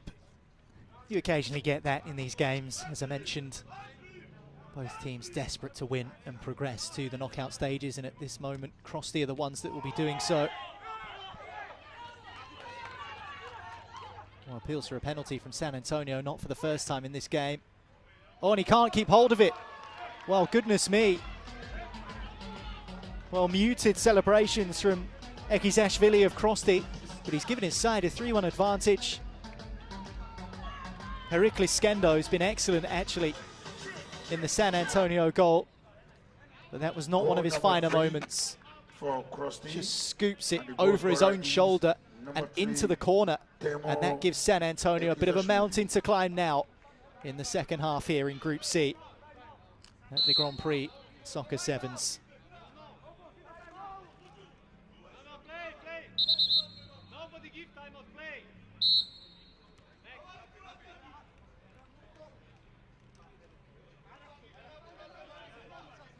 Well, Skendo spilling Ekizashvili's effort.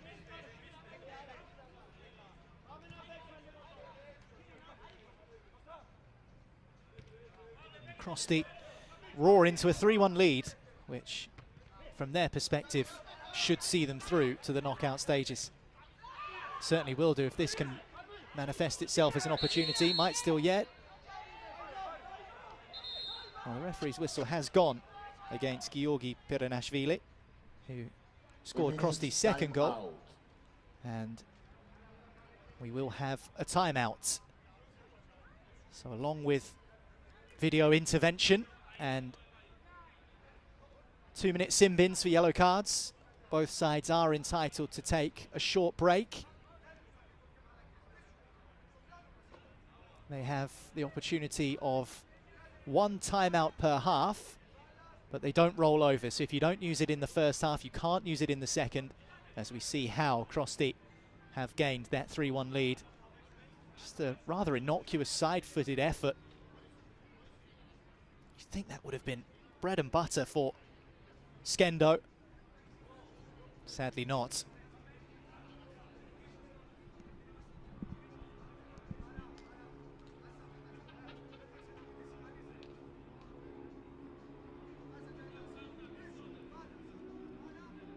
Well, once again, Clianti Stretti on the floor as we look at what was a penalty appeal just seconds before the ball went up the other end. The timeout's still ongoing, by the way. These aren't live pictures you're seeing here.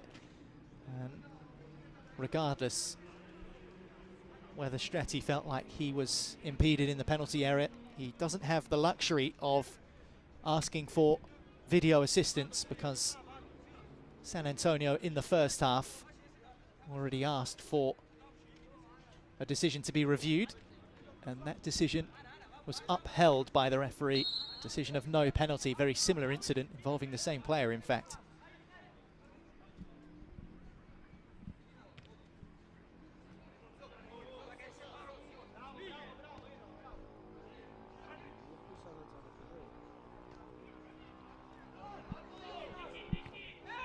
This is neat from Crosty. Oh, it's lovely. Oh, it's sensational. Would have been an amazing goal. Georgi Navalovsky. A little smirk on his face. That was luxurious from the Georgian team. Look at this. A little lofted one, and then set down for the Krosty 22. And Navalovsky plants it wide. San Antonio need to be careful they don't go under here. Already trailing 3-1.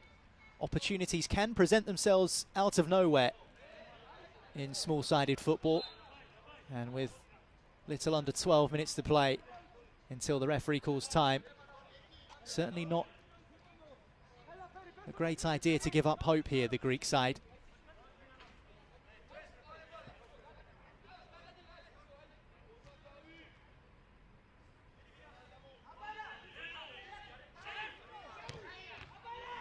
Well, Skendo, back to the Skendo we know. That was a top save. Not sure it will make him feel that much better though, after spilling one into his own goal earlier on in this second half. Sanan on the attack here. It's a firm challenge on Admir Davishi, but a fair one.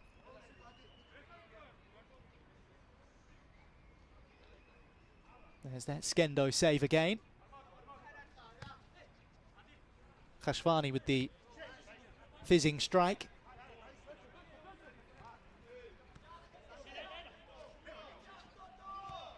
Khaferi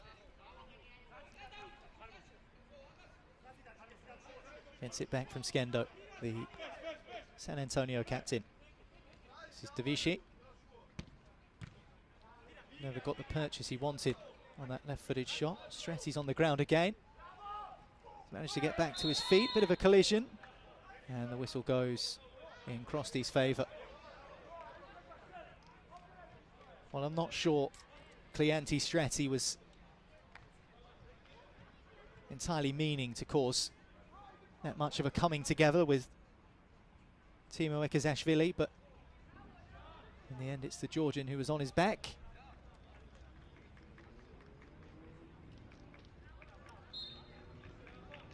Ten left then. Krosty 3, San Antonio 1. Looking to add a fourth to their tally. And the Greek side only able to force out for a corner.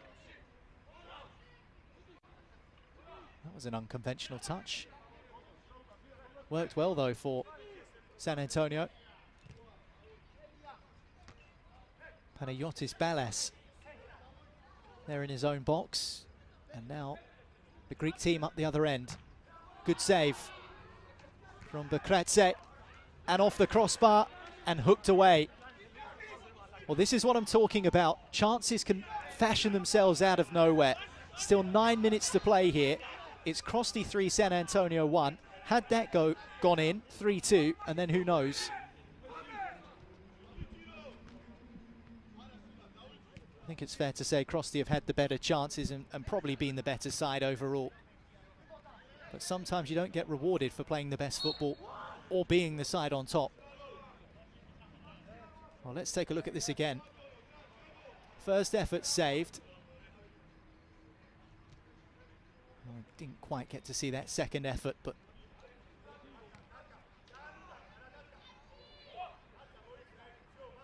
still, San Antonio, that might give them a bit of confidence, might buoy them a little bit heading into the dying stages here. Otherwise, they're going out. They need to score at least 2 goals to keep their tournament hopes alive.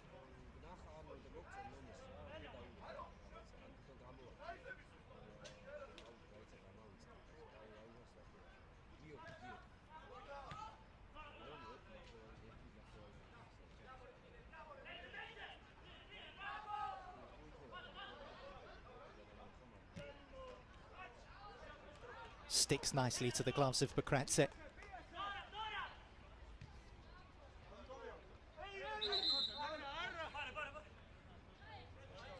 Ekizashvili drifting over the line.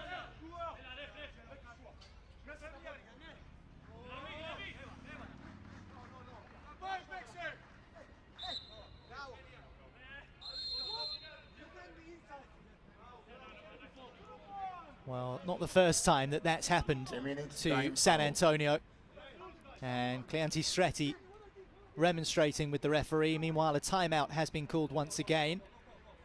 Just a reminder that if you do step on the pitch whilst taking a kick in, it'll be overturned and given in the other direction.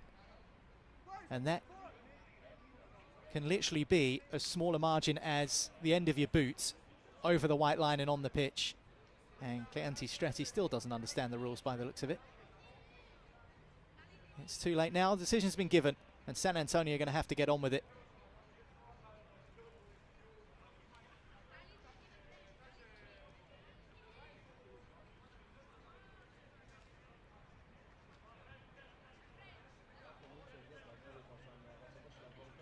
Well, it's been another beautiful day here in the Georgian capital.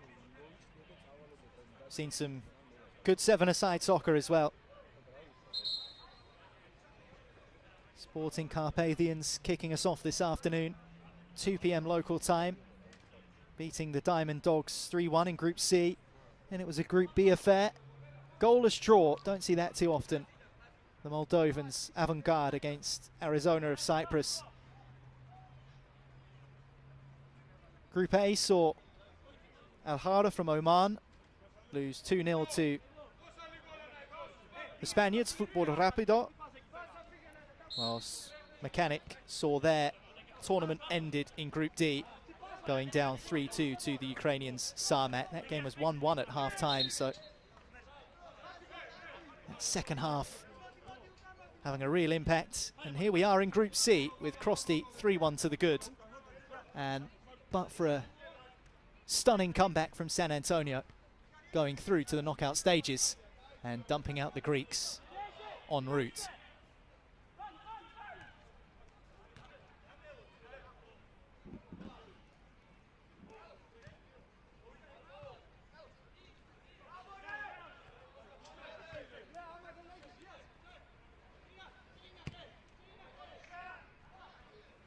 Perfectly arced pass into that left-hand channel, and it's all about keeping the ball now for Krosty, you feel. Still a long time to go though. 6 minutes. It's much easier said than done, trying to keep control of the ball for that long in a small-sided game. San Antonio might well play the patience game here. Just try and pick off Krosty and wait for some opportunities.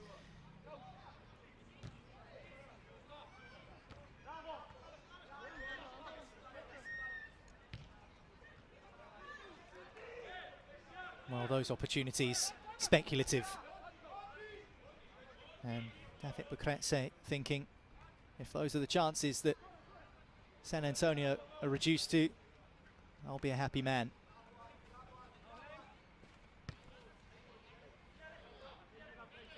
Chetlitze showing his quality there and his strength as well. Just keeping San Antonio at arm's length. Scorer of the first goal. Here he is again.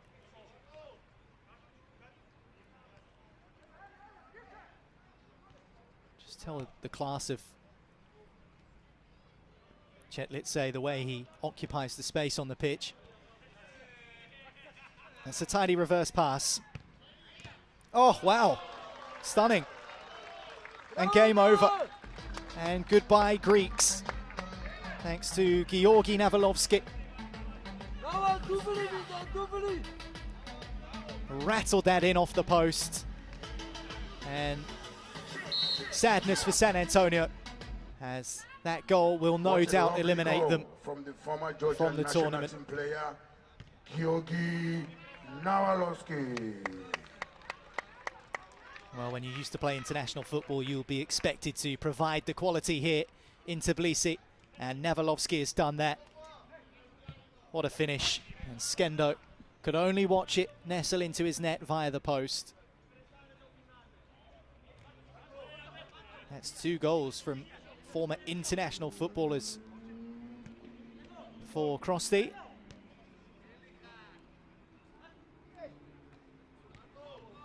Maybe that's some solace for San Antonio. That being said, they were beaten 5-1 by the Sporting Carpathians in their opening group stage game. And 4-1 the score here against Krosty.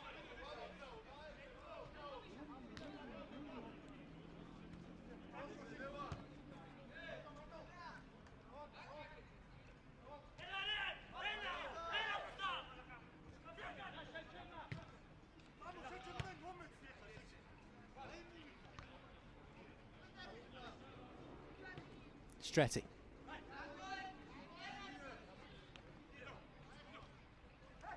Well, San Antonio not giving up the ghost here. A long way behind.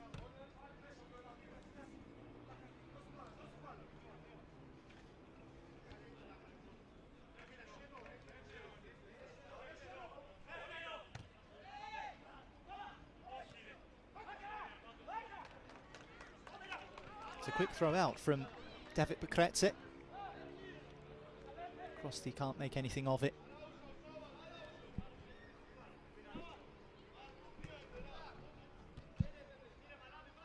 Well, this has been a brilliant game of Soccer Sevens to kickstart the evening session here in Tbilisi. And we might yet have more goals.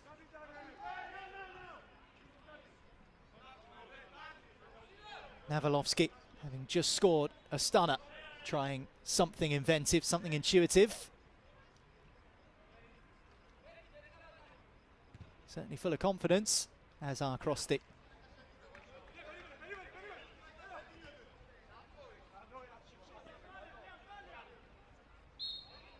Well, we've had 2 sim bins, a VAR review, goals inside the first 20 seconds of the second half. Another goal just 20 seconds later. Make that 3 sim bins. Krosty will have to do without Timo Ekizashvili for the final couple of minutes of this one. So it's 7v6, but even so, I don't think San Antonio are going to overturn a 3-goal deficit in that time, with just 90 seconds to play. We've seen the woodwork hit as well, and we've seen 5 goals. Did wonder whether things were going to heat up tonight in Tbilisi. Certainly been the case here.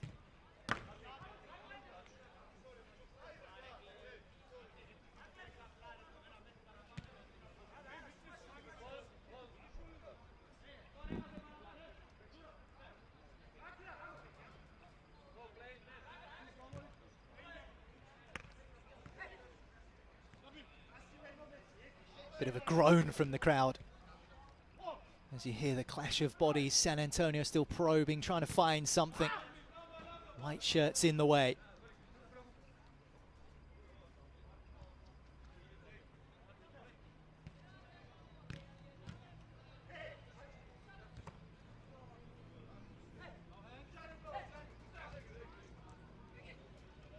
Just about game management now in the final 30 seconds.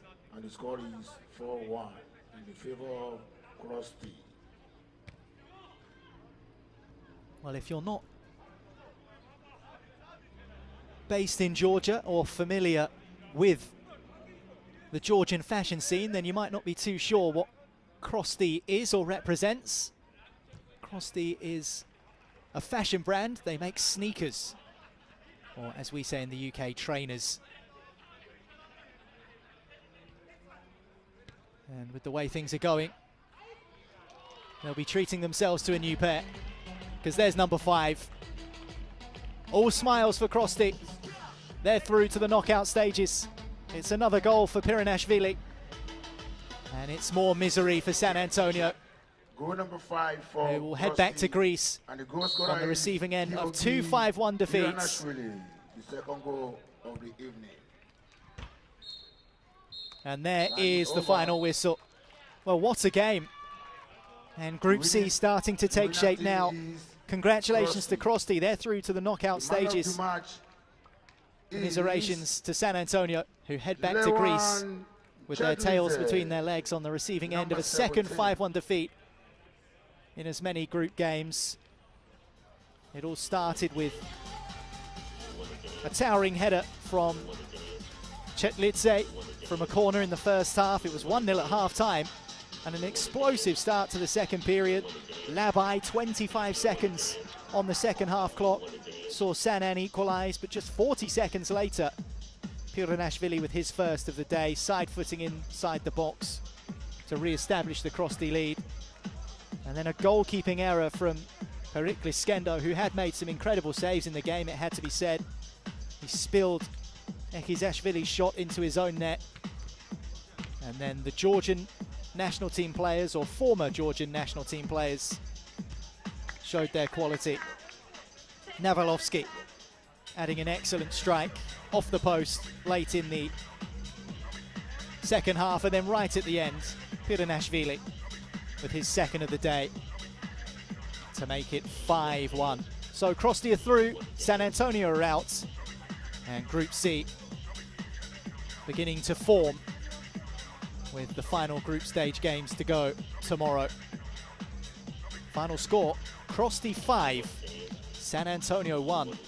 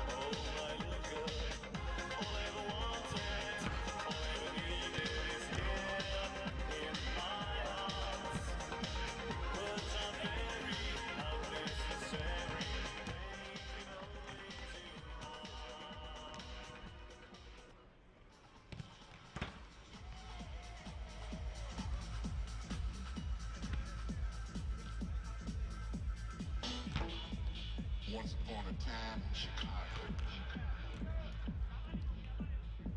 a sound arose. They called it acid. Everybody knows on a bed of Kit Kats and claps. Once upon a time in Chicago, a sound arose. Everybody knows. On a bed of Kit Kats and claps. They called it acid. They called it acid.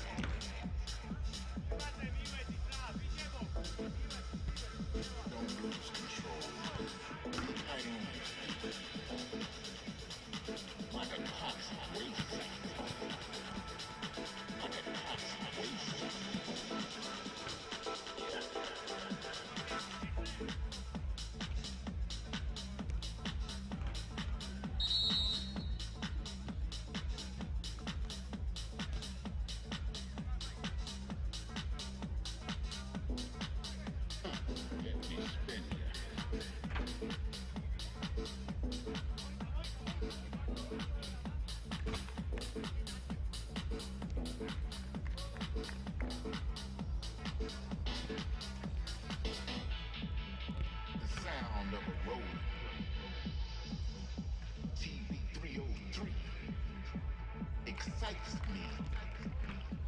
while the drum machine drives me.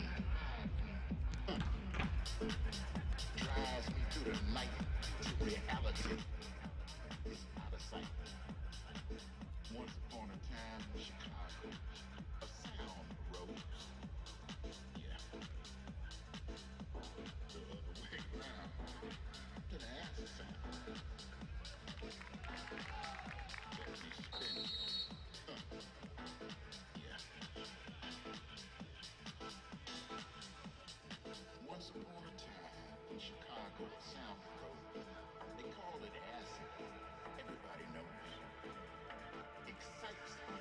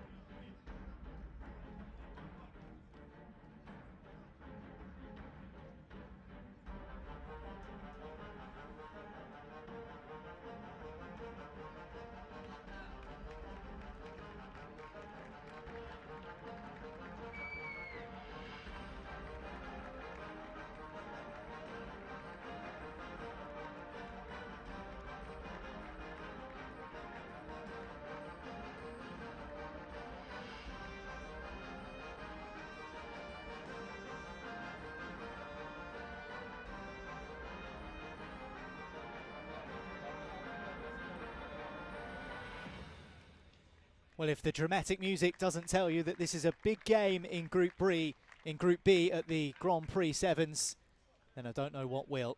It's Bet Live of Georgia against Real Panthers from Portugal. The Panthers beaten yesterday afternoon by Moldovan side Avant-Garde.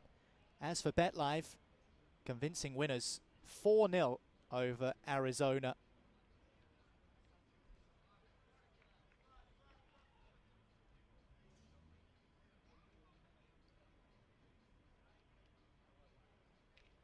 Of course, 4 teams in each group, 4 groups, 16 sides in total across the tournament, represented by 13 different nations. 4 of those sides are based here in Georgia.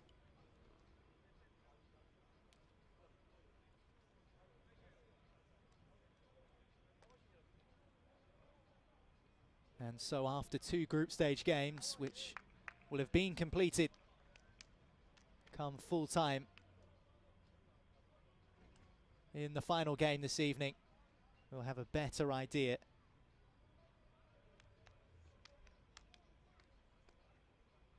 of who session. Will we see similar action between Bet Live and the Panthers?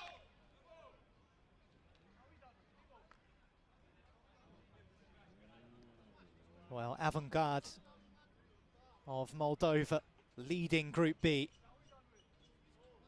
heading into this one with 4 points from their 2 games. Bet Live in second position after that victory over Arizona, and with a superior goal difference as well, but of course we've only just kicked off, and we'll kick off with a shot from the Real Panthers, who are in third position, and Arizona at the foot of the group as it stands. So big game between second and third in the group here in Tbilisi.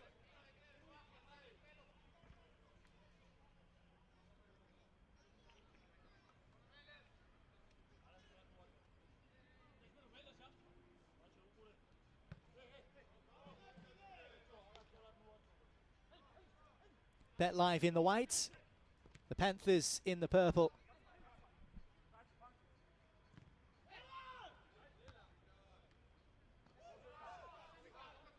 And here's Leite for the Portuguese team. Oh, great save. Great start for the Real Panthers. And what a way to get yourself into the game if you're the goalkeeper of BetLive. Flying stop, double-handed. Important intervention.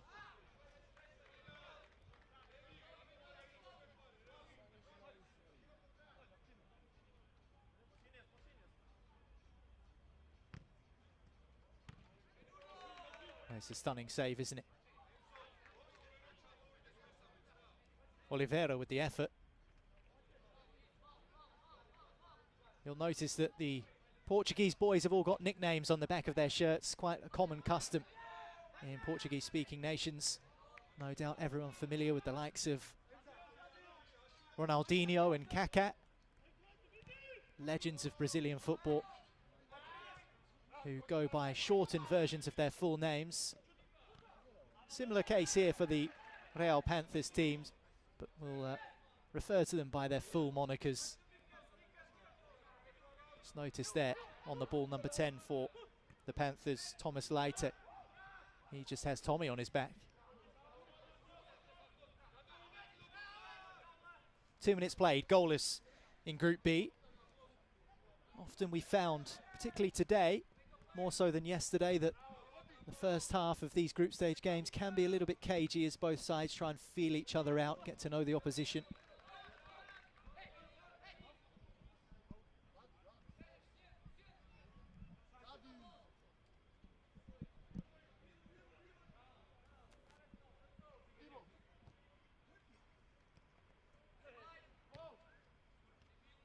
Oliveira.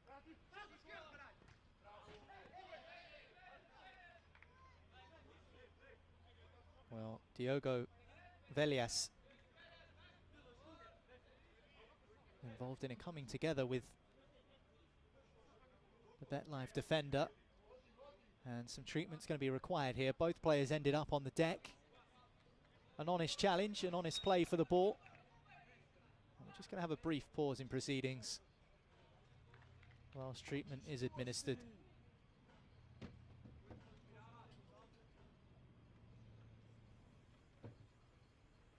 It's that right shin area which is receiving attention.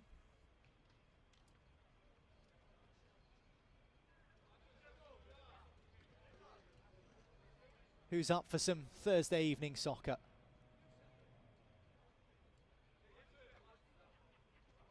Good to see the locals of Tbilisi offering their support to the tournament.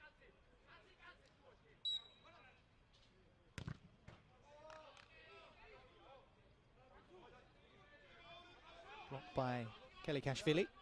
And so we'll have another kick in for the Panthers. And the referees have been real hot on those kick-ins today. Saw it a couple of times in the last game. The kick-ins being overturned by someone stepping over the white line. It's a couple of times in the last 2 games that we've seen that.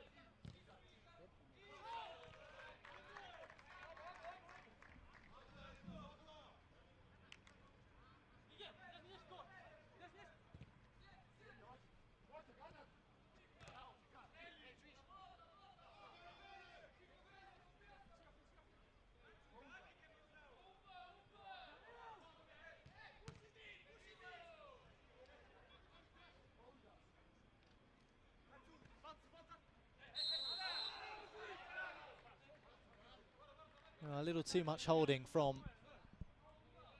the Panthers man, and it allows BetLive in with a chance from the set piece. Tavares. Oh, amazing. Wow. Ruben de Silva in the Real Panthers goal, completely caught out.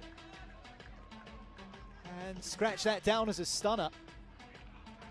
Well, after a rather fallow afternoon where the net didn't ripple too many times. Take a look at this one. Outside of the boot. And Nadiretse just plants it into that bottom corner. The goalkeeper unsighted. And the aforementioned Tavares just ducks underneath it. And it nestles into the corner. And it's 1-0 to the hometown team.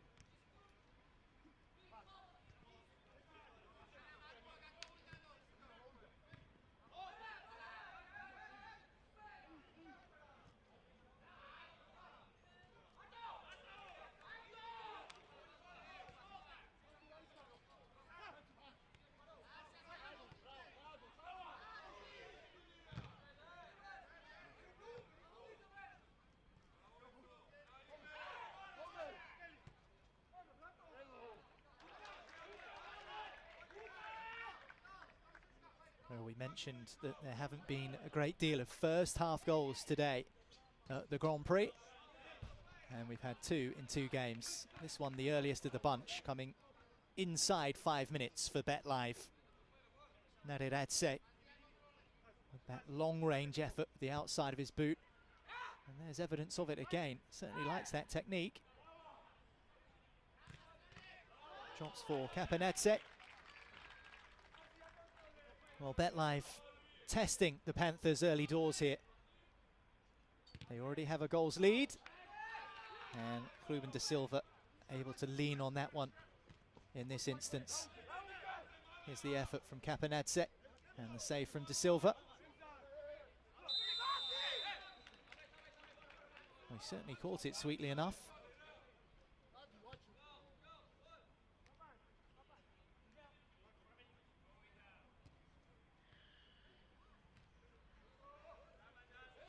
Real Panthers have bodies forward here.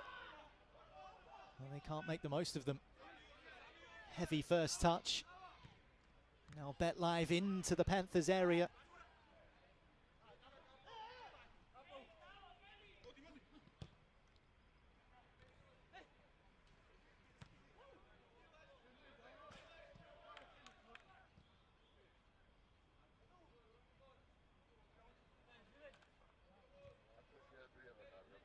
Or maybe a slightly harsh one from a Panthers perspective.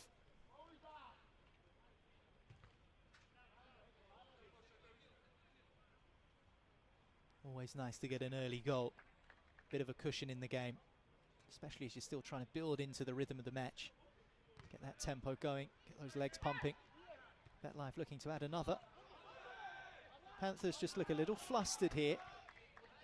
No doubt technically the play is very gifted amongst the Portuguese, but just about keeping their calm and composure.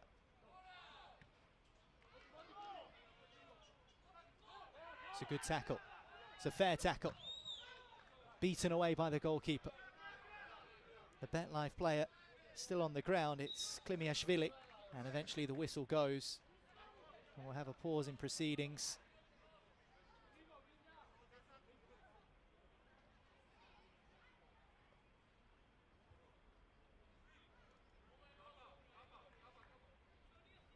Well, the physio's certainly getting his money's worth tonight, isn't he? Earning his coin.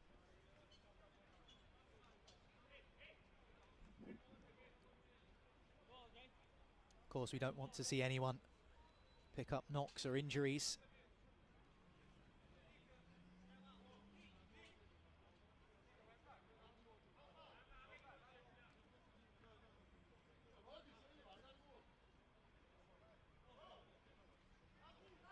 Just going to see an alteration, actually. Irakli Klimiashvili just deciding to leave the field of play. He's been replaced. And we're back underway. And Sporting from Real Panthers. That is in keeping with the spirit of soccer.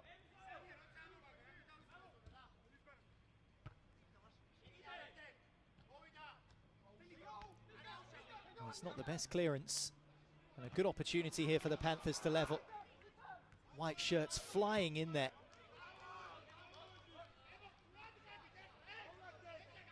Well, Nadiradze may have scored the opening goal of the game. He's been using the outside of that right boot at the other end as well, trying to clear the ball away. Nearly got himself into trouble. And the side in purple not able to capitalise. You'll see there Francisco Ferreira, wearing 9 for the Panthers, is the substitute that's come on.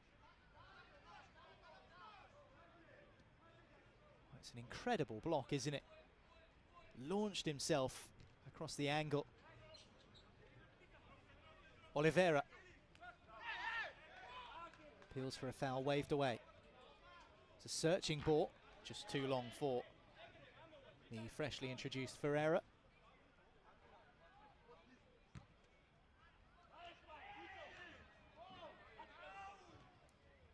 Panthers just beginning to build.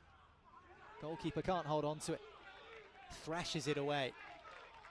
Well, that's how quick momentum can change here at the Grand Prix. 2 or 3 minutes ago, the Panthers were the ones looking a little jittery. And now BetLive just needing to go back to basics. Well, the goalkeepers come out with both fists. De Silva did get fists on the ball. The whistle is gone. And BetLive just get on with it. Ferreira. Well, halfway through the first, and BetLive have the lead. Nadiradze's long-range effort, enough to put them in front.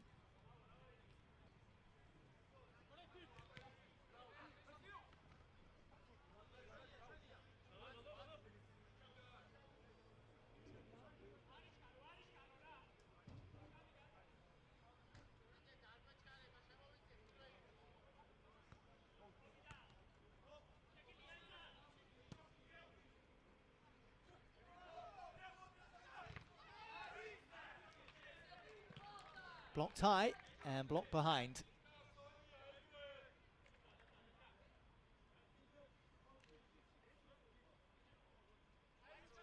It's a corner for BetLive. In the previous game, fellow Georgian near post. Oh. Acrobatic, but also speculative.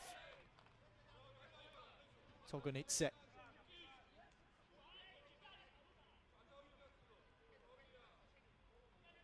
Well, we do see some special goals scored in soccer. The connection was half decent.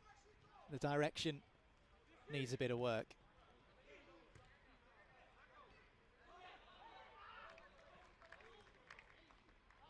Well, Rafael Luge, frustrated the decision didn't go his way, worked hard to get back and get a toe in.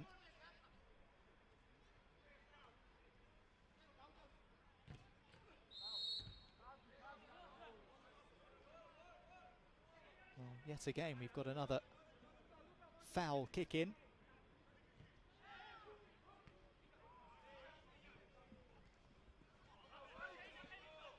Panthers lose it. Another long ranger kept out by De Silva.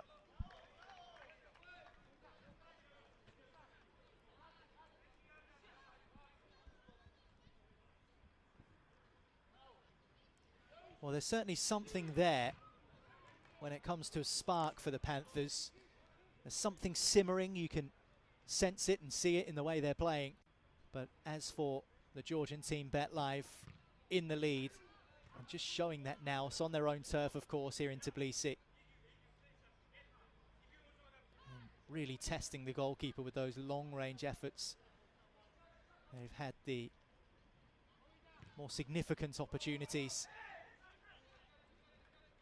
The ball has definitely been in this half of the pitch more than up the other end.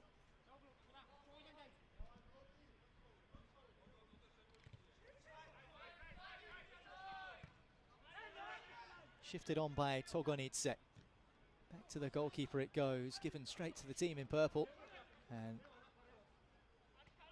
finds its way safely into the arms of the goalkeeper once more. Here's Kelikashvili.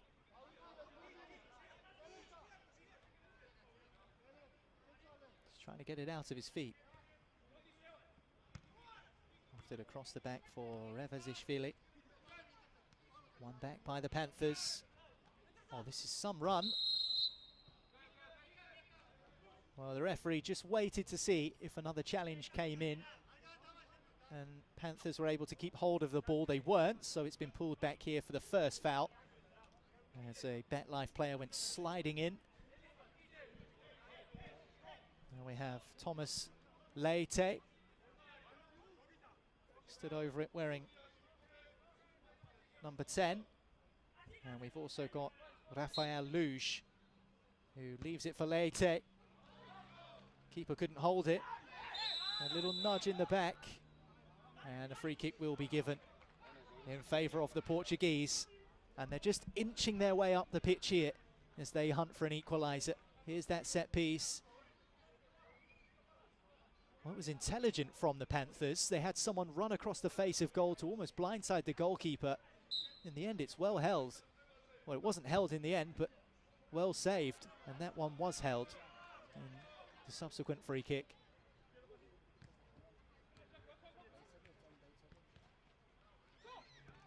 been a real competitive game, as they often are. Another effort comes fizzing in, this time from Elise Barashvili. Here's Luge for Real Panthers. Well,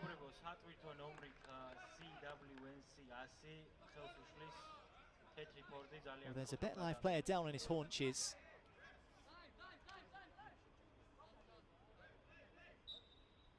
It's Kratsashvili back on the surface now.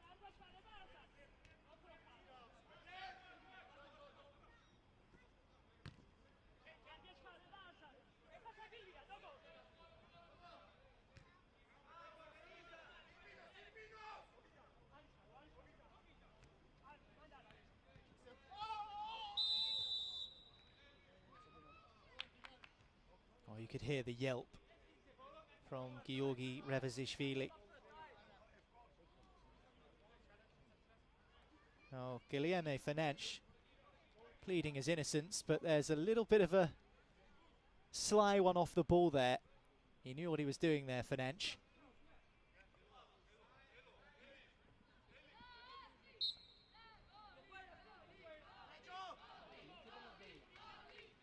Togonidze takes straight into the calves of Fernandes, and the whistle goes again. The referees just need to get a little bit more control of this one. I think the decisions have been fair enough, but the players are just starting to flare up. And this time, Ugulava fouled Valent, the culprit according to the match officials. Ubruk Mamagla, bet live, go lead.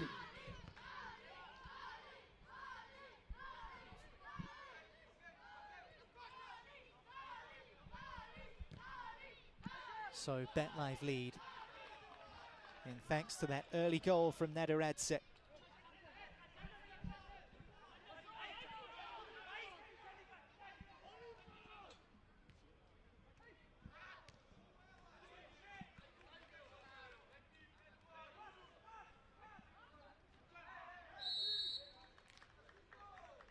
Foul on Luge. Well, the Panthers went down 3-1 to Avantgarde yesterday, the Moldovan side who topped this Group B at the moment. Avantgarde certainly showed their quality in that game, but there is something about this Panthers team, they just can't quite string it together.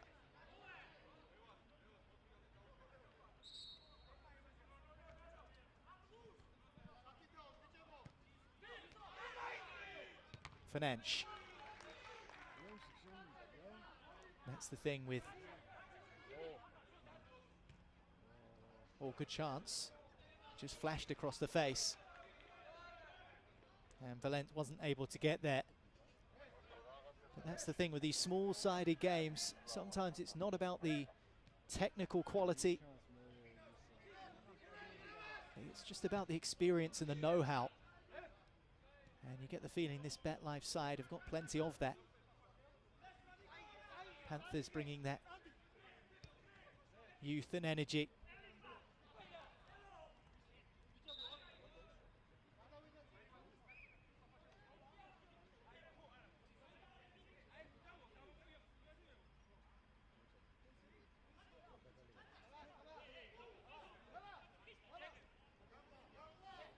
A couple of alterations being made here by the Real Panthers as Rafael Luge departs, and we're into the final minutes of the first here with BetLife still in that one-goal lead.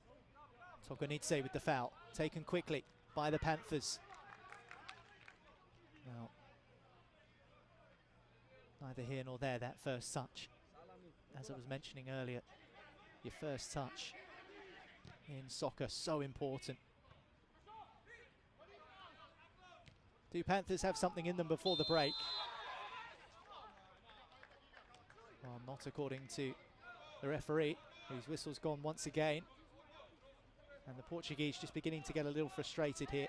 Thankfully for them, half-time will soon be upon us, and they'll be able to regroup. But credit to BetLife, they've found a way to get their noses in front, and they've kept the Panthers at arm's length.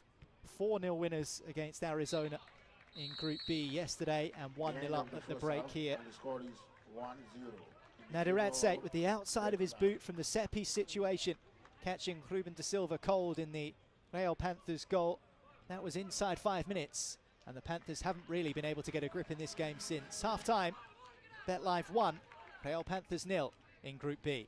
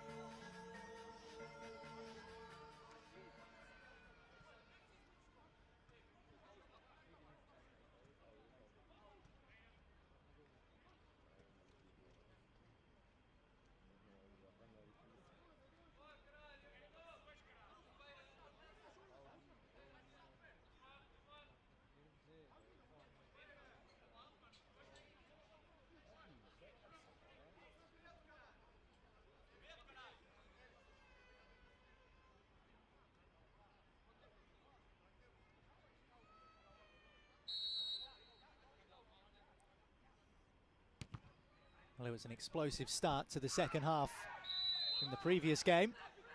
And we've got a flare-up at the start of the second here in Group B as well. BetLife leading Real Panthers by 1-0. But the Panthers with perhaps an early chance from this free kick.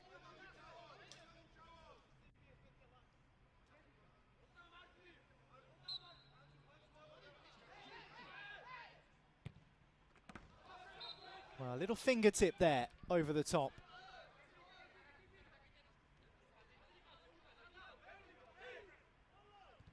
Corner taken quickly. There's the header and off the crossbar.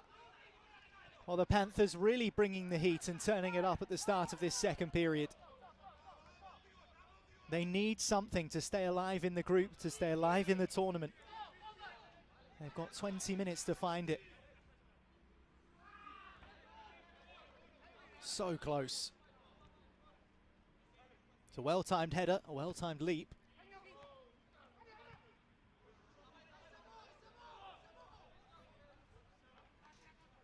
Well, here is that free kick again. And just fingertips over the top. The goalkeeper wasn't sure, had to be certain.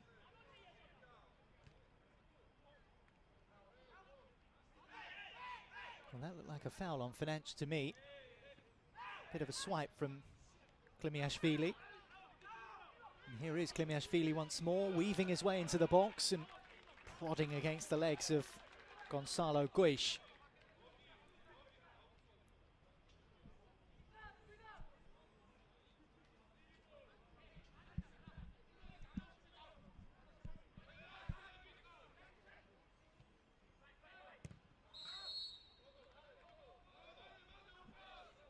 Well, whistle goes anyway, but speculative effort from Irakli Klimiashvili, who's back on the field of play after going off injured.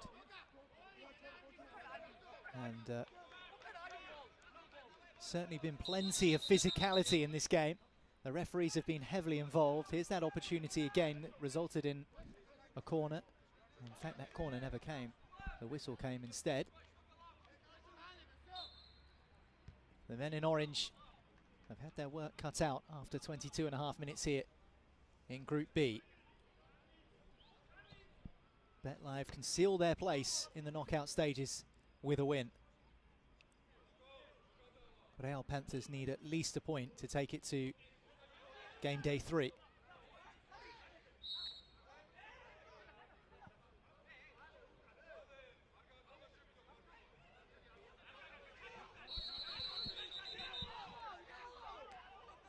Oh, the Portuguese players screaming for yellows.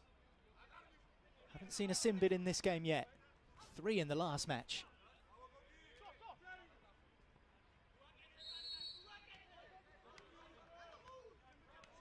Sliding challenge from Nika Pantsulaya.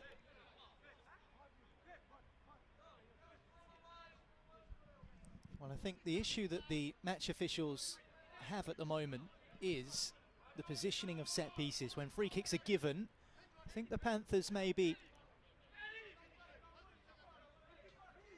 moving the ball into different areas than the referees would like. 2 in the wall. Oh, wow. That is sensational. And you can hear what the Real Panthers contingent make of it. Baldasso with a golasso. Brilliant.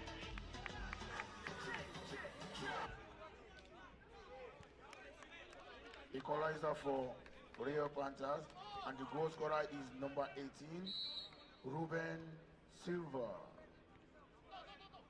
Look at this. Just thunders it in. 2 in the wall, made no difference. Ripped right past them. Past Togonitse, who is in the box defending in the blink of an eye as well. Picked that one out. Outstanding. The Panthers needed something and they found it. Brilliant from De Silva.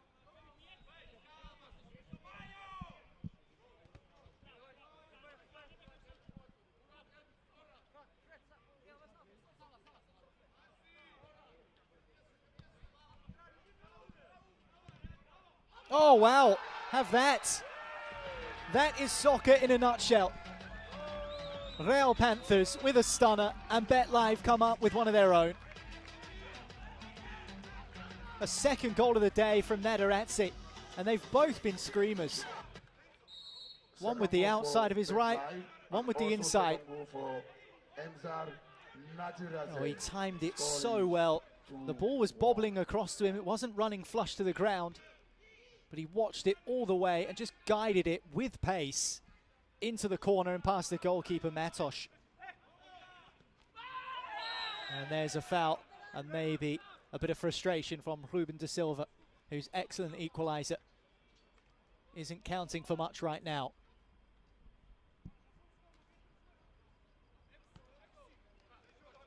Maybe just slipped ever so slightly, but a clear foul.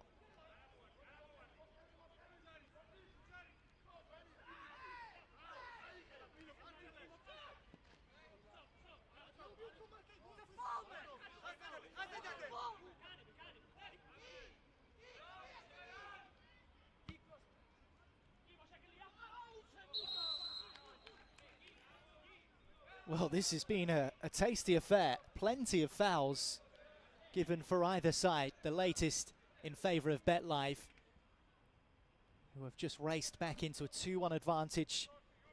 Nadiratse, his side-footed effort from long range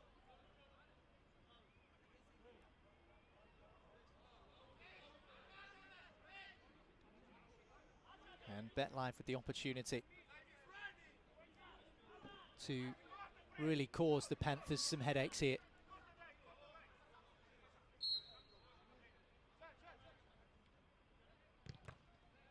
Into the wall. Might a counter be on the cards. Luge dispossessed. Good defending, good tracking back from the Georgian team. It's loose from Luge. And it breaks down in the end for BetLife.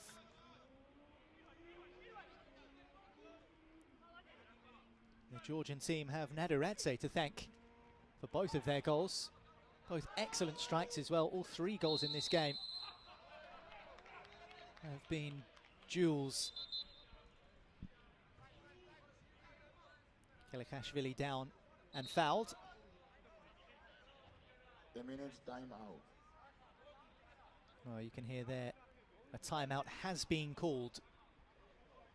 So both sides a chance to regroup. Real Panthers 2-1 down and at risk of being eliminated from the Grand Prix Sevens here in Tbilisi, Georgia. I think the referees are probably breathing a sigh of relief at the timeout as well. They've had plenty of whistleblowing to do.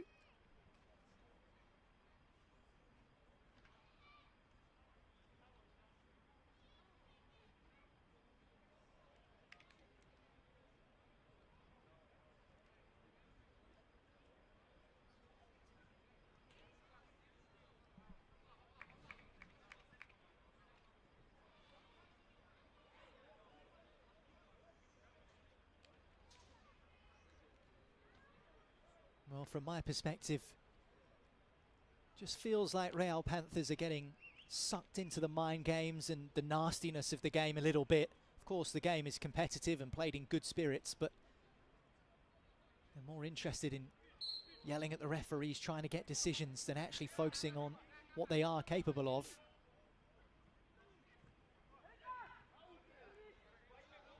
And what they're capable of is goals like we saw Ruben da Silva score to establish parity earlier on in this second half.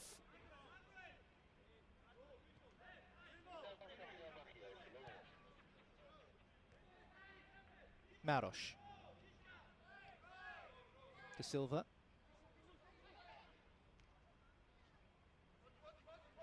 Nice little dummy.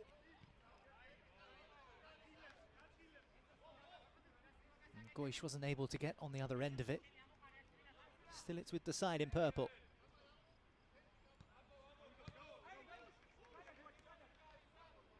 BetLife just sitting off for a second, picking their moments.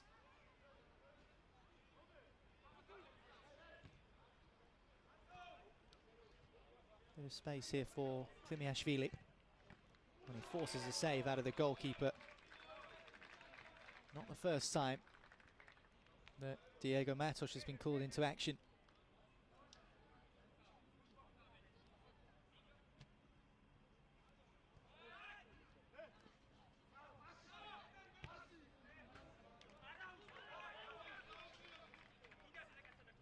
Well, Kapanadze trying to eye up the corner there, the bearded Georgian. He's never got his foot wrapped around it in the way he wanted to.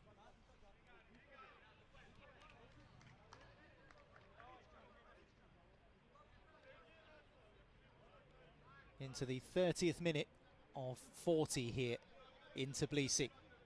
This is Group B at the Soccer Grand Prix Sevens in Georgia. Thanks for joining us this evening. 2 more matches to come tonight after this one. Nicely worked, and that'll do it. Big goal for BetLife, and the Panthers punished.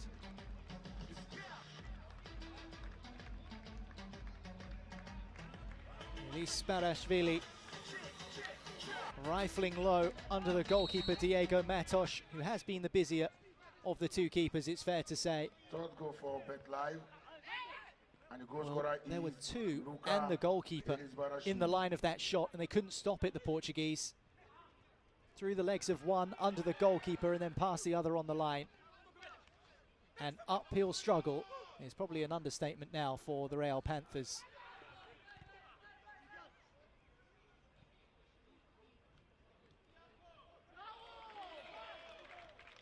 Frustration there for De Silva. I was speaking earlier about intelligence and nous and know-how in these sorts of games, and that was on display there from Klimiashvili, just stabbing the ball against the legs of De Silva, and BetLife have a corner.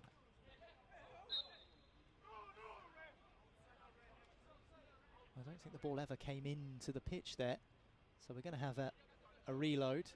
He might have taken half the corner flag with him.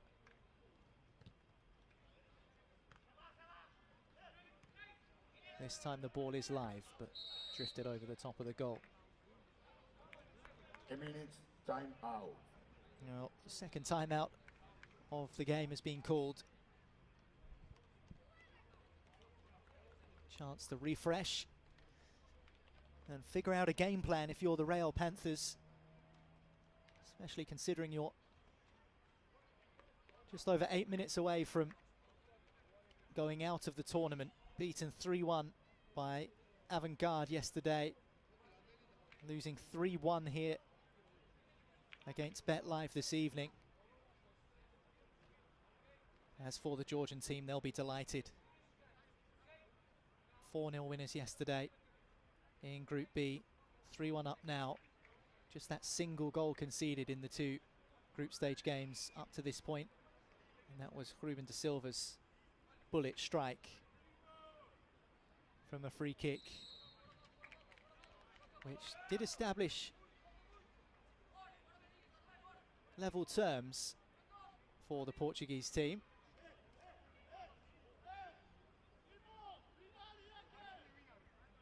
I'm sure you saw it on the back of Ferreira's shirt.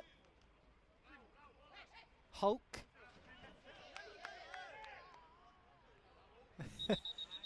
Well, I hope he's all right, but Hulk out-muscled. I think he just caught his wrist or his hands on one of the steel chairs just on the sideline there. It was a shoulder to shoulder. Well, you don't want to anger the Hulk. You never know what might happen.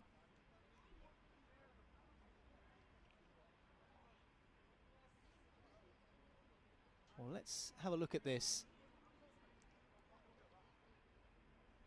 Well, it was unnecessary, I think you could argue, from Luca Elisparashvili. There's no need to go in that way, that forcefully. Certainly more back and side than it was shoulder. He's back on his feet now, the Hulk. Francisco Ferreira.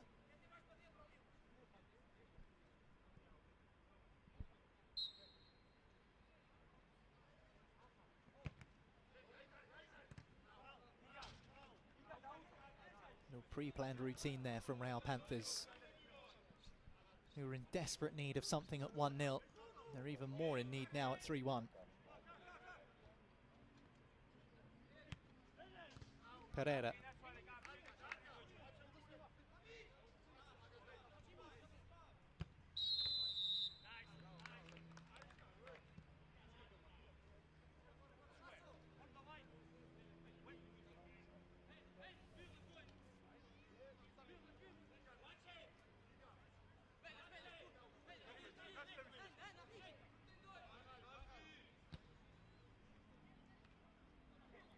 Taken down nicely. Just trying to suck in two purple shirts. Good touch from Hulk.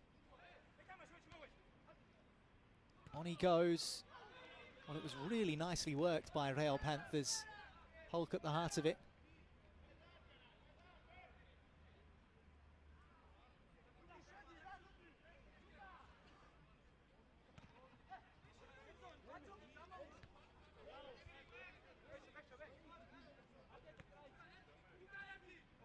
As you can see there, and over at the far post.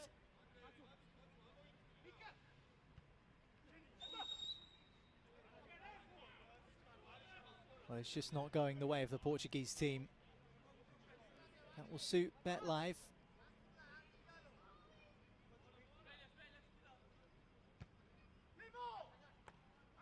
Appeals for handball. Did look slightly suspicious as it was taken down by Klimiashvili.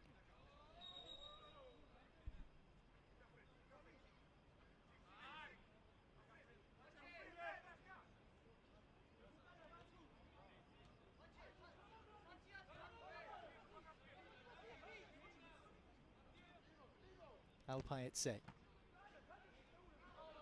Effort comes in from Elise Barashvili.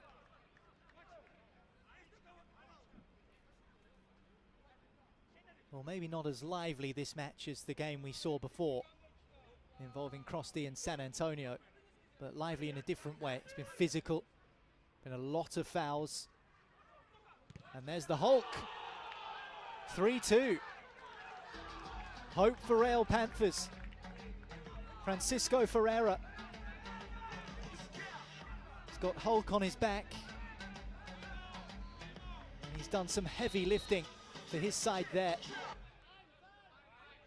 That could be a massive goal in the context of Group B. Plenty of time to find another and maybe even more. It's a really good finish. He opens his body up. There was a defender flying in, so he knew he had to go near post and steered it above the goalkeeper and into the back of the net for 3-2. Number 9.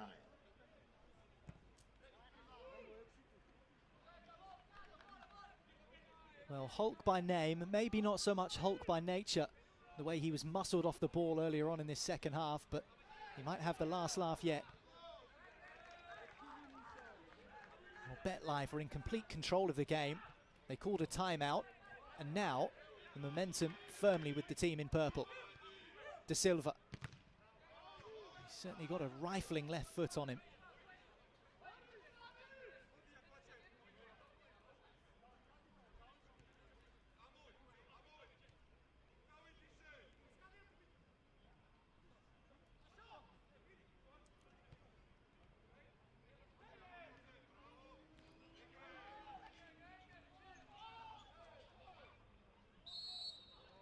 Whistle goes again.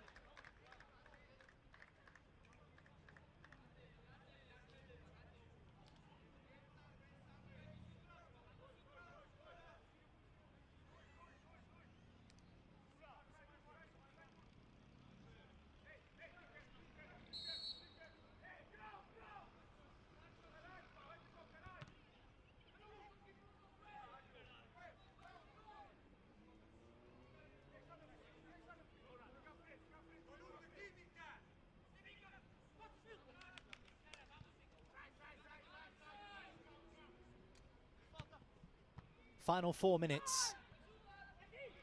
BetLive need to keep their composure in the face of some Real Panthers resistance. Here's Hulk, who's just grabbed their second and given them something to cling on to.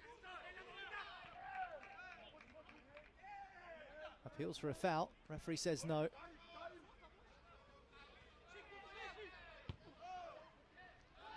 Well, he's certainly got some skills, hasn't he? Francisco Ferreira. Made a difference since his introduction. Lifted in, free header. Amazing save. Crucial save.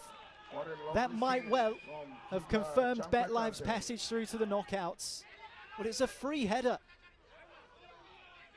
Really, the Panthers man should have done better. But credit the save.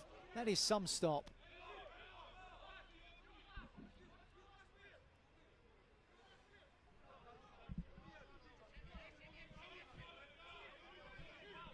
Panthers are going to continue to knock on the door. Deflected away.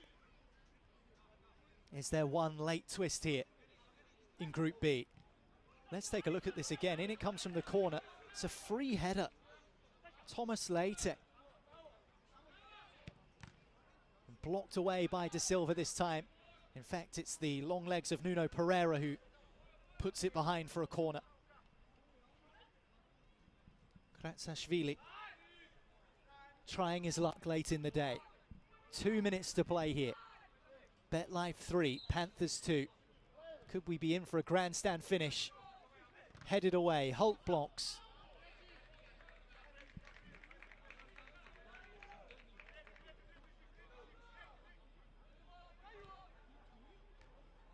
And the header over the top.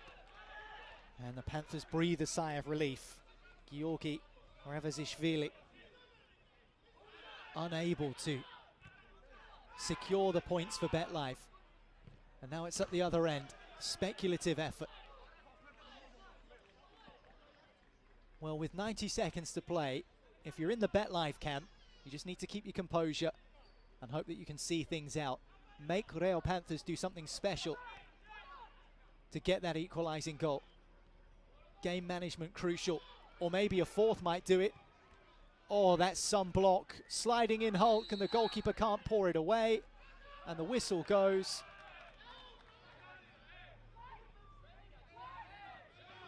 Has he given a penalty? Hard to tell here. Penalty. It is a penalty. Handball, I think, against Ruben de Silva. Well, hard to really tell from that angle on the replay. The way that BetLife were just walking away, I think they felt that the decision had gone in the favour of the Portuguese. And we will have a VAR check, and you can't blame Real Panthers for using that VAR check. They've got one per game. And if not now, then when? With 45 seconds left to play. The decision is penalty. If it is a penalty and BetLife score it, then that's game over, simply put. Just a glimmer of hope for the Panthers. Appeals for handball or foul there, I think, maybe from Hulk, who goes sliding in. Let's take a look here. Hulk slides in. Well, there's no contact there. Archil Kelichashvili just skips over the leg. Check is over and it's penalty. Well, the penalty has been given. The referee upholding his decision. Lots of heads in hands from a Real Panther perspective. You can't slide in the box, remember. I think that's why the decision has been given, and maybe confusion amongst the Panthers' ranks. Chance for 4 for BetLife. Simple as you like. And into the knockouts. Georgi Revazishvili side footing the Georgian side into the latter stages of the Grand Prix here in Tbilisi. Goal number 4 for BetLife. Well, just confirmation from the match officials here that the slide from Hulk was why the penalty was given. BetLife might add a 5th here meanwhile. Big save from Marosh. And game over, time up for the Real Panthers. And that's a foul, clear foul.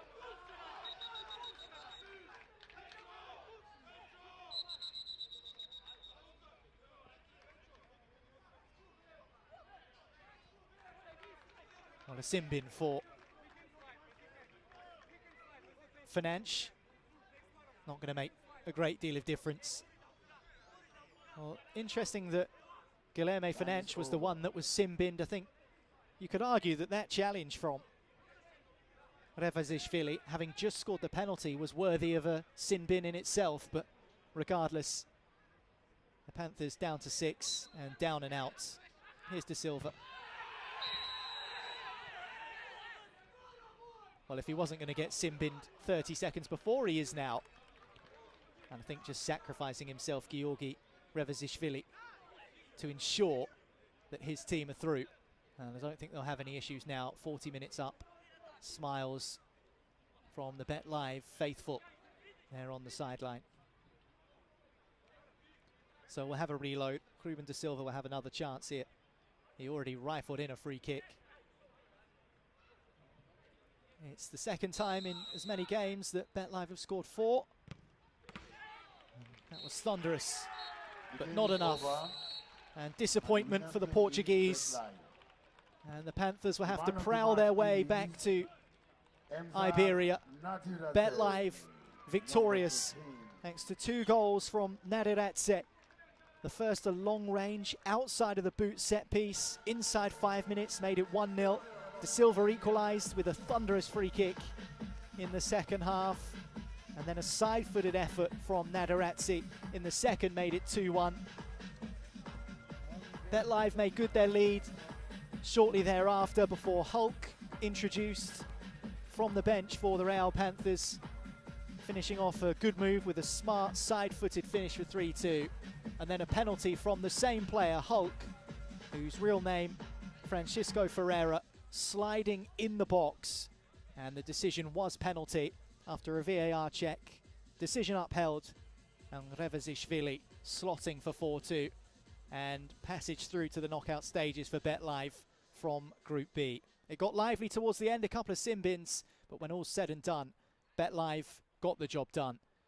BetLive 4, Real Panthers 2.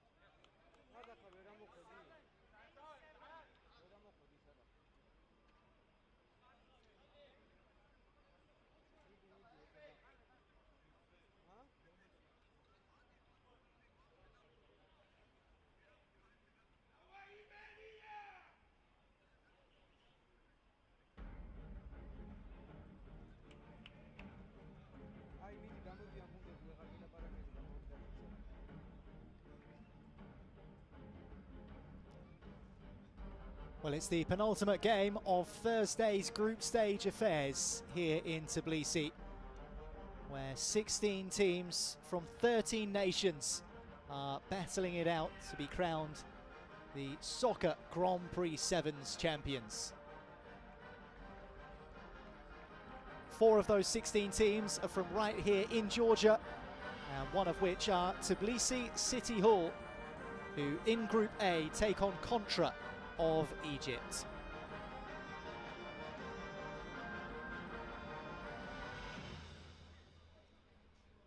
Well, in this group, Euskadi from Spain have already secured their place in the knockout stages. Contra, Tbilisi City Hall and Al-Hara, the remaining 3 sides, hoping to join them when those knockouts begin at the weekend.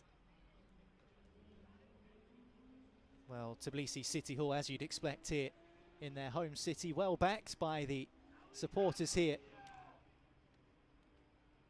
inside the stadium. And no doubt many people have given up their Thursday night to come and watch Georgi Kinkladze, the former Manchester City player who featured in the Premier League.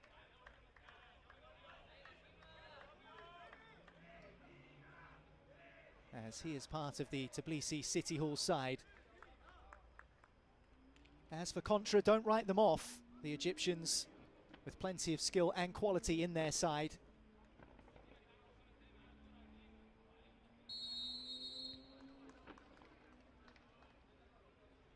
And we are underway in Group A.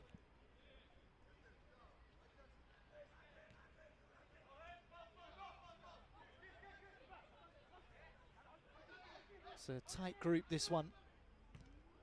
Aside from Euskadi, who secured their place earlier on today in those knockout stages. Both City Hall and Contra drawing their opening group stage matches. And so therefore plenty of emphasis on this one.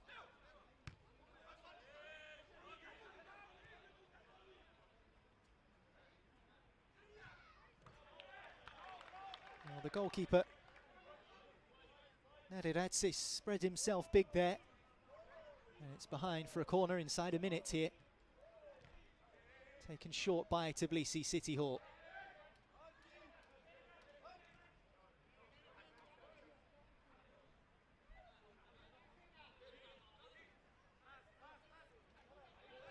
Mohamed Ahmed. This is Ayman. Runs all the way across.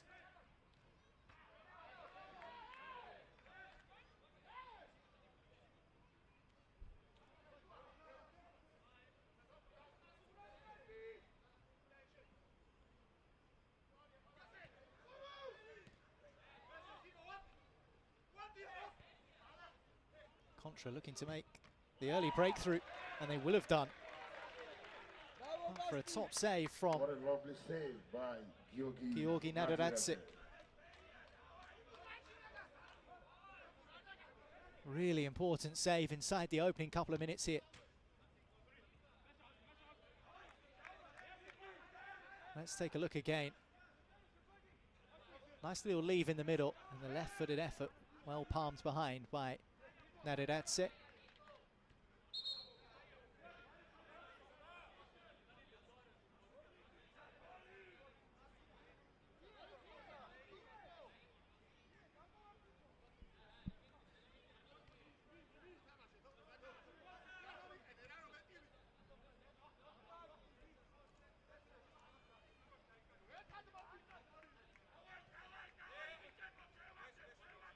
Well, the Egyptians not able to get past Al-Hara of Oman, but that's able to get past the goalkeeper.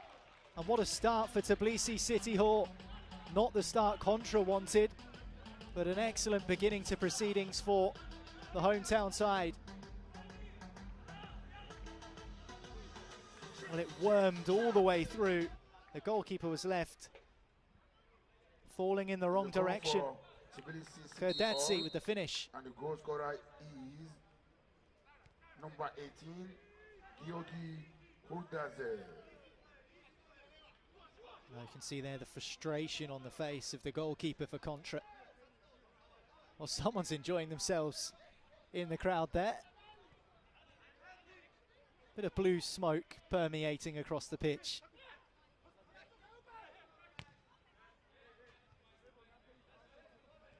Tbilisi City Hall were originally supposed to play in blue instead of playing in that darker colour. Contra in the white, representing Egypt.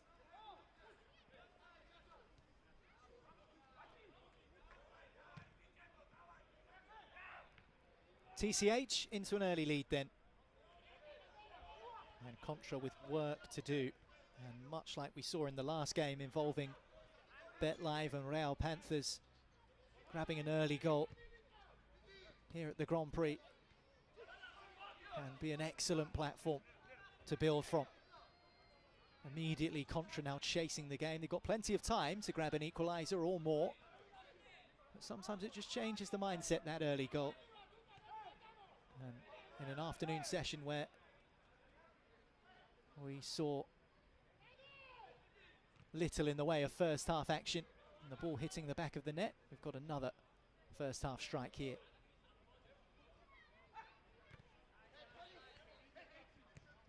Another game to go after this one, of course. Rewind take on Tesla's Bar. That's in Group D. But here in Group A, City Hall with the early advantage through Georgi Kurdatsi.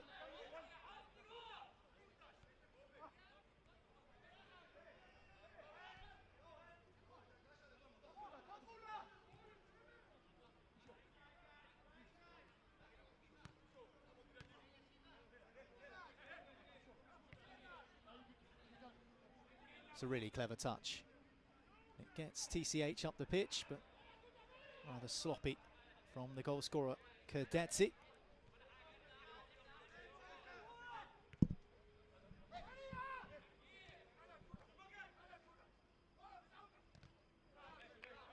Contra looking to find something of their own. Switch to the far side. That's neatly done. It's a well-timed challenge.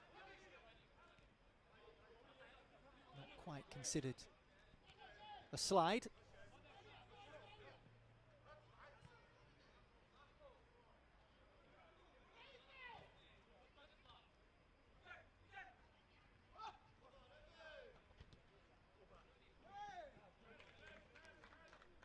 Well, the Tbilisi City Hall goal scorer, Georgi Kurdatsi. It's good pedigree in the game. He's played at professional level here in Georgia. Retired a couple of years ago now, into his early 30s.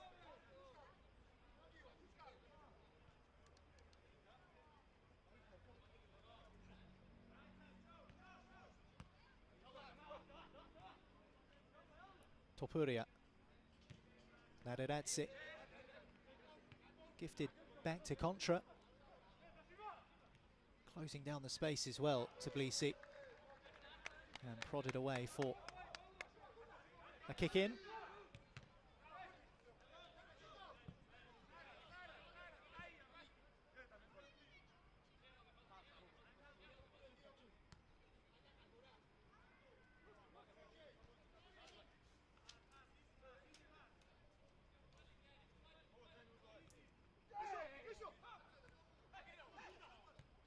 Well, Ahmed El Sabaji goes down. And a good chance for 2-0. And it's a chance that's taken. Rapid start from TCH. And Contra quivering. Barely 7.5 minutes gone. And Tbilisi City Hall stamping their authority. Second goal for A second goal of the evening. And the goal scorer is number 8, Georgi Kakalishvili. Well, the goalkeeper unable to keep the ball out. Deflection for the first strike from Georgi Kardetsi. And another Georgi on the score sheet this time. Georgi Kakalishvili. And it's 2-0 to City Hall. There's that smoke again. Wonder how many flares they've got there.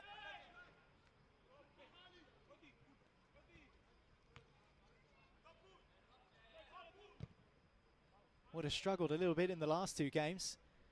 We've had a 4-2 and a 5-1 in the first two fixtures of this evening session. 2-0 already after just 9 minutes here in Group A.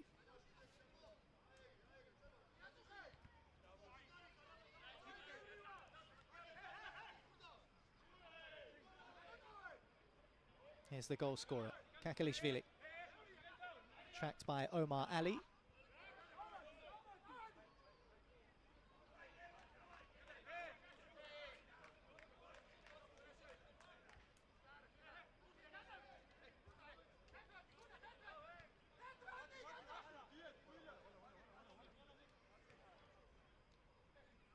El Sabachi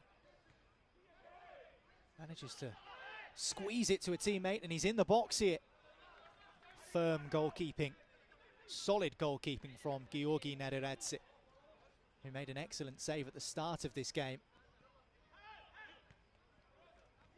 There's the smell of that pyrotechnic wafts across. That's not going to wash with the referees. Mikhail Topuria, the Tbilisi City Hall captain, trying his best to prod the ball away, unfairly so.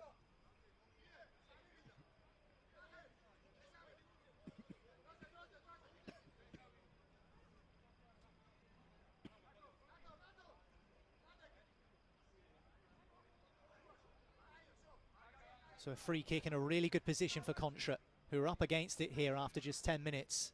Tbilisi leading 2-0. It's Mohamed Ahmed over it. Kept away by Nadiradze. Well, down low to his right. Combination of knees and wrists, keeping it out. And just lambasting his wall for not blocking that effort. It's on target from Mohamed Ahmed.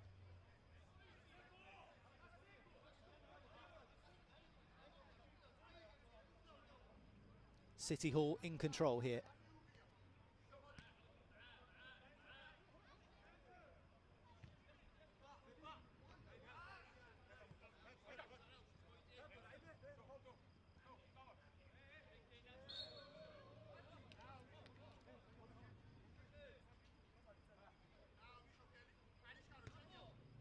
Too much from Aziz.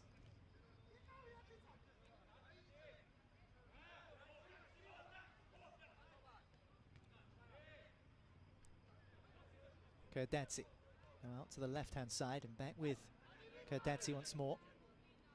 Dances his way past one. Appeals for hands. Up the pitch it goes. And the whistle does go this time.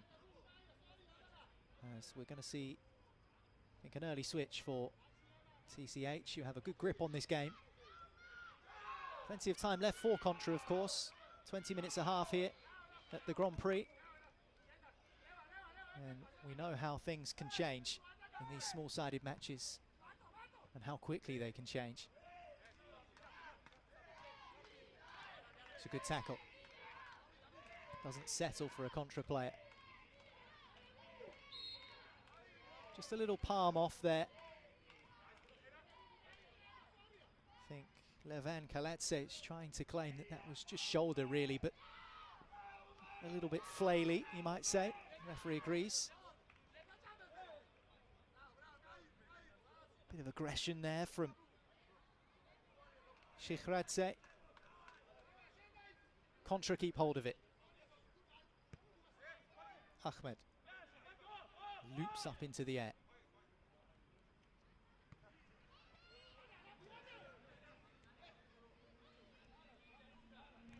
Of course, lots of time still yet to play in this Group A encounter. I just wonder if the score does stay as comfortable as it is for Tbilisi City Hall, whether we might see the introduction of Georgi Kinkladze. Hold that thought though, because Contra on the move.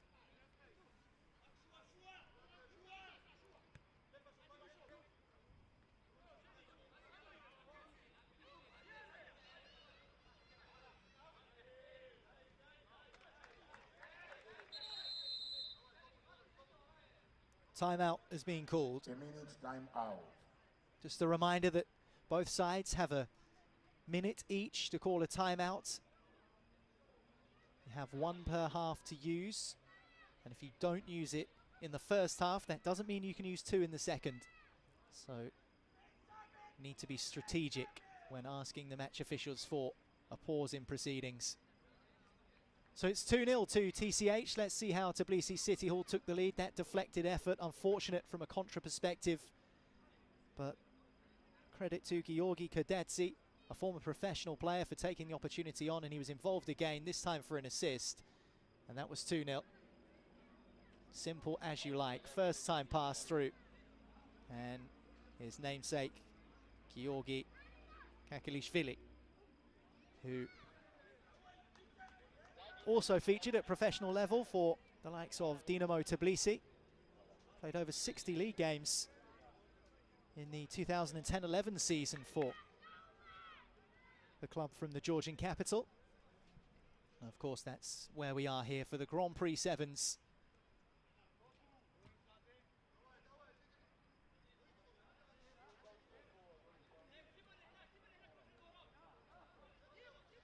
Head to soccerfederation.com for all of the latest news when it comes to upcoming tournaments. Of course, the World Cup this year in Oman at the end of November and into early December. And what an occasion that proves to be. That'll be some spectacle. But for now, it's the Grand Prix in Tbilisi. Loads of other information on the Soccer Federation website. Sinbin, yellow card, first of this game.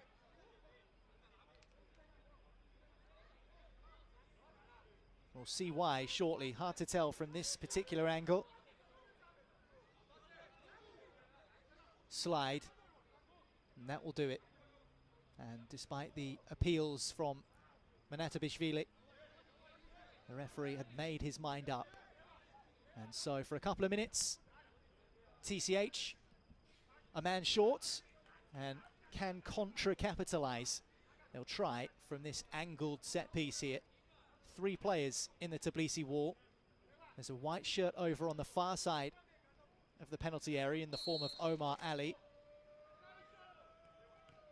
Well, they tried something smart. Might it backfire?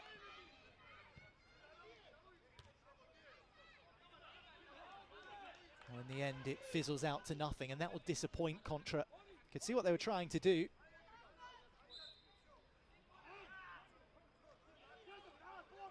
Well, that will frustrate Contra even more. The fact that they've conceded a kick in to Tbilisi City Hall by not taking it properly in the first instance. And back it goes again. Referees have been red hot on those kick-ins, particularly in this evening session. You cannot place a foot over the line when taking a kick-in, remember, otherwise it will be overturned and given the other way. City Hall 2, Contra 0. Here's Abdul Rahman Adil.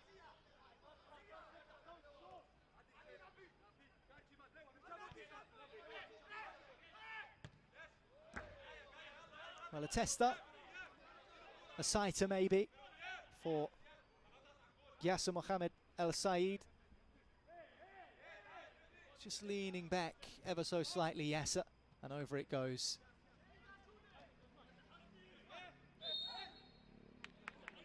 Well, two white shirts converging there on Georgi Napishvili.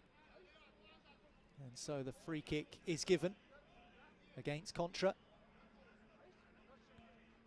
3 minutes of the first half to play, and TCH getting their work done early in terms of establishing a lead in this game. 2 first half goals inside the opening 10 minutes. Adding a third before half-time will really take the wind out of Contra's sails.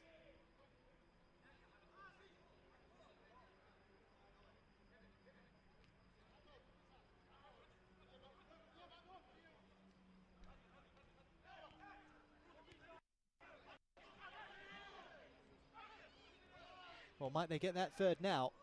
Good save from the goalkeeper, Ibrahim Hessam.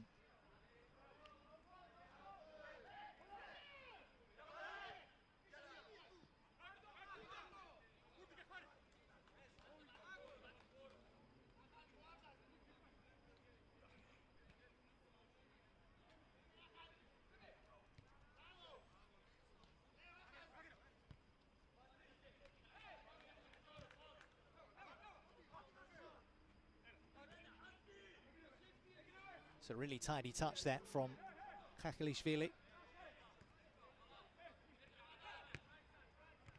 Well, you could see what City Hall were trying to do there. They don't really want to give Contra a sniff. Well, he took a bit of time to go over there, Omar Ali, but he was being nibbled at by City Hall's Levan Shekradze.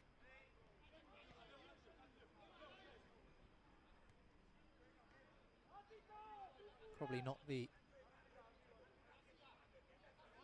silliest foul to give away. Quite a smart play, actually, from the Georgians' perspective. Just stifle Contra. And you can kind of see that game plan coming to fruition in the final stages of this first half. Just break up play, keep those stoppages coming. Tactical fouling almost, just to kind of take the steam out of Contra. And don't allow them a route back into the game before half-time.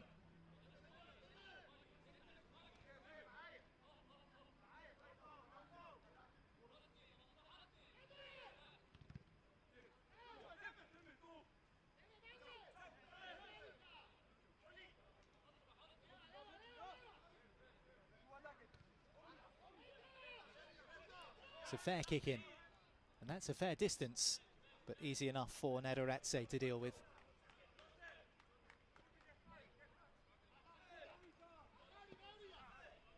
Well, Kadadze showing his quality and his experience and his know-how.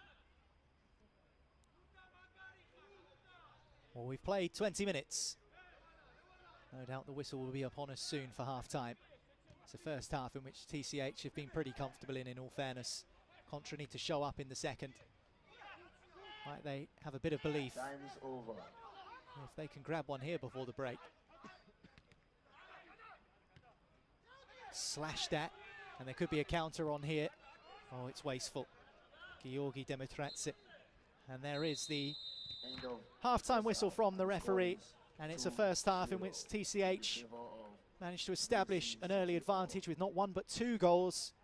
And City Hall comfy against Contra here in Group A.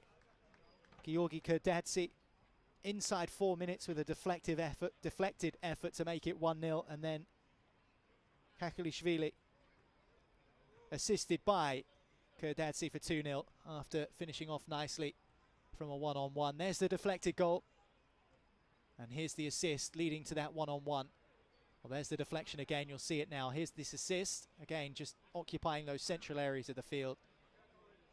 And a neat enough finish to hand City Hall a 2-0 advantage at half-time against Contra in Group A.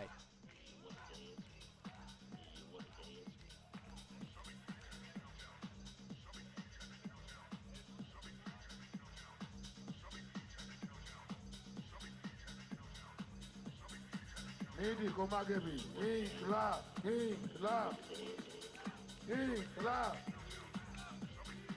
Sakatoloda, Manchester City's legenda, Georgi.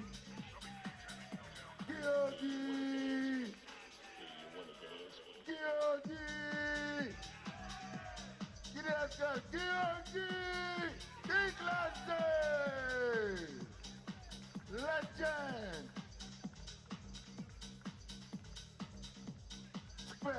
Respect for the legend.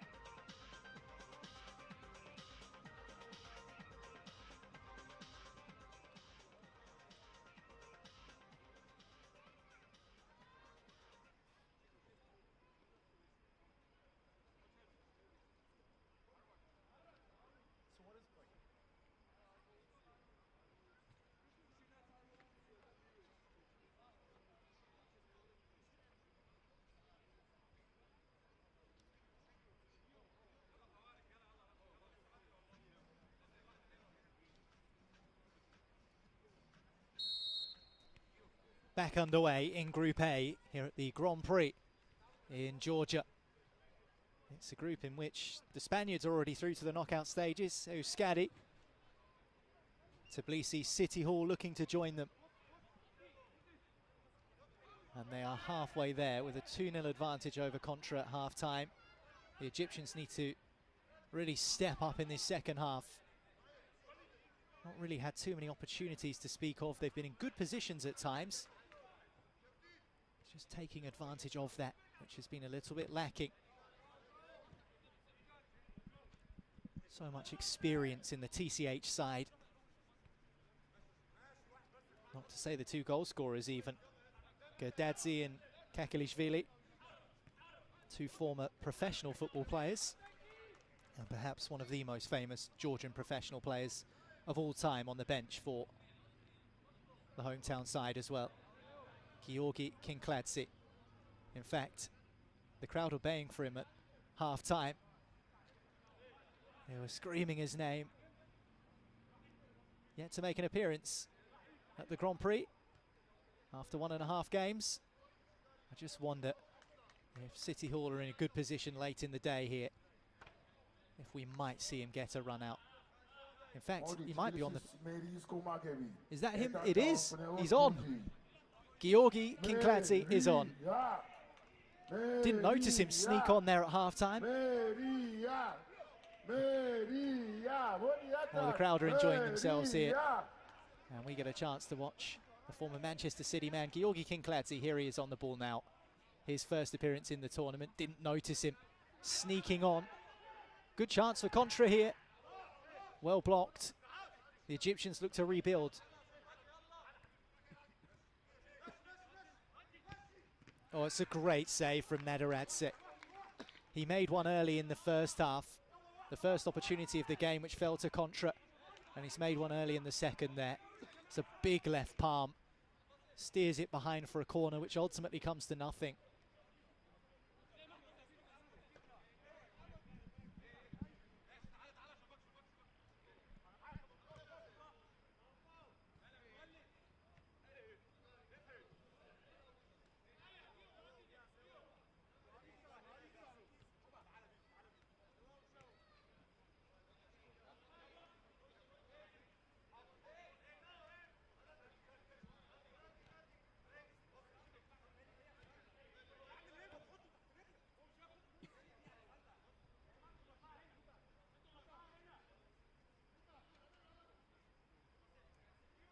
Contra maybe just eyeing up a couple of alterations.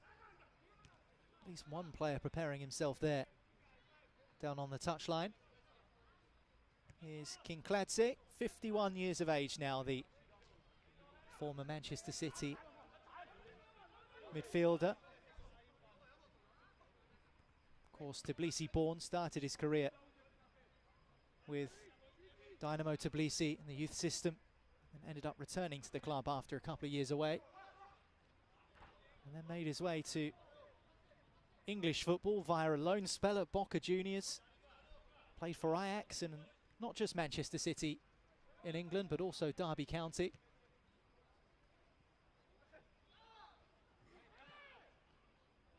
Well, that was a really well contested tussle.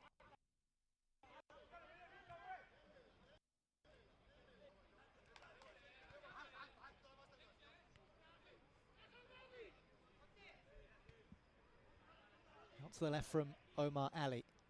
That substitution has been made by Contra.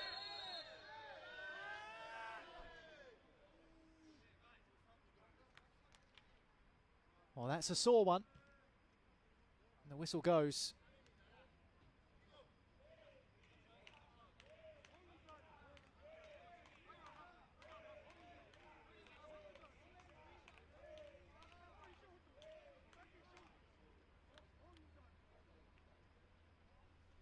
Well, it was Georgi Kakalishvili with the challenge. Didn't look like there was a great deal in it, but clearly the Egyptian in some pain on the ground there.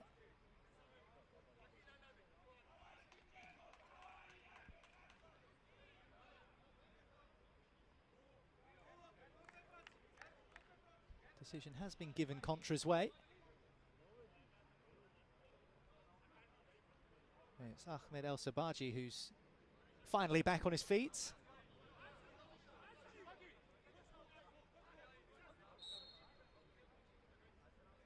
Options from this set piece. Contra need a goal. Stopped by Nadiretse again.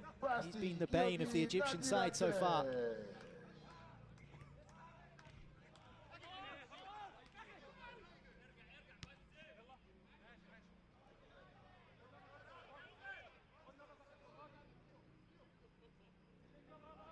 Kinkladze. It's back with the goalkeeper Nadiretse.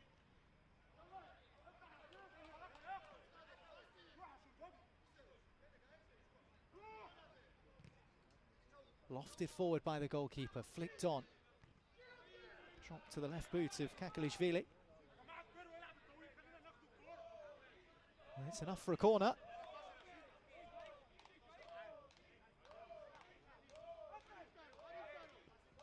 Well, it's somewhat of a cliche at 2-0, but you just feel if Contra grab the next goal in this game, that opens things up. If City Hall get it, then might well be curtains as far as Contra are concerned.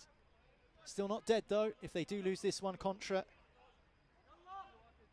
they have Euskadi from Spain still to play tomorrow. That's at 2 p.m. local time, the first game of the afternoon.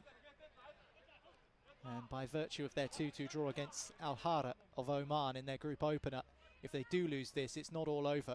Whereas if you lose 2 games in the group stages out of 3, your first 2, of course, you are all but out.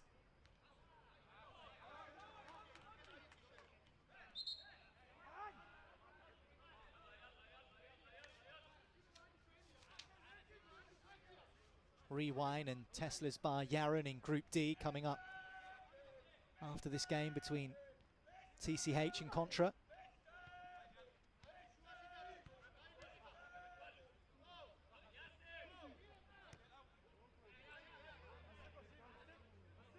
Oh, Yusuf trying his best to contain Georgi Kakalishvili. There he is again.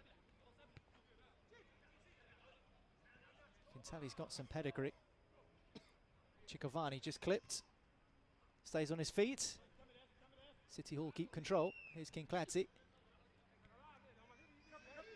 A rather loose one, but collected by Ciccovani. Scooped in towards the penalty area. And behind it goes.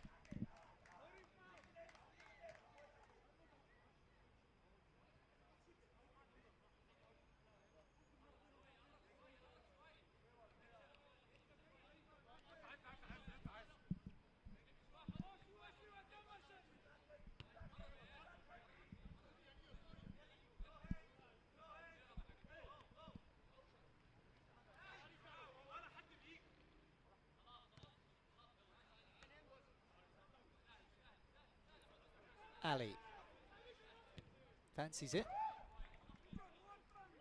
Well, with the form that Georgi Nararadze has been in this evening so far, would have taken something mighty special to have beaten him, particularly from that sort of distance.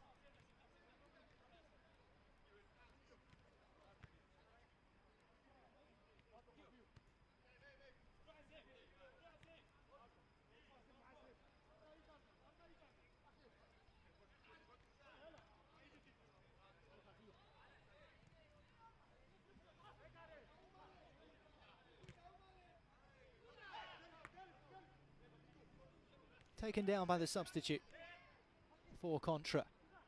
He's continued his run through the centre. Saifuddin Yusuf.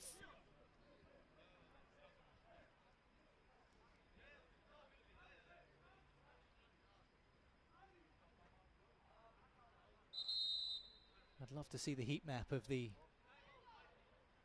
physio who's been called into action plenty. And the minute's timeout has been called with 18 seconds remaining of the first half an hour's play. Of course, game's 20 minutes a half here at the Soccer Grand Prix Sevens.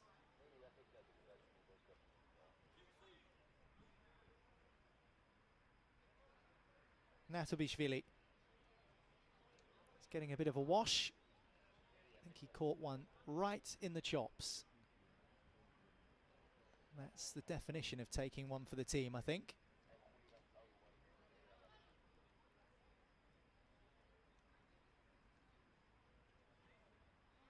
His side 2-0 up. I'm sure he won't mind. Bit of a blow to the face if Tbilisi City Hall make it through to the knockout stages. Of course, it will all come down to that final group stage game. Euskadi are through. Football Rapido, the side from the best country in Spain. They've secured their place in the weekend's knockout phase. But Tbilisi City Hall drew one apiece with the Spaniards yesterday. All three of City Hall's games kicking off at 9 PM local time, both yesterday, today and tomorrow, where they take on Al Khara of Oman, and that will be where the fate of Group A is decided, both for TCH and, of course, Contra.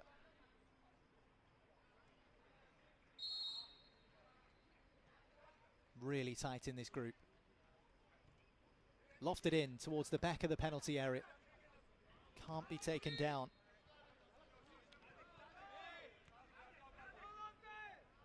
Yasser Mohamed Al Said operating on that right-hand side. Two City Hall shirts with him.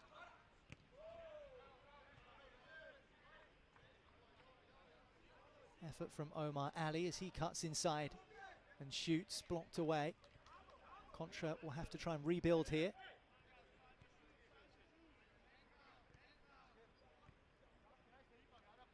Shiva.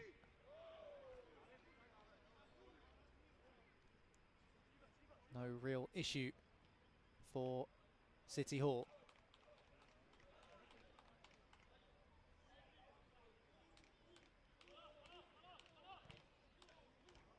Well, Georgi Kinkladze maybe back in his heyday might have been able to dance away from an on-rushing attacker like that. Maybe not so much nowadays. Still got a little drop of the shoulder in him, clearly. Might that work in Contra's favour. That dawdling at the back, perhaps you could call it. Oh, the hometown side maintaining control of the game.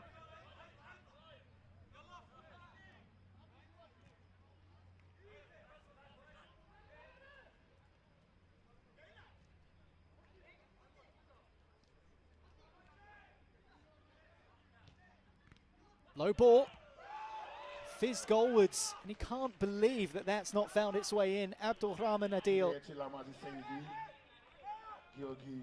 Well, they might be 2 goals to the good, Tbilisi City Hall, but for Giorgi Nadaradze in the goal, could well be 6 or 7-2 to Contra.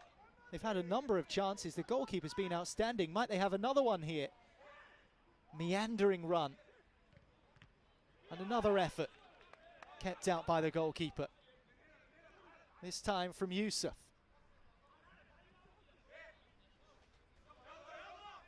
Well, goalkeepers never really get the credit that they feel they fully deserve. But if TCH go all the way in this Grand Prix tournament here in the Georgian capital, they'll have to give him a big pat on the back for his contributions in this second group stage game here in Group A.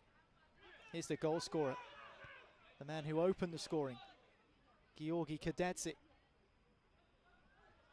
That was early in the day. Here we are later on in the piece. And Contra struggling to A minute's time out. find the response that they require.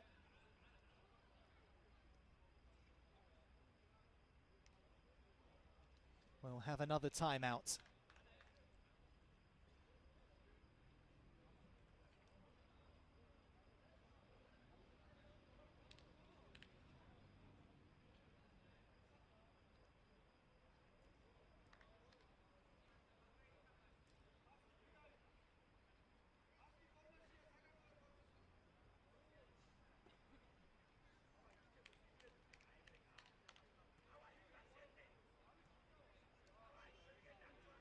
Just wonder, with Contra taking on Euskadi in their final group stage game tomorrow afternoon to kick off the final suite of group stage fixtures here in Tbilisi, what sort of football Rapido side they're going to run into. Euskadi have already secured their place in the knockout stages. Are they going to go for the jugular and really make a statement to the rest of the 15 sides involved in this competition? Or are they maybe going to take it a little easier, take it steady, and allow Contra an opportunity to maybe squeeze through to the next stage of the Grand Prix?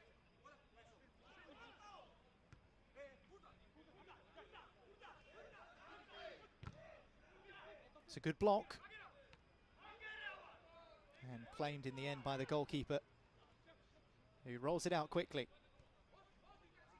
El Sabaji had a couple of opportunities in the first half. Nadaradze's made a number of saves. Here's Saifeldin Yusuf. Continues his run.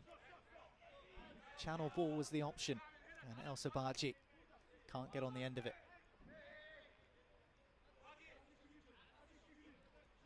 I think he's struggling as well. Ahmed El Sabaji. You can see there just gesturing to teammates that he wants a change. Well, he's going to make his way back onto the field. Contra 2 down. Can't afford to be a man down as well.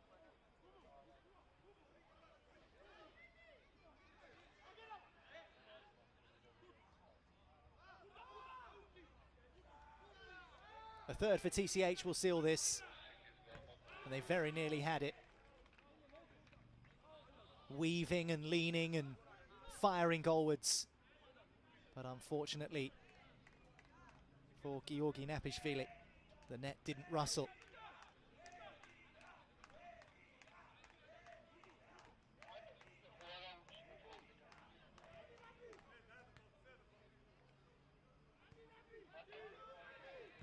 Now or never for Contra in the context of this group stage game. As for City Hall, they move on to Al Hara of Oman, same time tomorrow night, 9 PM local time.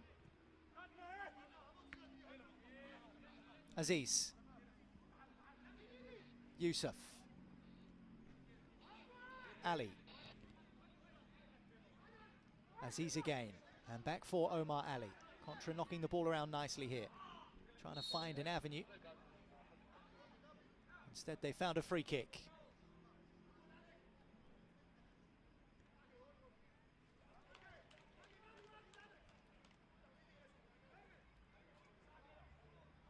I feel like one of these set pieces has got to go for Contra.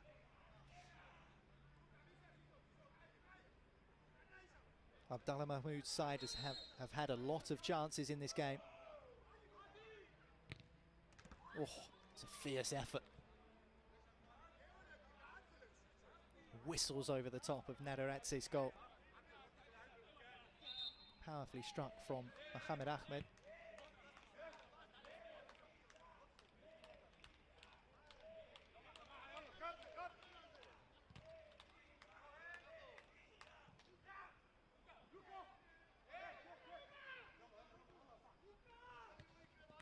Yusuf. Out to the left now. Contra trying to work something. And again, Naderadze in the way. Combination of a few dark coloured shirts and the goalkeeper keeping the score 2-0. Well,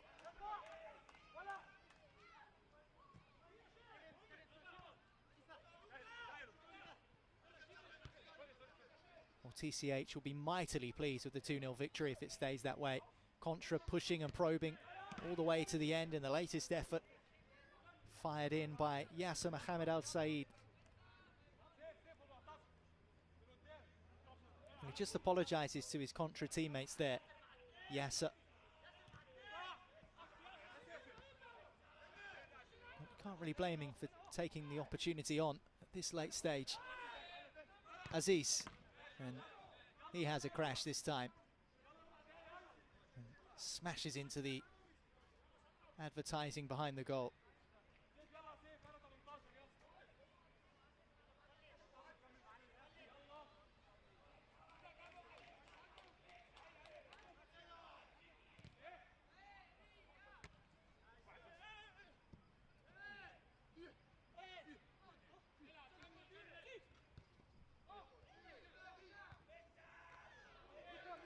Good save. Needed to be. Is there anything left in the Contra tank here? Still got that game with Euskadi to play, remember. Much tighter in Group A than in some of the other groups. Naderadze was ready to come out and clear away there if he had to. Trying to preserve that clean sheet. He's worked so hard for it, the Tbilisi City Hall goalkeeper. Another pile-driving effort, blocked away.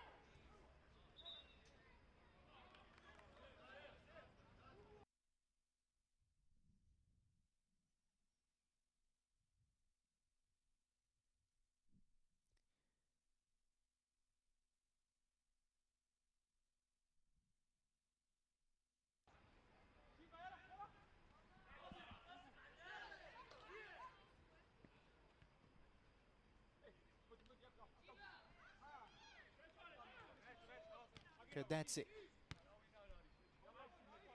Cikovani is back with the goalkeeper here.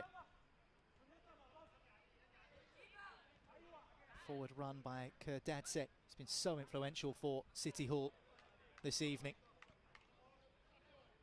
More soccer to come tomorrow for you as well. All starts at 2 p.m. local time. Contra in action again against Euskadi. Short turnaround time for the Egyptians. Looks like they're heading for defeat here in Tbilisi tonight. Back at it again in the heat of the day. Tomorrow afternoon, 2 p.m. local time.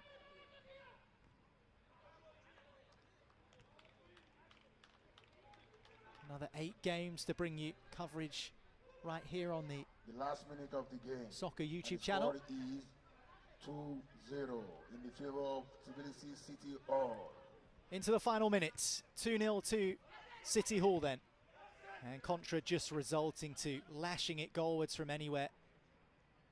A bit of deflation, you can sense it amongst the Egyptian ranks.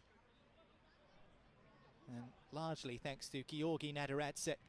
And the goal scorers will no doubt take credit for this victory for City Hall, but for the goalkeeper, could have been a different story entirely.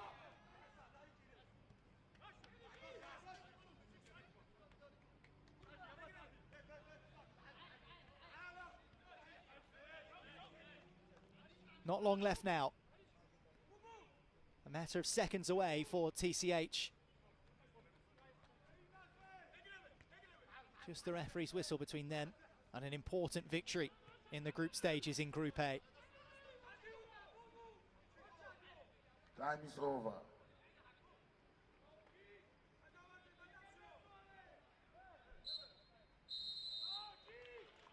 There's the whistle, and there's the victory. Tbilisi City Hall take it by 2 goals to 0. Gives them a really good platform in Group A. Euskadi, the Spaniards, also in this group, are already through. Al-Hara and Contra are the two other sides.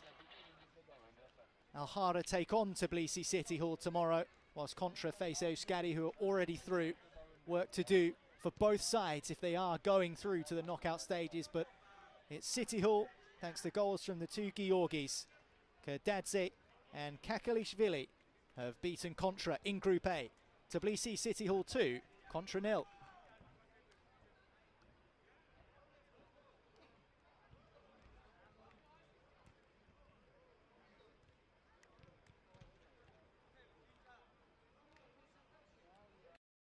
Tetri Hyundai 092 ნომრით ძღოლი გამოცხადეს მანქანას.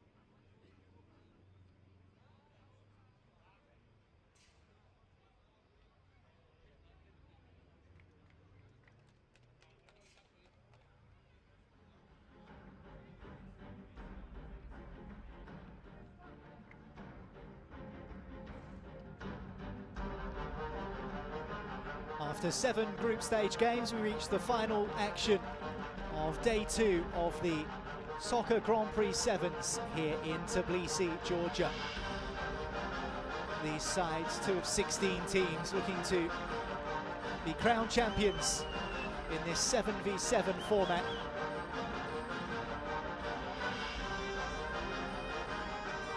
Still one more group stage game to play after this.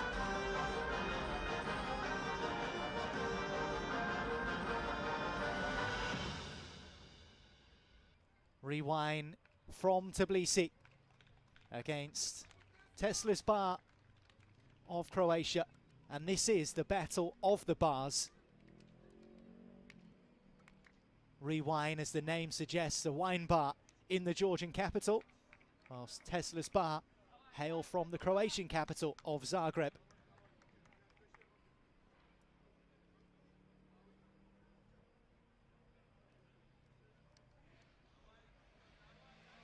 Rewind beaten by Ukrainian side Sarmat yesterday by a narrow scoreline of just a 1-0, whilst Teslis Bar were 1-0 winners themselves over OM Mechanic, who lost earlier on this afternoon to Sarmat of Ukraine. So Mechanic are out, the Ukrainians Sarmat are through. It's between these two, Rewind and Teslis Bar, as to who takes that second knockout spot.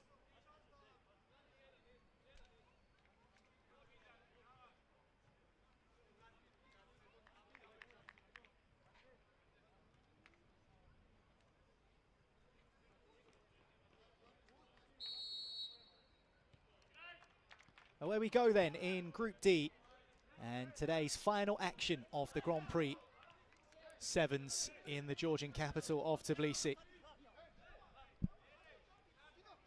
Seen some really good soccer action tonight. This evening session in particular laden with goals. Tbilisi City Hall 2-0 winners over Contra. In Group A, Bet Live getting the better of the Real Panthers, 4-2 in Group B. And then to kick off this evening selection of group stage games, the Group C clash between Crosti and San Antonio, which finished in a 5-1 victory for the hometown team against the Greek side, San An.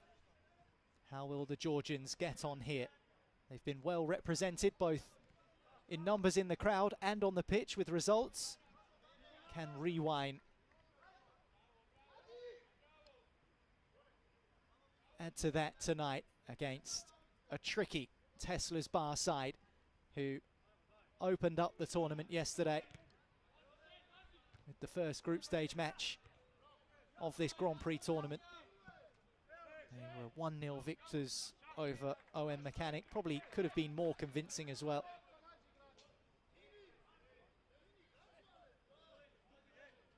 But 3 points on the board for them, 0 points so far for Rewind.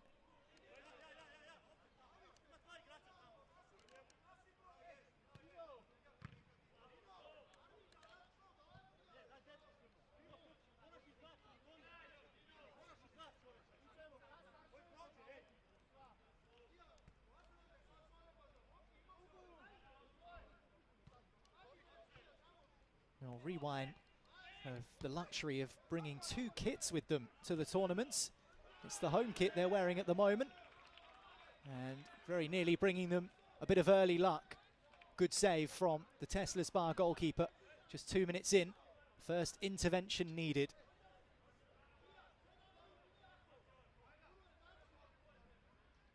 It's the effort from Lasha Kukuyanashvili. Corner taken short. Effort blocked. Teslis Bar looking to break away. That's nicely done. And even better. And the whistle does go. And it's a yellow card, so an early sin bin for Rewind. 2 minutes on the sidelines, 2 minutes with 6 men instead of 7. And that will please Teslis Bar. How nice was this from Ivan Hajdic?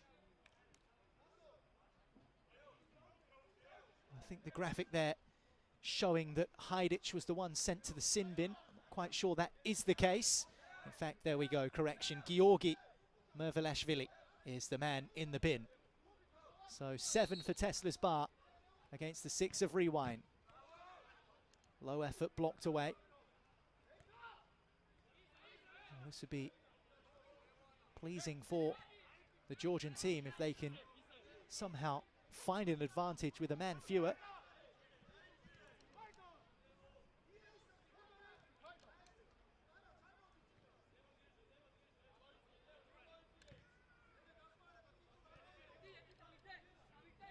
Here's the rewind captain, Kuntasashvili.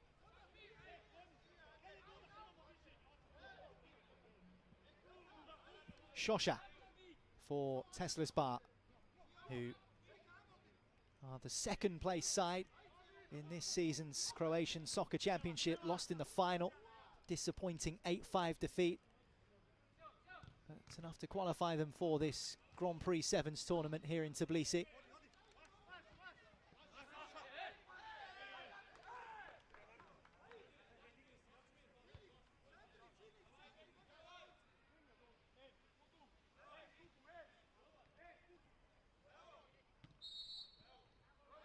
Socca jumps in, whistle goes. That's Ivan Kashina wearing the armband right now for Tezlisbar.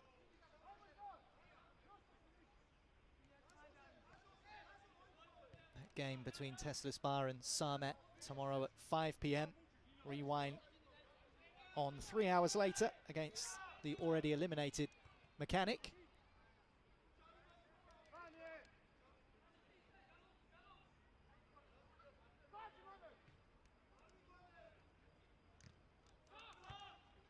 Stooping header. Ends up flying all the way through to the goalkeeper.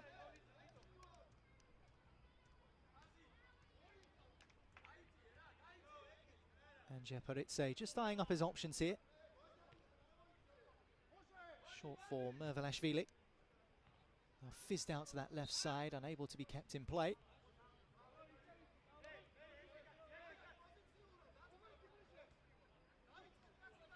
Dinner sorted, big bag of crisps. Why not? Enjoying yourself at the Soccer Grand Prix Sevens.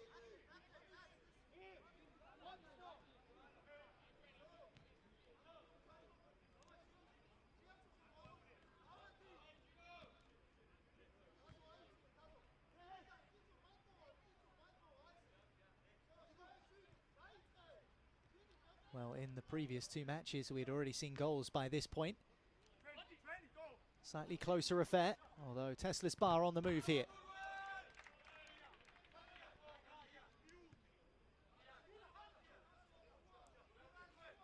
Corner. Dropped in towards the back post. Collected by Ježić. Although it's just a little too long for the big man. Up from the back.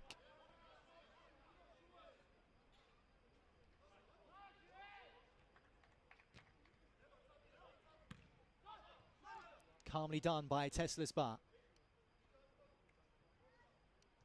That's a nice mazy run. And that's a foul as well. Well, Ivan Hajdic causing all sorts of issues there for the Georgian side. And Rewind, no real option but to take him out. And that's exactly what Georgi Mervelashvili did. So set piece situation. Opportunity here for Tezlisbar. Socca on the edge of the box. Ježić the short option. It's driven across, comes for the recycle. Here's Socca, and it's in. And there's the goal that Tezlisbar wanted early in this first half. Well, he's more accustomed to keeping them out than putting them in, Tony Socca. But a nice angled finish. And TBJ take the lead against Rewind. And the goal scorer is number 6, Tony Sosa.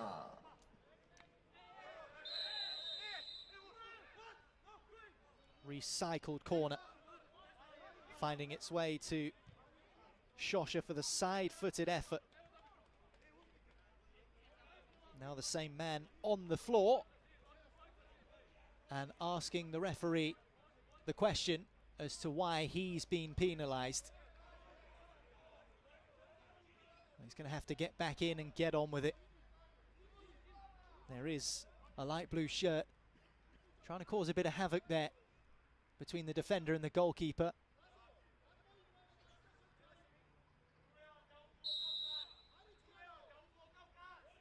Effort comes in narrowly wide. Georgi Yinikashvili.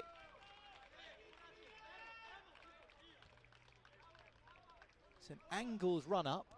There was a decoy run on the right-hand side. He really gave it his all, thumped it, gave it a good old thwack. Wide of the post. Rewind, stay a goal behind. 9 minutes played here in Tbilisi. This is Group D.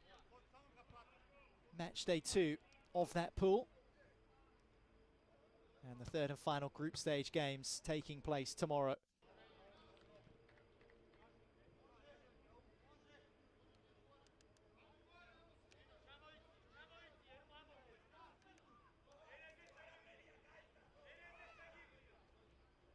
Tony Shosha's goal, the difference at the moment. Oh, well, that was close. That could have been 2. In the end, it works out okay for Rewind.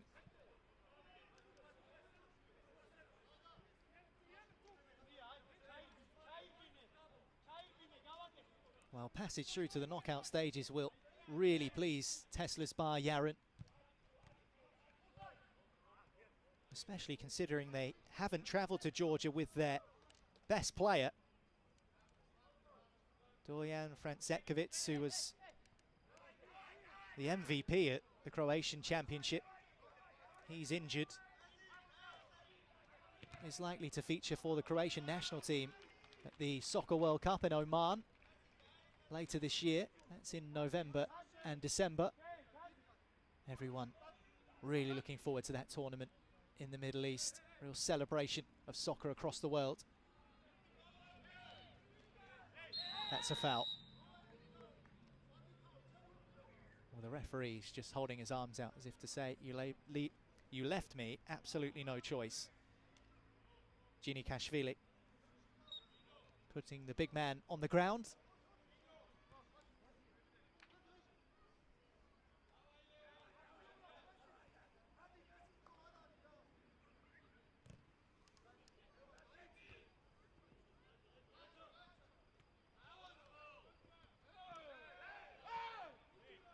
Mentioned a second ago that Tesla's Bar without Dorijan Francekovic, who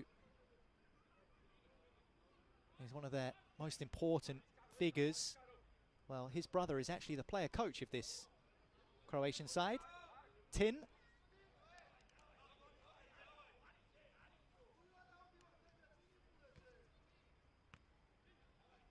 You'll see him there wearing number 19, trying to manage whilst playing. He's making a dart through the centre here.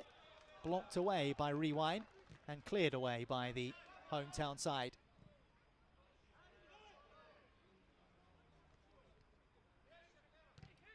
Komorats back to the goalkeeper. Up the field it goes. What's the decision here? Kept in play.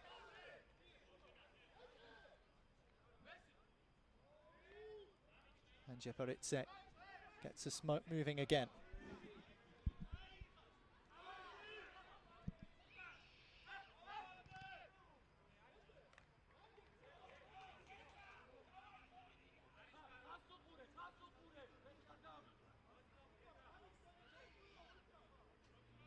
Referee just ensuring that the Croatians are the appropriate distance. That's a corner. Rolled in for Razmadze against the legs of Shosha. And the big man's goal, the difference at the moment, 12.5 into the first half of this Group D affair. Oh, there's the leveller. And you can hear what it means to those inside the ground here in Tbilisi. Rewind have squeezed something and they found parity.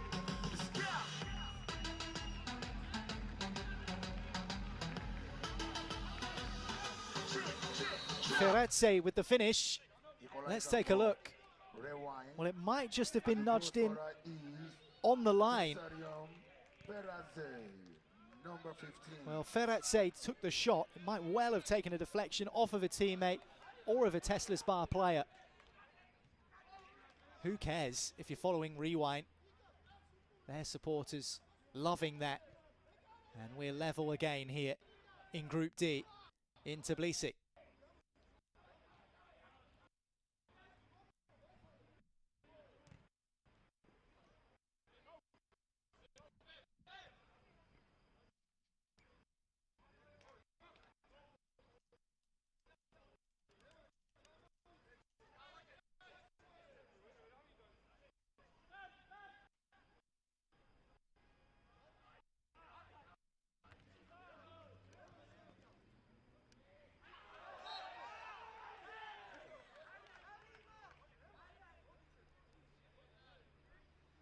Foul goes Rewind's way.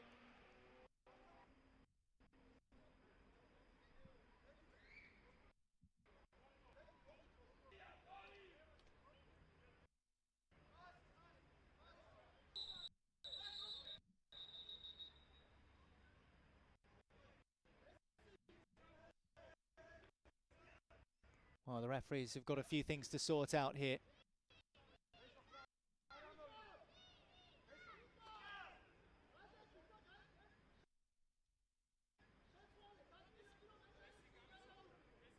Well, the message clear from the match officials. 2 in the Tesla's Bar war. Rewind winding up, and the wall did its job. Back upfield it goes. Well, a bit of a lottery ball, really, and they've managed to match a couple of balls at least, because Rewind have been given the set-piece opportunity.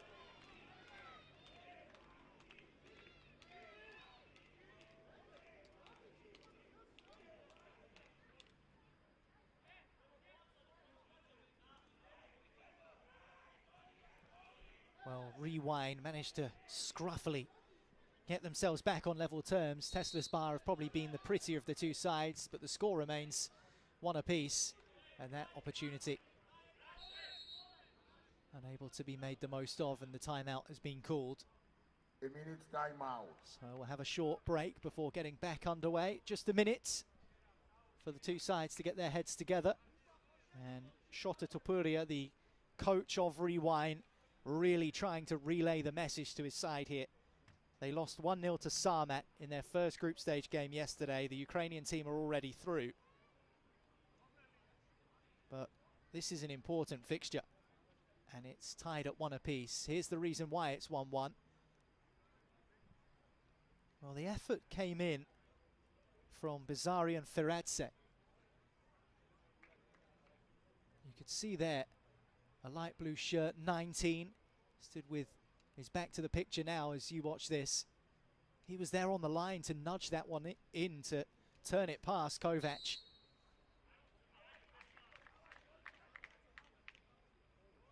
Anyway, it's been credited to Feradze.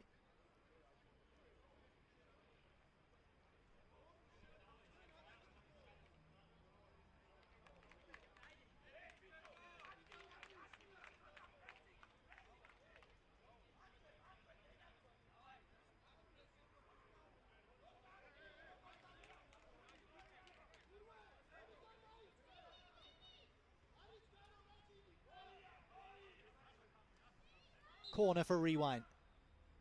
Plenty of bundling and bustling in there. Drops for the Croatian team. This is Jezic. Socca. Oh, the Rewind supporters like that. Trying to launch a counter, trying to spring something. Catch Tesla's Bar out. Quarter of an hour played. 4 minutes to go until the half-time whistle sounds. This is finely poised. Could go either way. Well, that's a nice touch and turn. Might prove fruitful. Over the top it goes. And Kovac not called into action.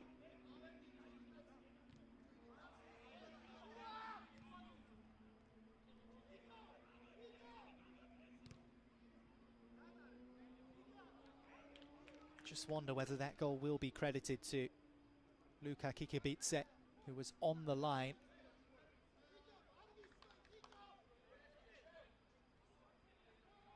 Well, it's been an entertaining evening's seven-a-side. The supporters enjoying one final game of the day. This is the 8th of 8 group stage matches.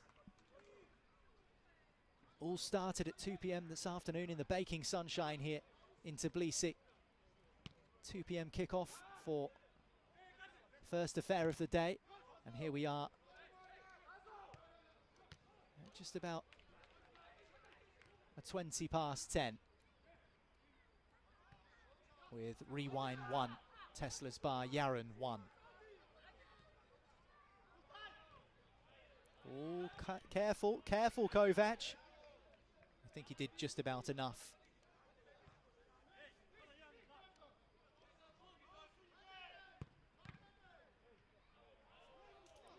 Off the big toe of Mihaljevic.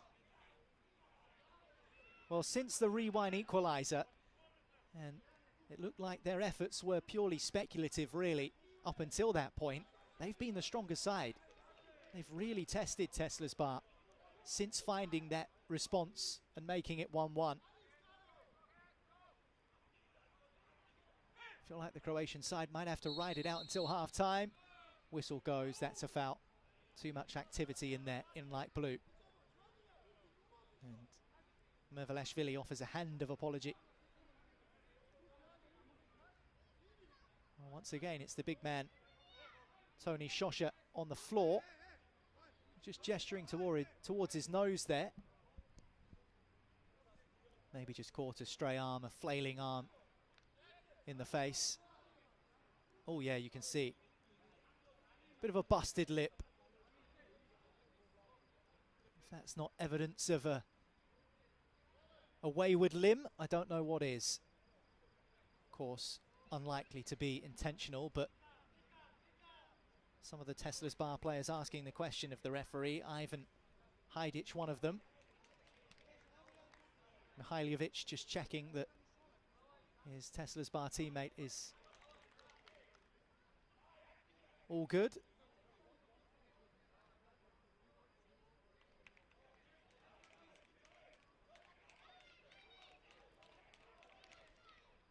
Well, he has scored in this game, Tony Socca.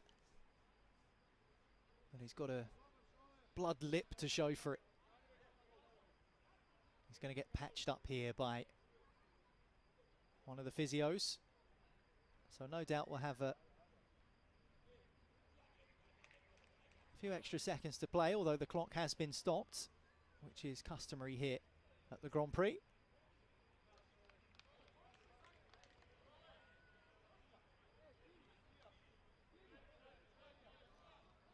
Well, that doesn't look comfortable, and I doubt it feels comfortable for Tony Socca, but needs must. Tesla's Bar locked level against Rewind.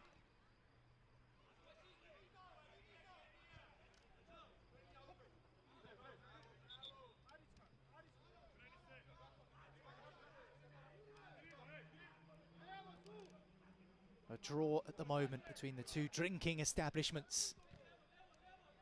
Both from capitals, one here in Tbilisi, Rewind. Tesla's Bar from Zagreb, and it's Rewind on the march. Top challenge from Socca, but it's a sliding challenge, and so will be penalised. Conventionally, you'd say that that was really good defending, but not in soccer. Just went to ground too steeply. Let's take a look again here. Score is 1-1. Well,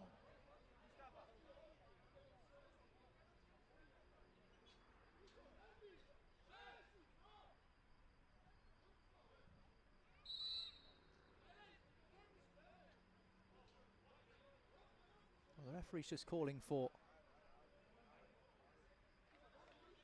a little something here. Not quite sure what's happening down here on the touchline. Don't think we've got a football, have we? Now there's a yellow card out of the referee's pocket. Well, it's all happening in the final stages. Now the football is on the pitch. Let's take a look at this again. This is Socca sliding in. Well, is the question whether that's inside the box or not? Outside the box is the call. and Rewind will have the Time is opportunity. over for first half. We have reached the 20-minute mark at the end of this first half. Rewind on the back foot when Tesla's Bar took the lead, but since they equalised, they've been the team in the ascendancy. Imagine the roar if this goes in. And it's over. Well, there's the half-time whistle. End of first Rather half, peculiar and the score is opening 1-1. 20 minutes, but it's even so far between Rewind of Georgia and Tesla's Bar Jaren of Croatia. Tony Socca putting the Zagreb team in the lead before a combination of a couple of Georgian players bundled home for Rewind to level the scores. Messages to be relayed, work to be done at half-time. Rewind 1, Tesla's Bar Jaren 1 at the break.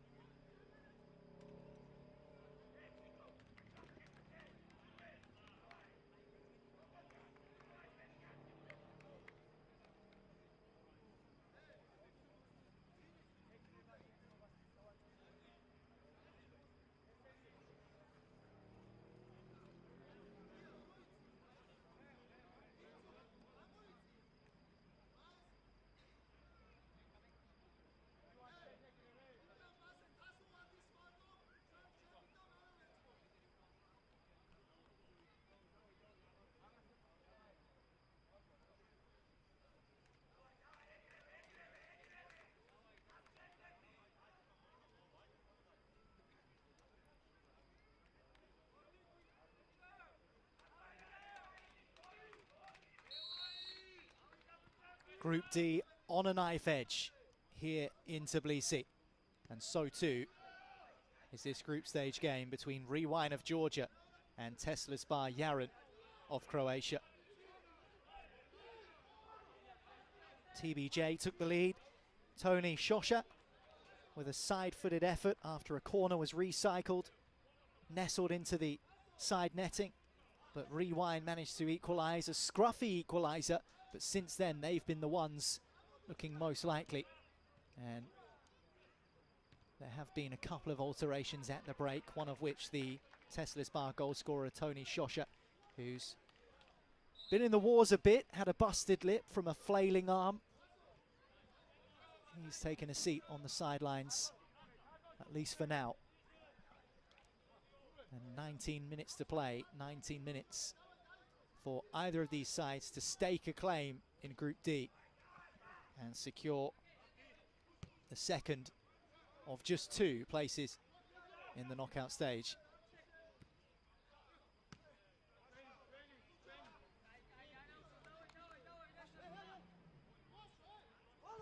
Of course, Rewind, one of 4 teams from Tbilisi competing in this 16-team competition.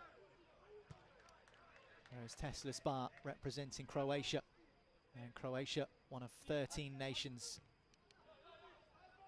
involved in this tournament in the Georgian capital. Some of these Tesla Spa players actually play for the national team at 6-a-side level. Of course, there's an upcoming World Cup in Oman. Petar Ježić, one of the players who's featured at a World Cup before. That was in Crete in 2019, so plenty of experience in this Croatian side, who finished second in the national championship in their own country. They lost the final to Sunprotect Sisak by 8-5. Certainly won't be that high scoring here in Tbilisi tonight. Here's Rewind with a good opportunity. Ginikashvili unable to keep his balance. Well, there's the whistle. And Rewind not happy about it, because the aforementioned Ginikashvili was in with a chance on the edge of the penalty area. And the referee left with no choice but to sin bin Ivan Hajdic. So he'll spend a couple of minutes on the sidelines. TBJ will spend a couple of minutes with a man less, and that will really please Rewind. Concern on the faces of the Croatians.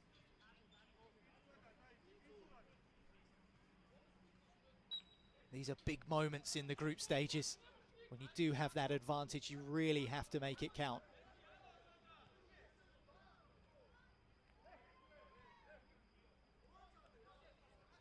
Kintzerashvili fancies it. Beaten away by Kovac, couldn't hold on to it. Well, he did spill it, the Croatian goalkeeper, but managed to do enough in terms of deflecting it away from his penalty area. Didn't have too much venom on it when it left his palms. The outcome was okay in the end.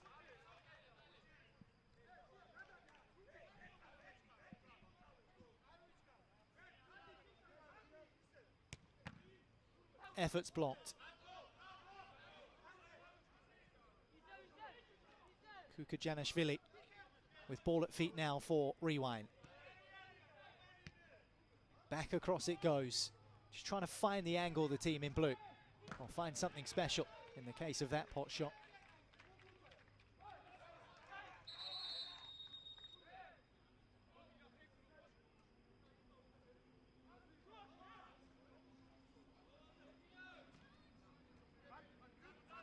Well, Tesla Spa just need to settle down here. 4.5 minutes into the second half. It's 1-1. They've receded a little bit into a more defensive shape. They're allowing Rewind to knock the ball around at will. And the Georgian side are comfortable with that. Just need to build up a bit of confidence again, the team from Croatia.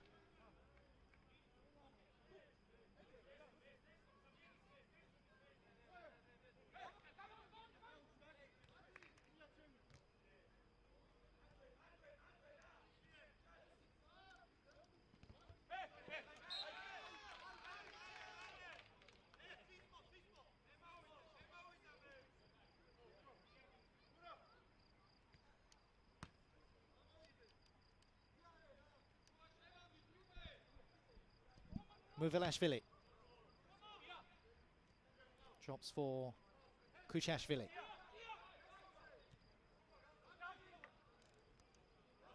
Oh, it's good centre forward play. Good hold up play. Sometimes that's a really effective tactic. Faradze has played his part for Rewind tonight. It's his effort that was scraped in on the line by Kikabidze.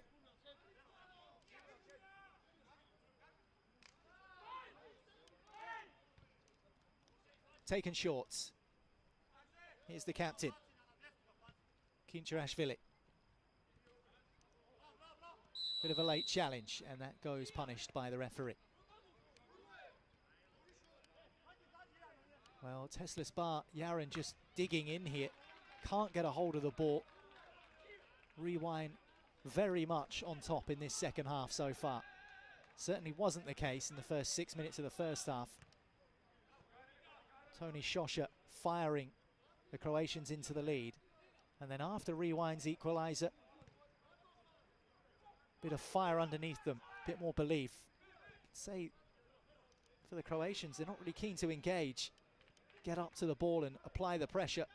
And when they do have possession, can't seem to string much together.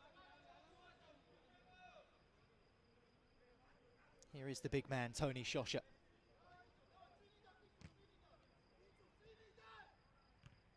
Well, they're bundling bodies forward, Tesla's Bar. At least 3 of them up there by the edge of the box on that occasion. Well, again, penalised for a kick-in.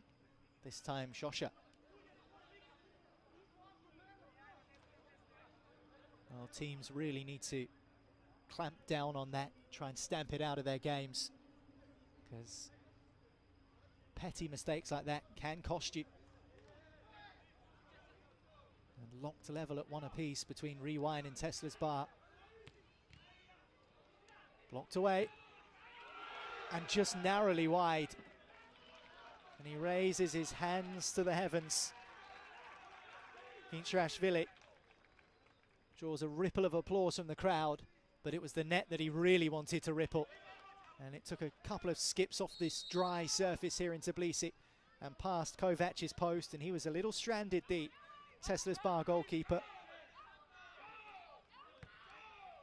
I think he had resigned himself to the fact that maybe that had crept into the far corner.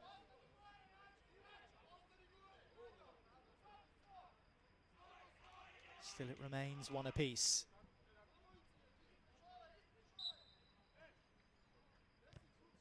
Both Mechanic and Sarmat will have been watching this one with interest, but both of their fates have been sealed respectively in terms of progression or elimination from this Grand Prix Sevens tournament.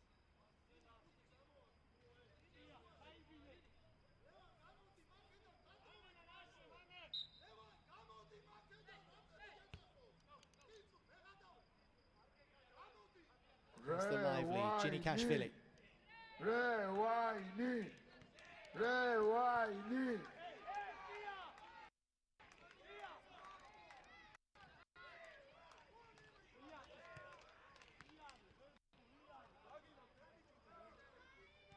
Patience. Patience from Rewind.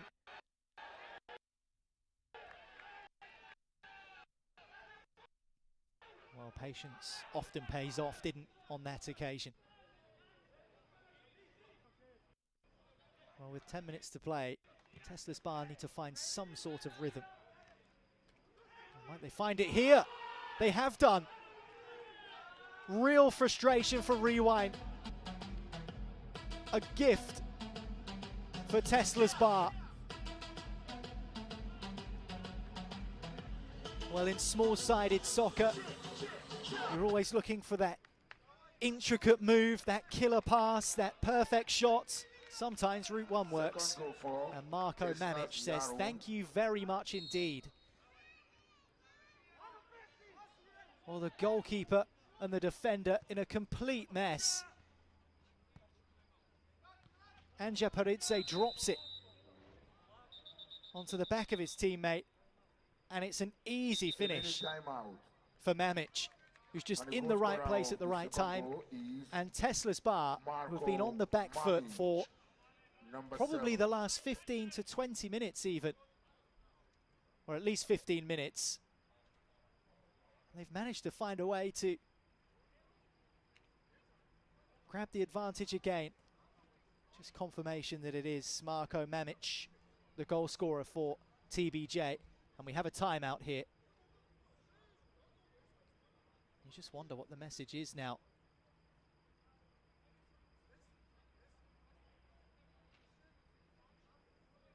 For both sides. This would be a big victory for Tesla's Bar. It would be enough for them to close the book on the group with a game to spare. Sarmat of Ukraine are already through from Group D. Tesla's Bar can join them if they can hang on to this 2-1 lead. As for Rewind, it's now or never.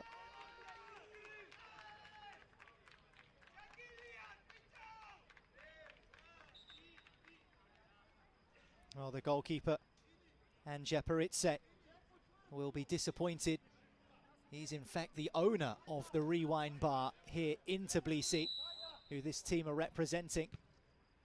And he'll be so frustrated that something so simple has cost them their standing in this match. Ample time left to play.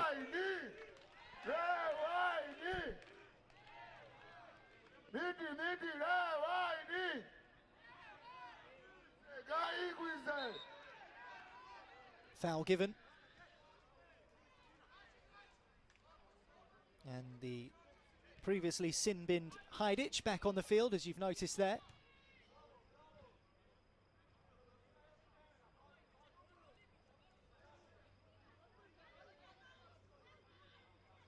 (2-1) to Tesla's Bar. Rewind have been the better team in this game, there's no doubt about that. Can they find something? They can. It's brilliant as well. Fired into the bottom corner. Sensational centre-forward play. Basarian Feratse involved in Rewind's first, scorer of Rewind's second. Goal! Goal! Goal! Goal! Goal! Rewind! Well, that was so well done by the Rewind player. Just holds off his man, rolls him, and with very little backlift manages to stun Kovac, who wasn't expecting the effort, and into his bottom left corner it goes, and level again at 2-2. And that sets us up so nicely for an exciting finish here in the remaining 8 minutes. You have to say they deserve it.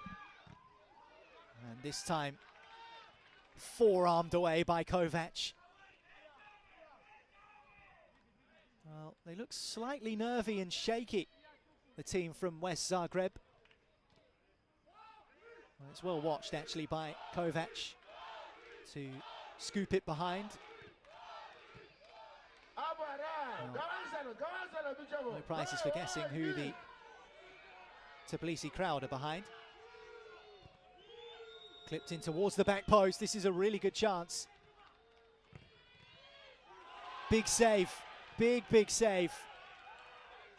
And Tesla's Bar can't scratch a second opportunity. Well, Anja Paritse at fault for the second Tesla's Bar goal, making amends there with an essential save. Socca with the effort. Down goes the goalkeeper. Well, I'm not sure he knew a great deal about it, but it strikes him in the sternum and deflects away. Just got something behind it.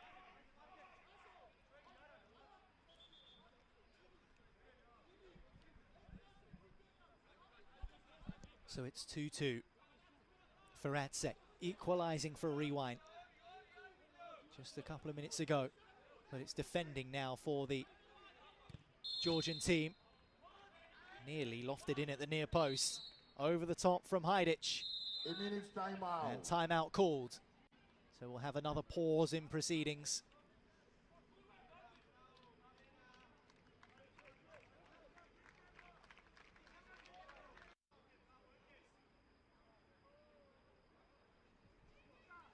Well, let's just take another look at that chance. Heidic was in there, almost acted as a decoy. I think obscured the goalkeeper's view, but Anje Paritse, credit to him. Just timed his dive well. Combination of chest and left bicep keeping the ball out. Well, Rewind will be frustrated because it was a corner kick they conceded from in the first half. And then just a route one pass from Kovac down the pitch, which his opposite number dropped onto a teammate and into the back of the net. That was 2-1 Tesla's Bar. But really, for the majority of the game, Rewind have been the better side. And so they'll be happy with 2-2 in the circumstances, but on the balance of the play, they'll be thinking, we've deserved to win this. But deserving and doing are two different things. We need to go on and make that a reality.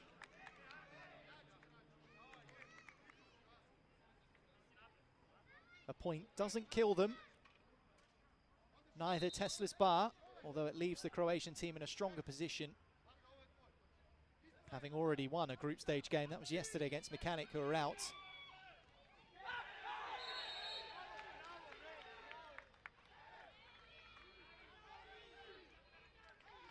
Well, the whistle's gone here. What's the decision? Free kick right on the edge of the box. Just wondered where the referee was gesturing towards there. Inside the box, I think handball the appeal. 3 blue shirts had their arms in the air. Well, Socca was in the box, but that wasn't the infringement. It came back out of the penalty area and struck the arm of a TBJ player. Free kick. It's Ginikashvili. Oh, there's the decoy. And an opportunity at the other end, maybe. Socca bursting forward through the centre. And Heidic dispossessed. Taken quickly. Tesla's Bar now in dangerous Rewind territory. Well, the whistle has gone. And the whistle's gone in favour of the Georgian team. Less than 5 to play then.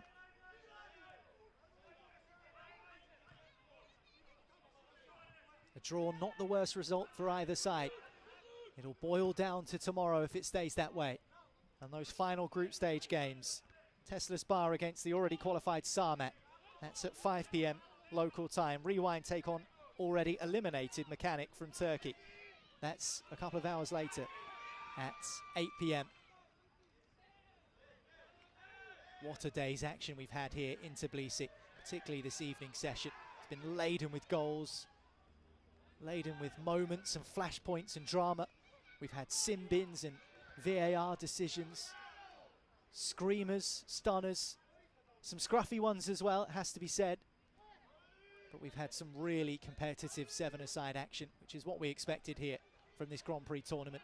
And it's not over yet, as it's poked away from goal by Tesla's Bar. Rewind can't get it under control. Out to the left side now it goes with the Croatians. One back again, but it was already over the line.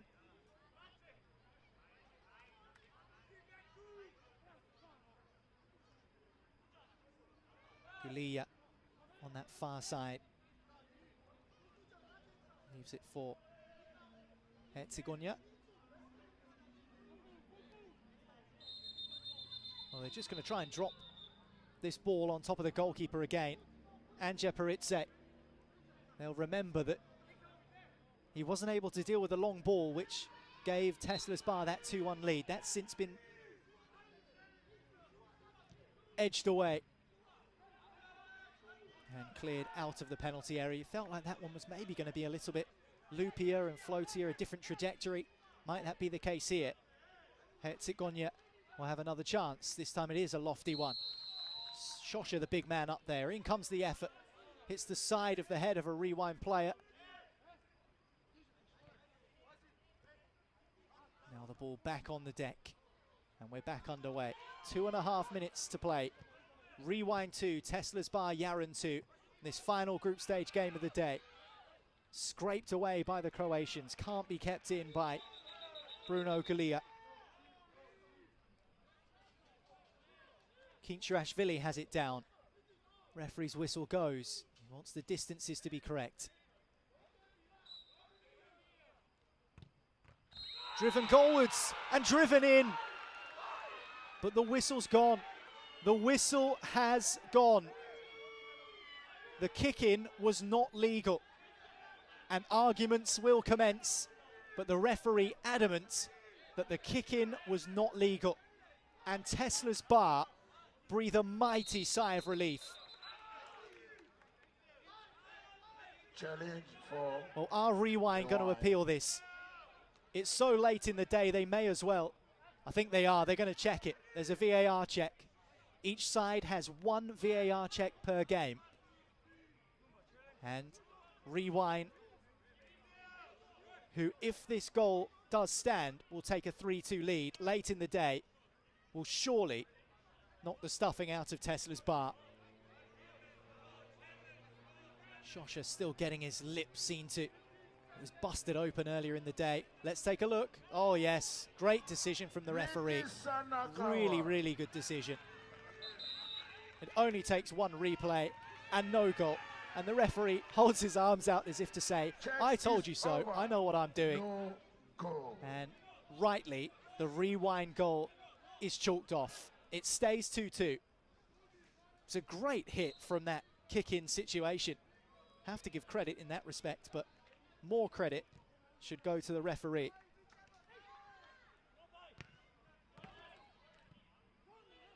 Guilia with the latest effort, over the top.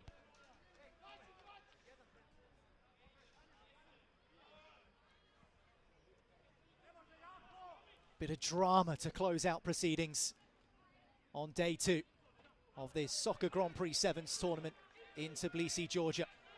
Thanks for joining us, whether it's been just for this game or right throughout the evening or throughout the course of the afternoon. There have been 8 games. We've been treated to a real feast of small-sided football here, and it's not done yet. Into the final minute in Group D. Oh, it nearly deflected goalwards and just spun painlessly towards Kovac. Up the other end now, a chance for Tesla's Bar. And the man goes over, and there's no whistle. 2-2. And that could have been 3-2 had it unfolded differently. Up the other end now with Rewind. Real drama here late on. It's end-to-end. It's open. Who's going to grab it? Will it be the dark shirts or will it be the light? Or will we stay lock level at 2-2? Time ticking away. Herzegovina on the deck. Arms in the air. Eyes darting all over the place, both on the pitch and in the stands. Well, Tesla's Bar, they're going to go for it here. Herzegovina lifts it into the box. Headed away by Kukujanishvili. One final throw of the dice for Tesla's Bar Yaran. Group D, balanced on the edge of a knife. Last chance saloon. And the referee, well, he's giving him a big hug back, Marko Mamic. Here we go then, final play of the day.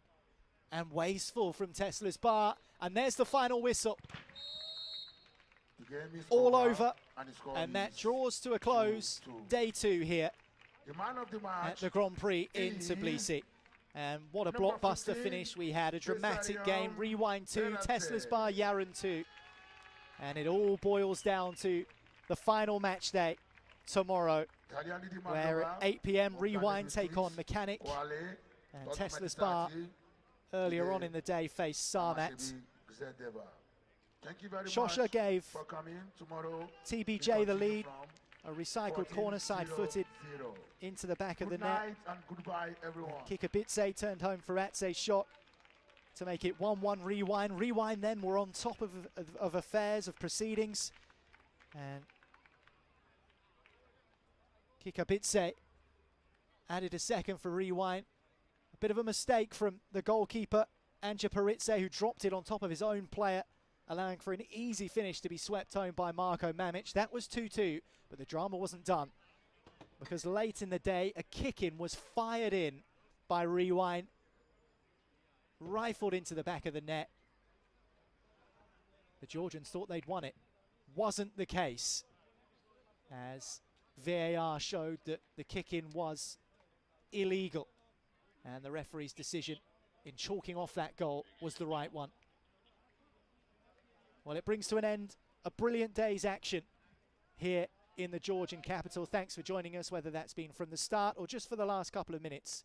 We hope you can join us again tomorrow as things all start at 2 p.m. local time in Group A, as Contra of Egypt take on the already qualified Football Rapido of Spain. I'll be delighted to be with you again tomorrow, as will Dan Shaw. And thank you to everyone who's watched the stream tonight on YouTube. And thank you to all of the production team as well behind the scenes, who worked so hard to put this tournament on, both here in Tbilisi and elsewhere as well, back at Soccer HQ. So the final game of the day ends in a draw. Rewind 2, Tesla's Bar Yaran 2. That's us for today. We'll see you tomorrow at 2 p.m. Georgian time for more Soccer Grand Prix 7's action. Good night.